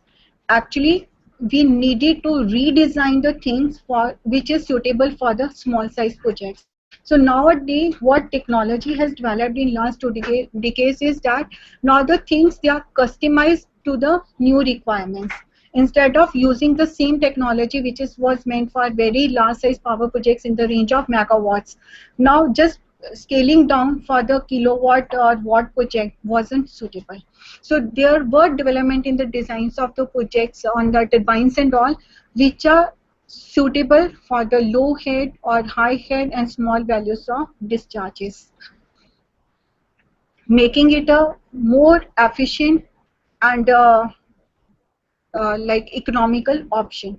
Otherwise, some of the projects they were, because there were 2 decades back, number of companies they had come into the solar hydro business. Many of the companies they went back or closed on the business. Reason was that these projects were not developing at the pace which was required. Delayed completion of the project was making them uneconomical, and moreover, when we try to put everything which was applicable to the big size project to the small scale project, then we lost all the charm of the development of the small size. So micro turbines for the smallest output less than 30 kilowatt multi-jet Pelton turbines can be step controlled by closing one or more nozzles out of up to 6 nozzles.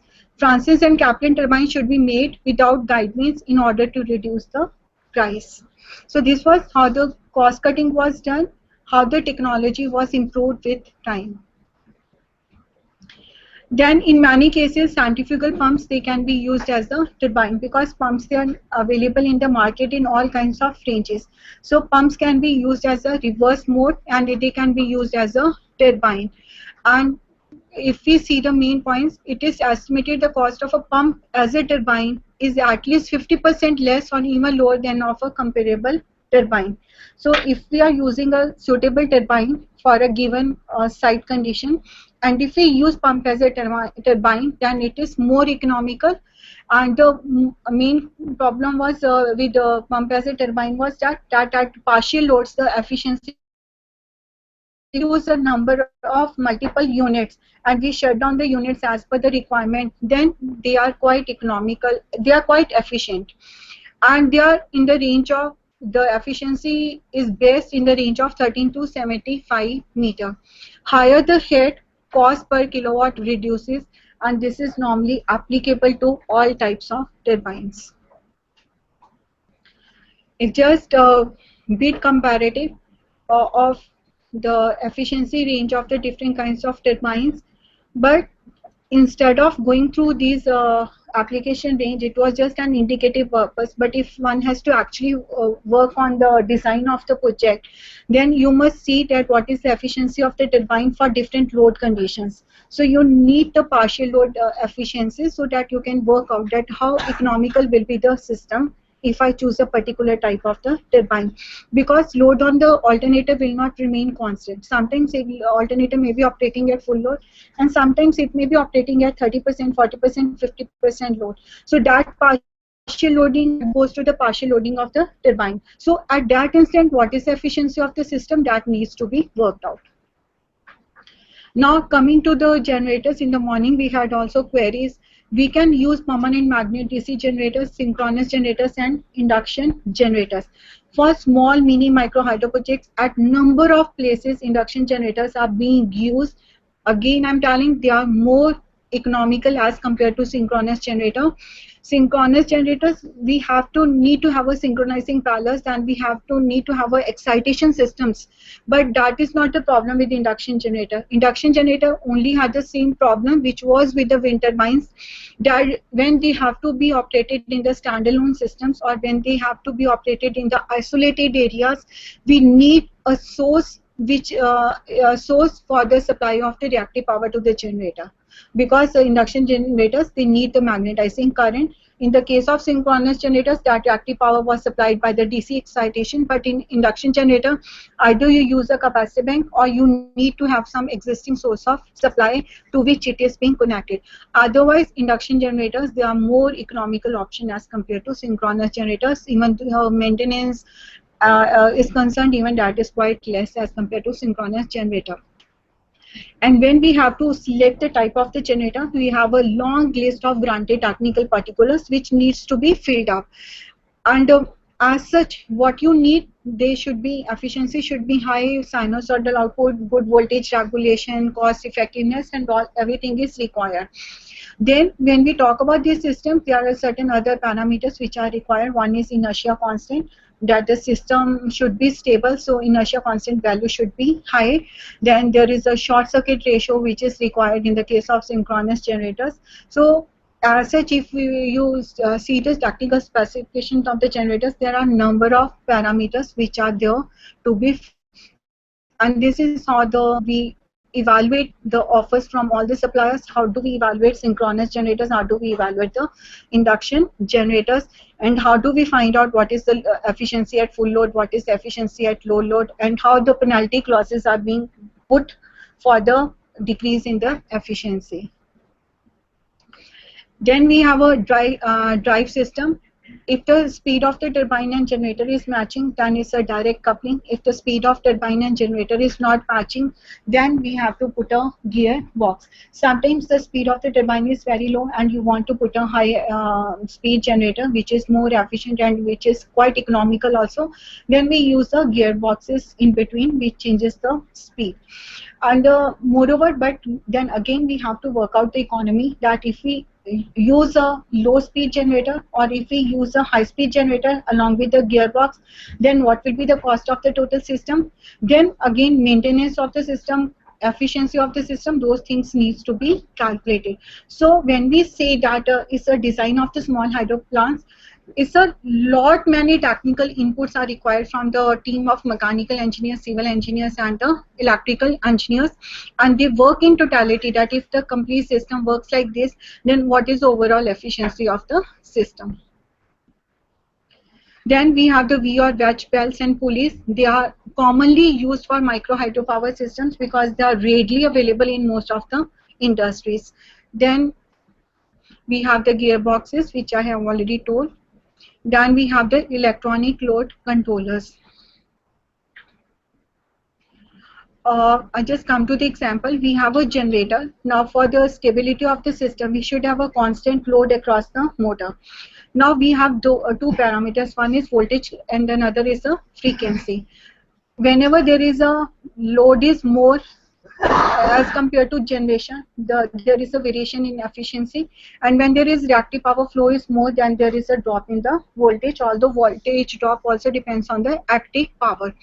Now electronic load controllers, basically they keep the load on the DG set constant.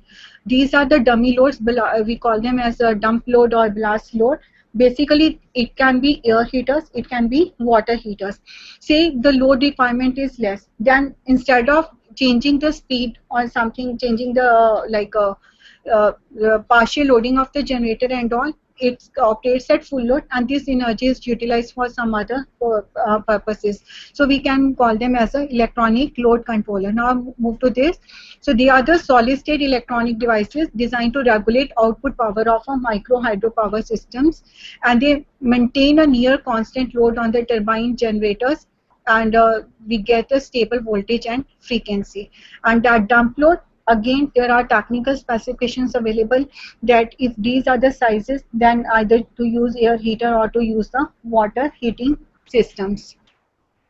So ELC constantly senses and regulates the generated frequency, and then the frequency is directly proportional to the speed of the turbine. So ELC can be also used in the load management systems, that by assigning a predetermined Scanby load, we can put a sequencing of the loads here. Like in most of the industries now, they have the automatically load management systems. They set a priority that say that if the power demand goes down, then certain loads they can be shut down, and some of the essential loads they can be keep running. So that kind of integral systems can be used. Now these electronic load controllers, they are suitable for synchronous generators. For the induction generators, you need to have generator controller. It monitors the generated voltage and diverts the surplus power to the blast or the dump load. Then we have a distributed intelligent load controllers, which can be used as load management systems. They can be embedded along with your loads, so that whenever there is a variation in voltage and frequency, suitably the switching on and off of the loads can take place. So digital like distributed intelligent load controller and electronic load controllers, they can be they can be work together in collaboration for the load management system also.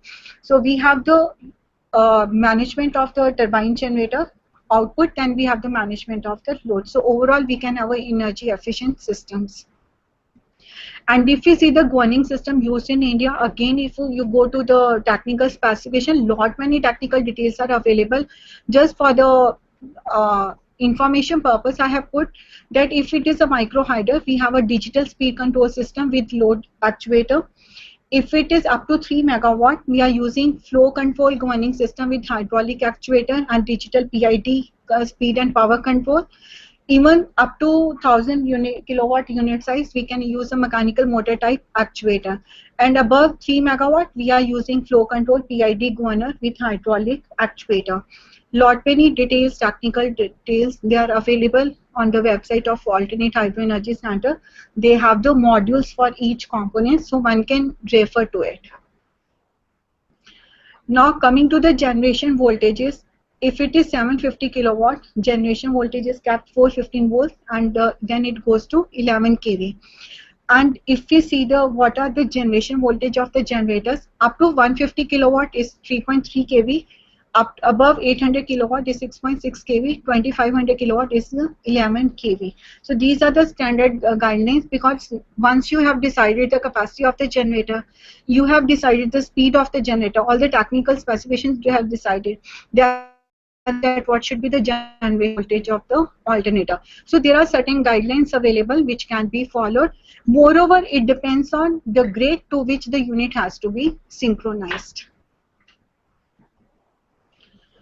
Again, here you can work out, say if it's a 11 kV system, 6.6 kV, you have an option of 6.6 kV, you have an option for 11 kV. You can just check up that what is the grade voltage to which your unit has to be synchronized. So those options are there, because if you increase the generation voltage, all the accessories which are used below the before the transformer, they have to have that high voltage range. So insulation level of all the equipment will go high, the costing will go high. So those economical things needs to be done. And this is the voltage level for interconnection when any unit has to be connected to the existing system. If it is a standalone system, say 5 kilowatt, 10 kilowatt, 50 kilowatt, it is used for the local area, then it's not an issue. But if it is connected to local grid or some network, then micro hydropower plants with installed generation capacity up to 250 kilowatt shall be connected to LV distribution voltage, that is 415 volts, and up to 1 kilowatt, 1 megawatt, it is 11 kV. 415 volt is also option, 11 kV is also there. And if the capacity exceeds 1000 kilowatt, is 11 kV or 33 kV, and above 5 megawatt, it is 33 kV or higher, nearest voltage, it can be 66 kV also. And if we see the switching schemes, in the switch charts, we have a single bus system, we have a sectionalized single bus, then we have a double bus with bus coupler for higher capacity power stations. I have not included any single line diagrams and all, because it itself is a complete design, that how to make the single line diagrams, how to decide what kind of protections we need for generators, transformers, what kinds of auxiliaries are required and all. So that is not being discussed. Cost of the small hydro plant, it is site specific. You can't say that okay, this is the capacity, this will be the cost of the project. It may vary from site to site. So it depends on the remoteness of the site, how the site is connected to the city, what kind of facilities are available there, what is the geographical area of that site, whether it's a hilly, it's a plain area, or is something this thing, like something even altitude for hydropower plants, altitude matters a lot. Like most of the technical specifications we give at the altitude of 1000 meter above mean sea level. If the altitude goes high, then we have to make the change in the specification of the equipment. So those part also varies. Say I worked on one project which was in the Bhaba and the Pulli areas. Here the altitude was very high. Then we need to make the changes in the insulation level of all the equipment. So when lighting arrests, everything has to be decided, then we had to design it accordingly, that this is the altitude level, this is the correction factor, and then we put all those correction factors in the design. Then we laid the technical specification of the equipment which was suitable for that altitude level. So it was the same head, same water discharge, everything was same, but site conditions were different, and that decides the price of the equipment. Then civil works, also again civil works is a major chunk of any hydropower plant, but depends on the site. So if we see the civil component, it varies from 20% to 60% depending on the site conditions. So percentage share of one component on the total investment cost would depend upon its own as well as other components construction feature. I just an example. This cost component will vary depending on the head, low head, medium head or high head. What is the discharge, what is the hill area. I had just taken this one small example as an indicative illustration only, and this is meant for a high head scheme. Here we can see that civil cost is 45% of the total cost of the power project. Then turbine generator is only 18%. Then miscellaneous power equipment, engineering and legal, then accessory electrical equipment, that are the other components of the total cost of the project. Now this civil feature, it will depend on the site condition. If you go for some other sites, these values may change. Now as I said that over the years, the economy of the project was major issue. Technology development was one of the issues. So in almost these last 2 decades, lot many things have taken place. Now when we want that these plants should be cost effective means the design should be customized. Then there are some standard equipment available, and gestation period should be very low, because when the project design takes a hell of the time, or increases the stipulated time, then the complete project cost economies goes into doldrum. So there are certain guidelines which are available, certain procedures you can say which have evolved over time. Nowadays, why this has become a private sector enterprise. Earlier the private sectors, some of them they backed down because they were not getting enough profit from this business. Some of the business they have gone into losses, those who were involved in the hydro business. Now it's a totally private sector entity. Why it has happened? Because nowadays the earlier which things we used to design for each project, now there are standard designs available. So there is no now many technical details are not required. So there are, that's why many people they are into this business and all, because everything is ready-made available. Certain ready-made solutions are available. They have to procure the equipment and to put the and to install on the site. So that the total project completion time has reduced, and all efforts involved in the designing of the powerhouse and all, those efforts they have been reduced. So man-hours have reduced, and overall economy of the project has been improved. So one was the standardization, that instead of moving away from designing a new system for every site, we have a standard sizes of the turbine which share components wherever possible. So there are many technical standard designs are available. You see what is your site condition, just procure the equipment and install it. Then innovative use of existing civil works, like whichever civil work is available, that has to be smartly utilized to build your project. Then variable speed operation of low head turbines. Now with the advent of power electronics, all these renewable energy sources development has become a bit easy task, and they have become a boon for the development of these projects. Now these generators, they can run at varying speeds, and we have the power electronic devices to match with the grid. Then electronic control and telemetry. This is unattended operation of hydro plants. Then we have a submersible turbo generators. Just like I told you about the bulb propeller turbine.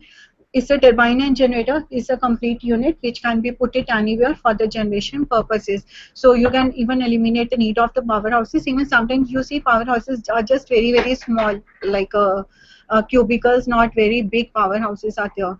Then new materials, plastics, new anti-corrosion materials offer possibilities for more cost-effective turbines, penstock, pipes, bearings, seals, etc. Then computer optimization of small systems, more accurate and rational sizing of system to maximize the financial return from a site. Now earlier that instead of finding that whether the project will be actually financially feasible or not, now before that you can work out, okay, this is the project cost, this will be the completion time, this will be my rate of return. So in this period, in these many years, I can get the payback for my investment. So those kind of optimization are there. Earlier, this was done manually and all. Now, all the softwares are the values here, the complete design. So those software technologies are now available in the designing of the powerhouses. Then innovative turbines are there.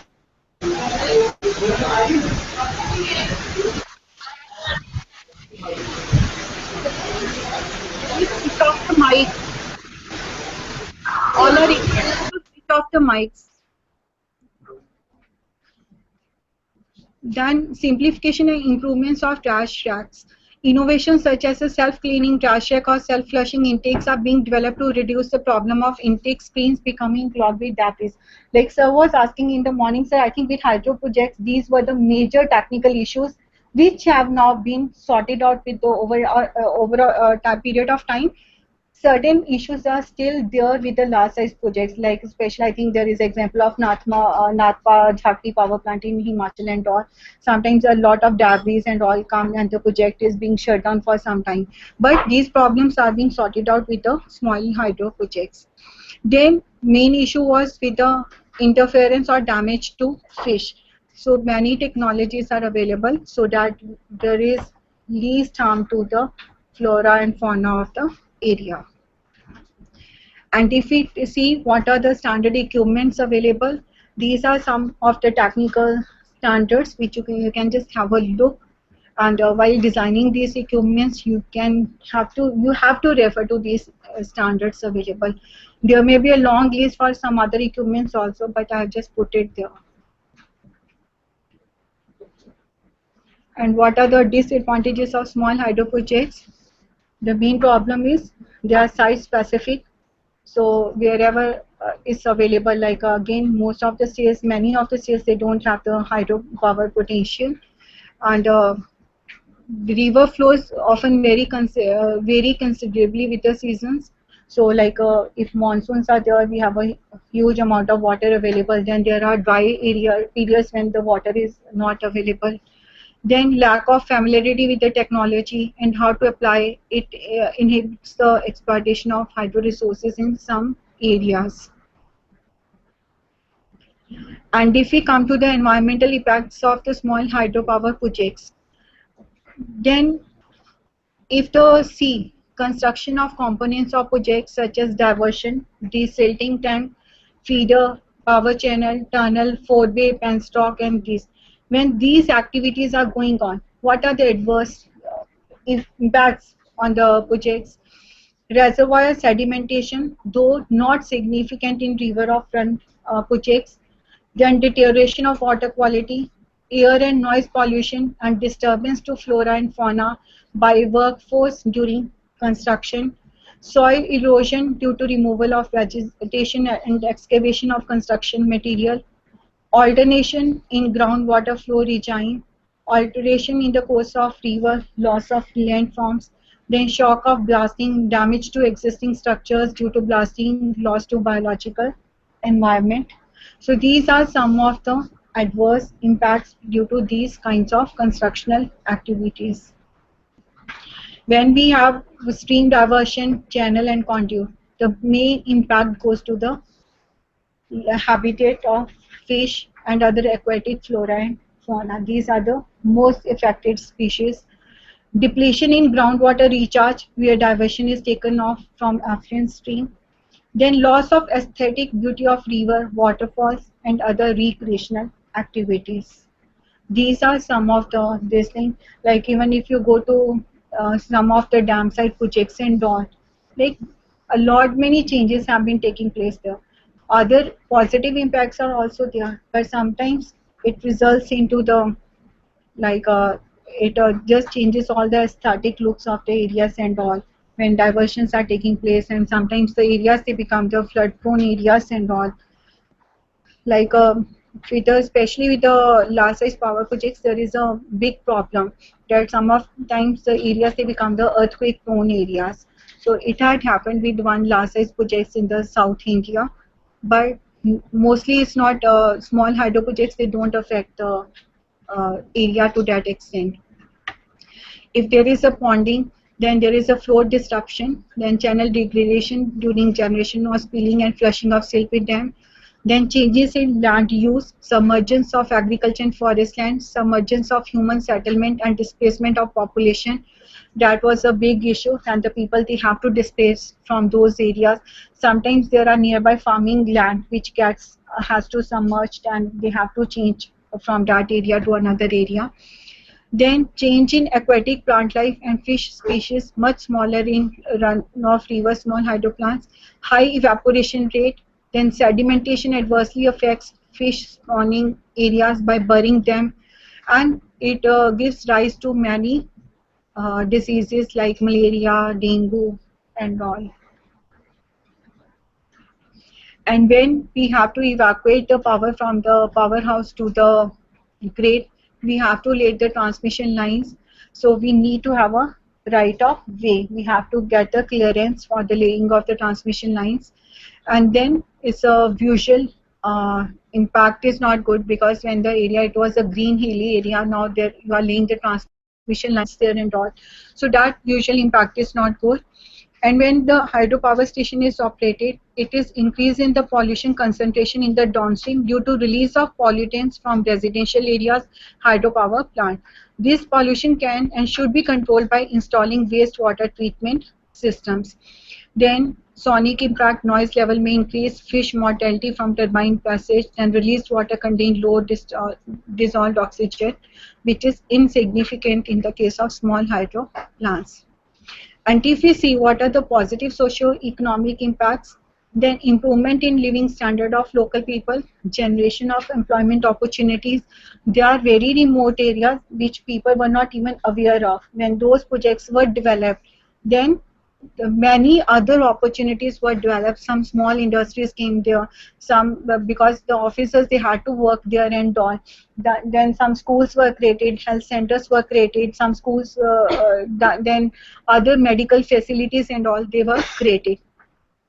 So then tourism potential also increases, creation of reservoir increased potential for fish and fisheries, then project related infrastructure like roads, health facilities, education facilities, local people, helps the local people. So net improvement in community health and education. So multiplier effect of community on economy of the area in remote areas such as agro-industrial units. When electricity is available there, so many small-scale industries will come up. And as such, the other decentralized sources of energy, so all cutting transmission and distribution infrastructure as well as losses, and all the remote areas, they get a chance to electricity, have an access to electricity wherever there wasn't possible to send the grid electricity to them. So small hydro does not require much expertise to build and operate. So components of small hydro projects are simple and fairly visible as sight. They can become center of education also. So small hydro, I told you, nowadays everything is ready-made available, ready-made solutions are available, technical standards for each equipment, guidelines for each equipment are available. Now developing these projects, they don't take much of the time. So that's why many people now they are into this business. So these are clean and renewable source of energy, no CO2 emissions, and decrease of pollution in the area. Otherwise, you must have been using the DG sets or fossil fuels for the generation of electricity. And under CSR, developers pay more attention towards improving the local environment, including socio-economic environment.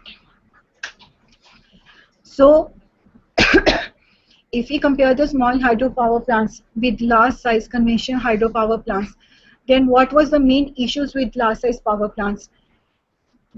They become advantages for the small hydropower plants. So non-involvement of setting up of large dams and thus not associated with problems of deforestation, submergence or rehabilitation. So earlier we had discussed that what was the reason of the slow development of hydro plants. So those issues are not with the small hydro plants, so they can be developed. They are non-polluting, environmentally benign, so and they have the least impact on flora and fauna, so they are better than the small hydro plants. And in the morning somebody has asked that what was the subsidy and government support available for in, but I have put it for the small hydro plants. These are some of the facilities which are some subsidies and some support available from the government. Some incentives are given there. I have not put the detail like up to what kilowatt, what support is available. That you can check out from the website of the MNRA. They have mentioned all the details like what kind of subsidy is available. So there are the financial support and subsidy for the activities like resource assessment, detailed survey and investigation, DPR preparation and perspective plan for states, then capital subsidy to state sector projects, subsidy for commercial projects, renovation and modernization of old small hydro projects, micro hydel and water mills, research and development, capacity building, and moreover, the government has done a great job by introducing National Renewable Energy Act 2015. So for the first time, we have the Electricity Act, and we have the Energy Conservation Building Codes. Everything was there. Now they have come up with the policy on the new renewable energy. So that was all about this thing.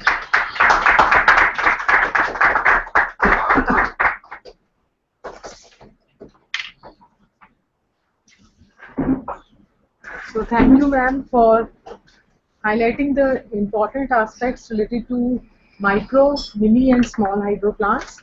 And it was indeed a very enriching session for us all.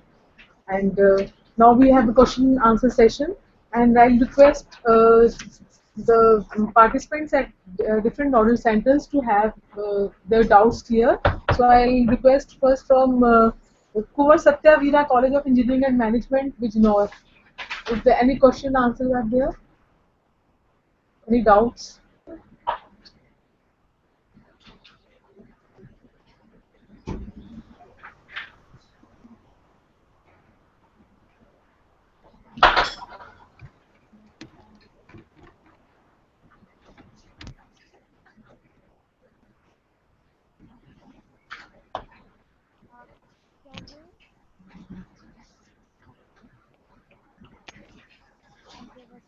Hello.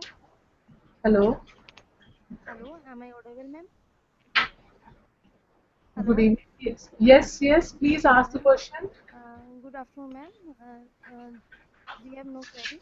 This session was wonderful. Hello. Please speak a bit loudly. Hello. Hello. Hello, Anji Yes. ma'am. No query from our side. Okay. Now Thank you for next, the session. thank you. Next, we move on to Northern India Engineering College, New.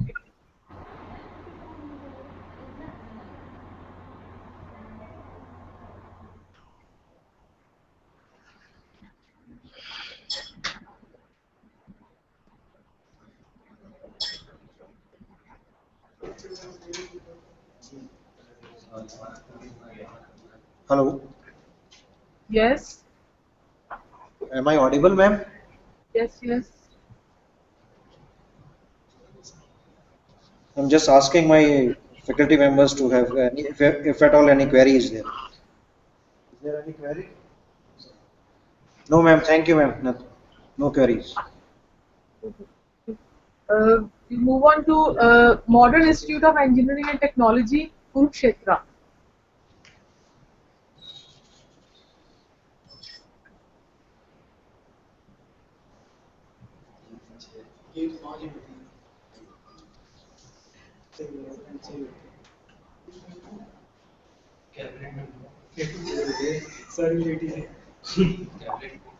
Is there any question?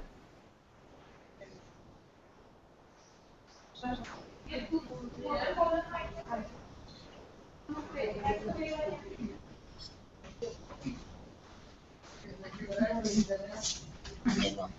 if there are no questions, we'll go to Dronacharya Group of Institutions, Greater Noida.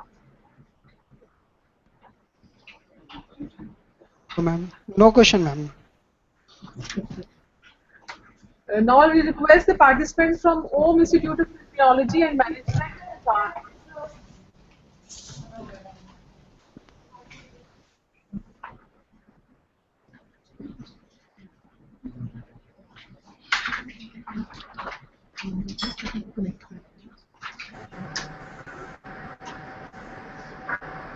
Any questions from OM Institute of Technology and Management to start?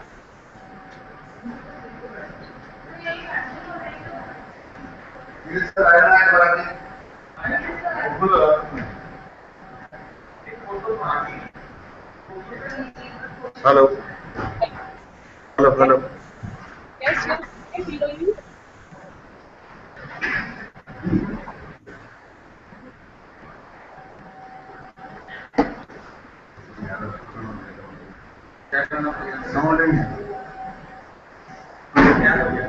हमारी सुन उनकी तो हमारे को आ रही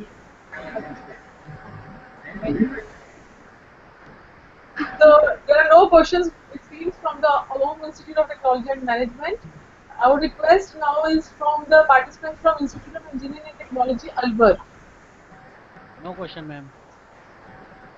So the last center, that is Government RC Khaitan Polytechnic College, Jaipur. Any query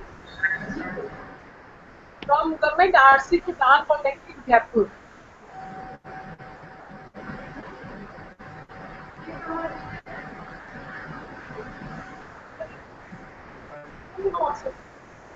वो हमने आपके सोनी क्या सर्टिफिकेट नहीं पहले दिन तो नहीं connected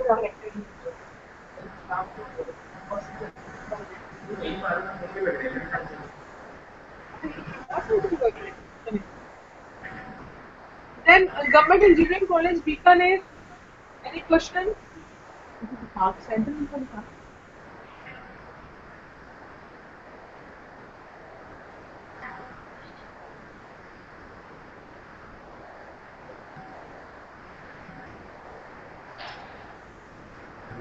Which one? So,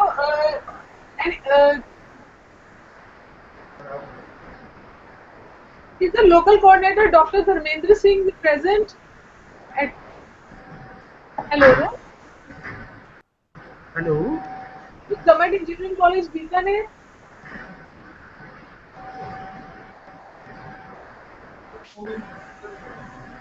Hello.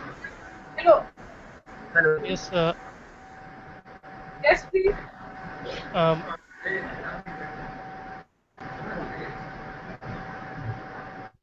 बताइए. Yes. Yes, we can. Yes, ma'am. Hello.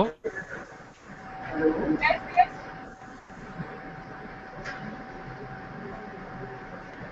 Ma'am, I mean this hydroelectricity generation, actually, it's hydropower plant. It's very like out of reach for small scale. Like you have covered many micro and small hydropower plants, but it is considered as out of reach from research prospect, actually. So, what is the current research trend in scientific labs or any your in which area, particularly in hydropower plant? Because it seemed mature, actually. I mean, what is current research activities are right now? So one thing, I think for more research activities, you can refer to the website of Alternate Hydro Energy Center, because they are exclusively working on the development of these projects. So they have their MTech programs and a lot of research is going on.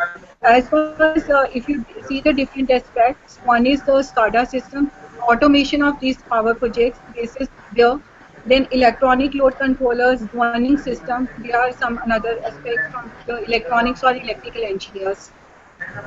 Then working for mechanical engineers, they can work on the turbine designs which are suitable for the low head, like power plants.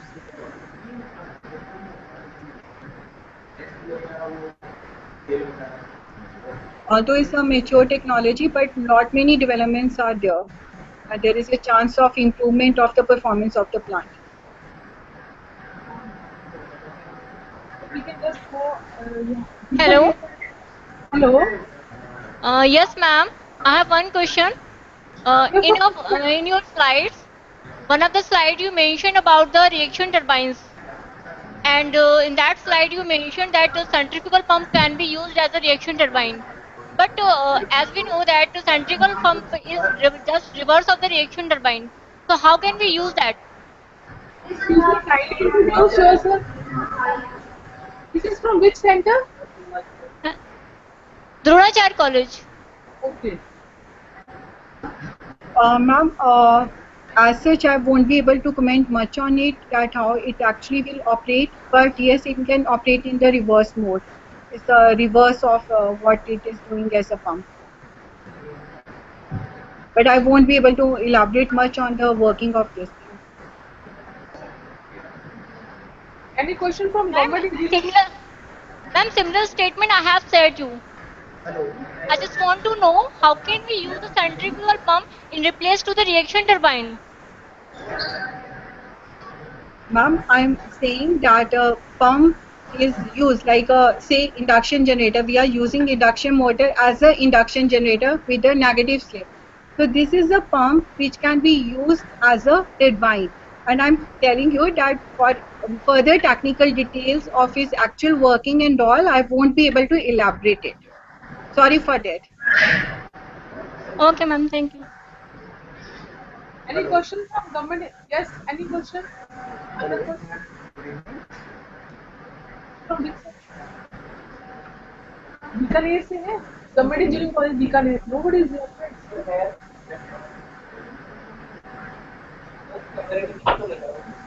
इनको ये कह camera थोड़ा adjust करें you should know that they are attending there is a request from the participants of government engineering college Bikaner kindly adjust your camera and mic we cannot see you how many participants are there hello from Government Engineering College Bikaner, the local coordinator who has communicated with me is Dr. Dharmendra Singh. I request to kindly adjust your camera so that we can see how many participants are there. And any questions from your center, you are most welcome to ask.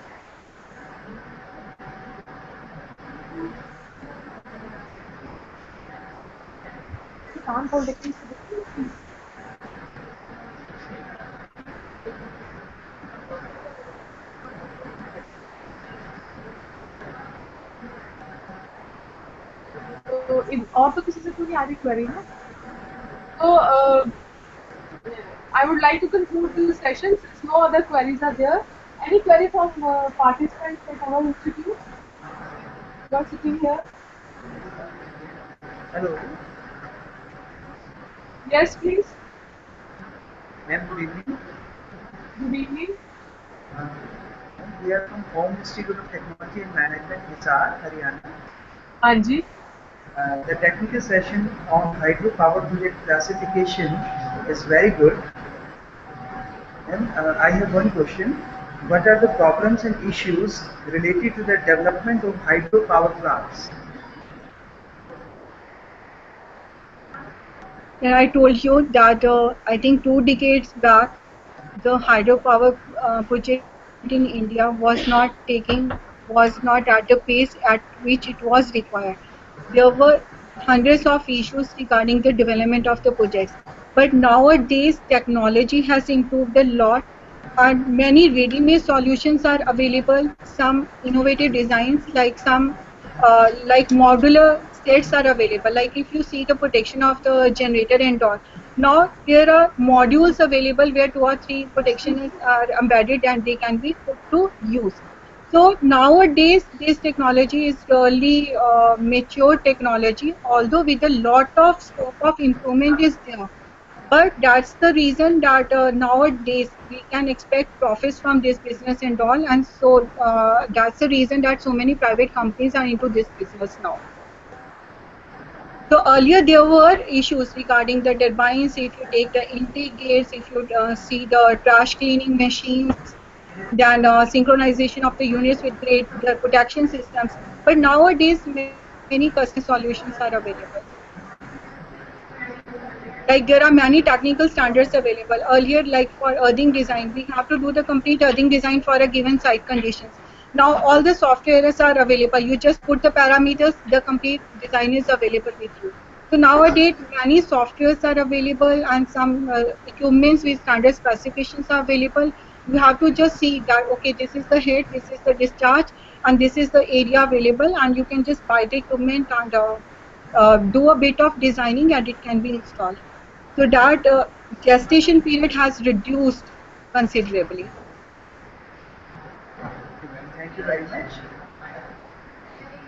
So I'll just conclude this session. So I thank all the participants who have attended all the sessions during this course, especially today. And I thank our expert, Engineer Anu Singla, who has spared her valuable time and provided us invaluable inputs regarding micro, small, and mini hydropower plant, and also regarding the wind power. So thank you so much. And tomorrow morning we'll meet here at 9:30. Dr. A.K. Goli is going to speak about energy audit in various sectors. Thank you so much.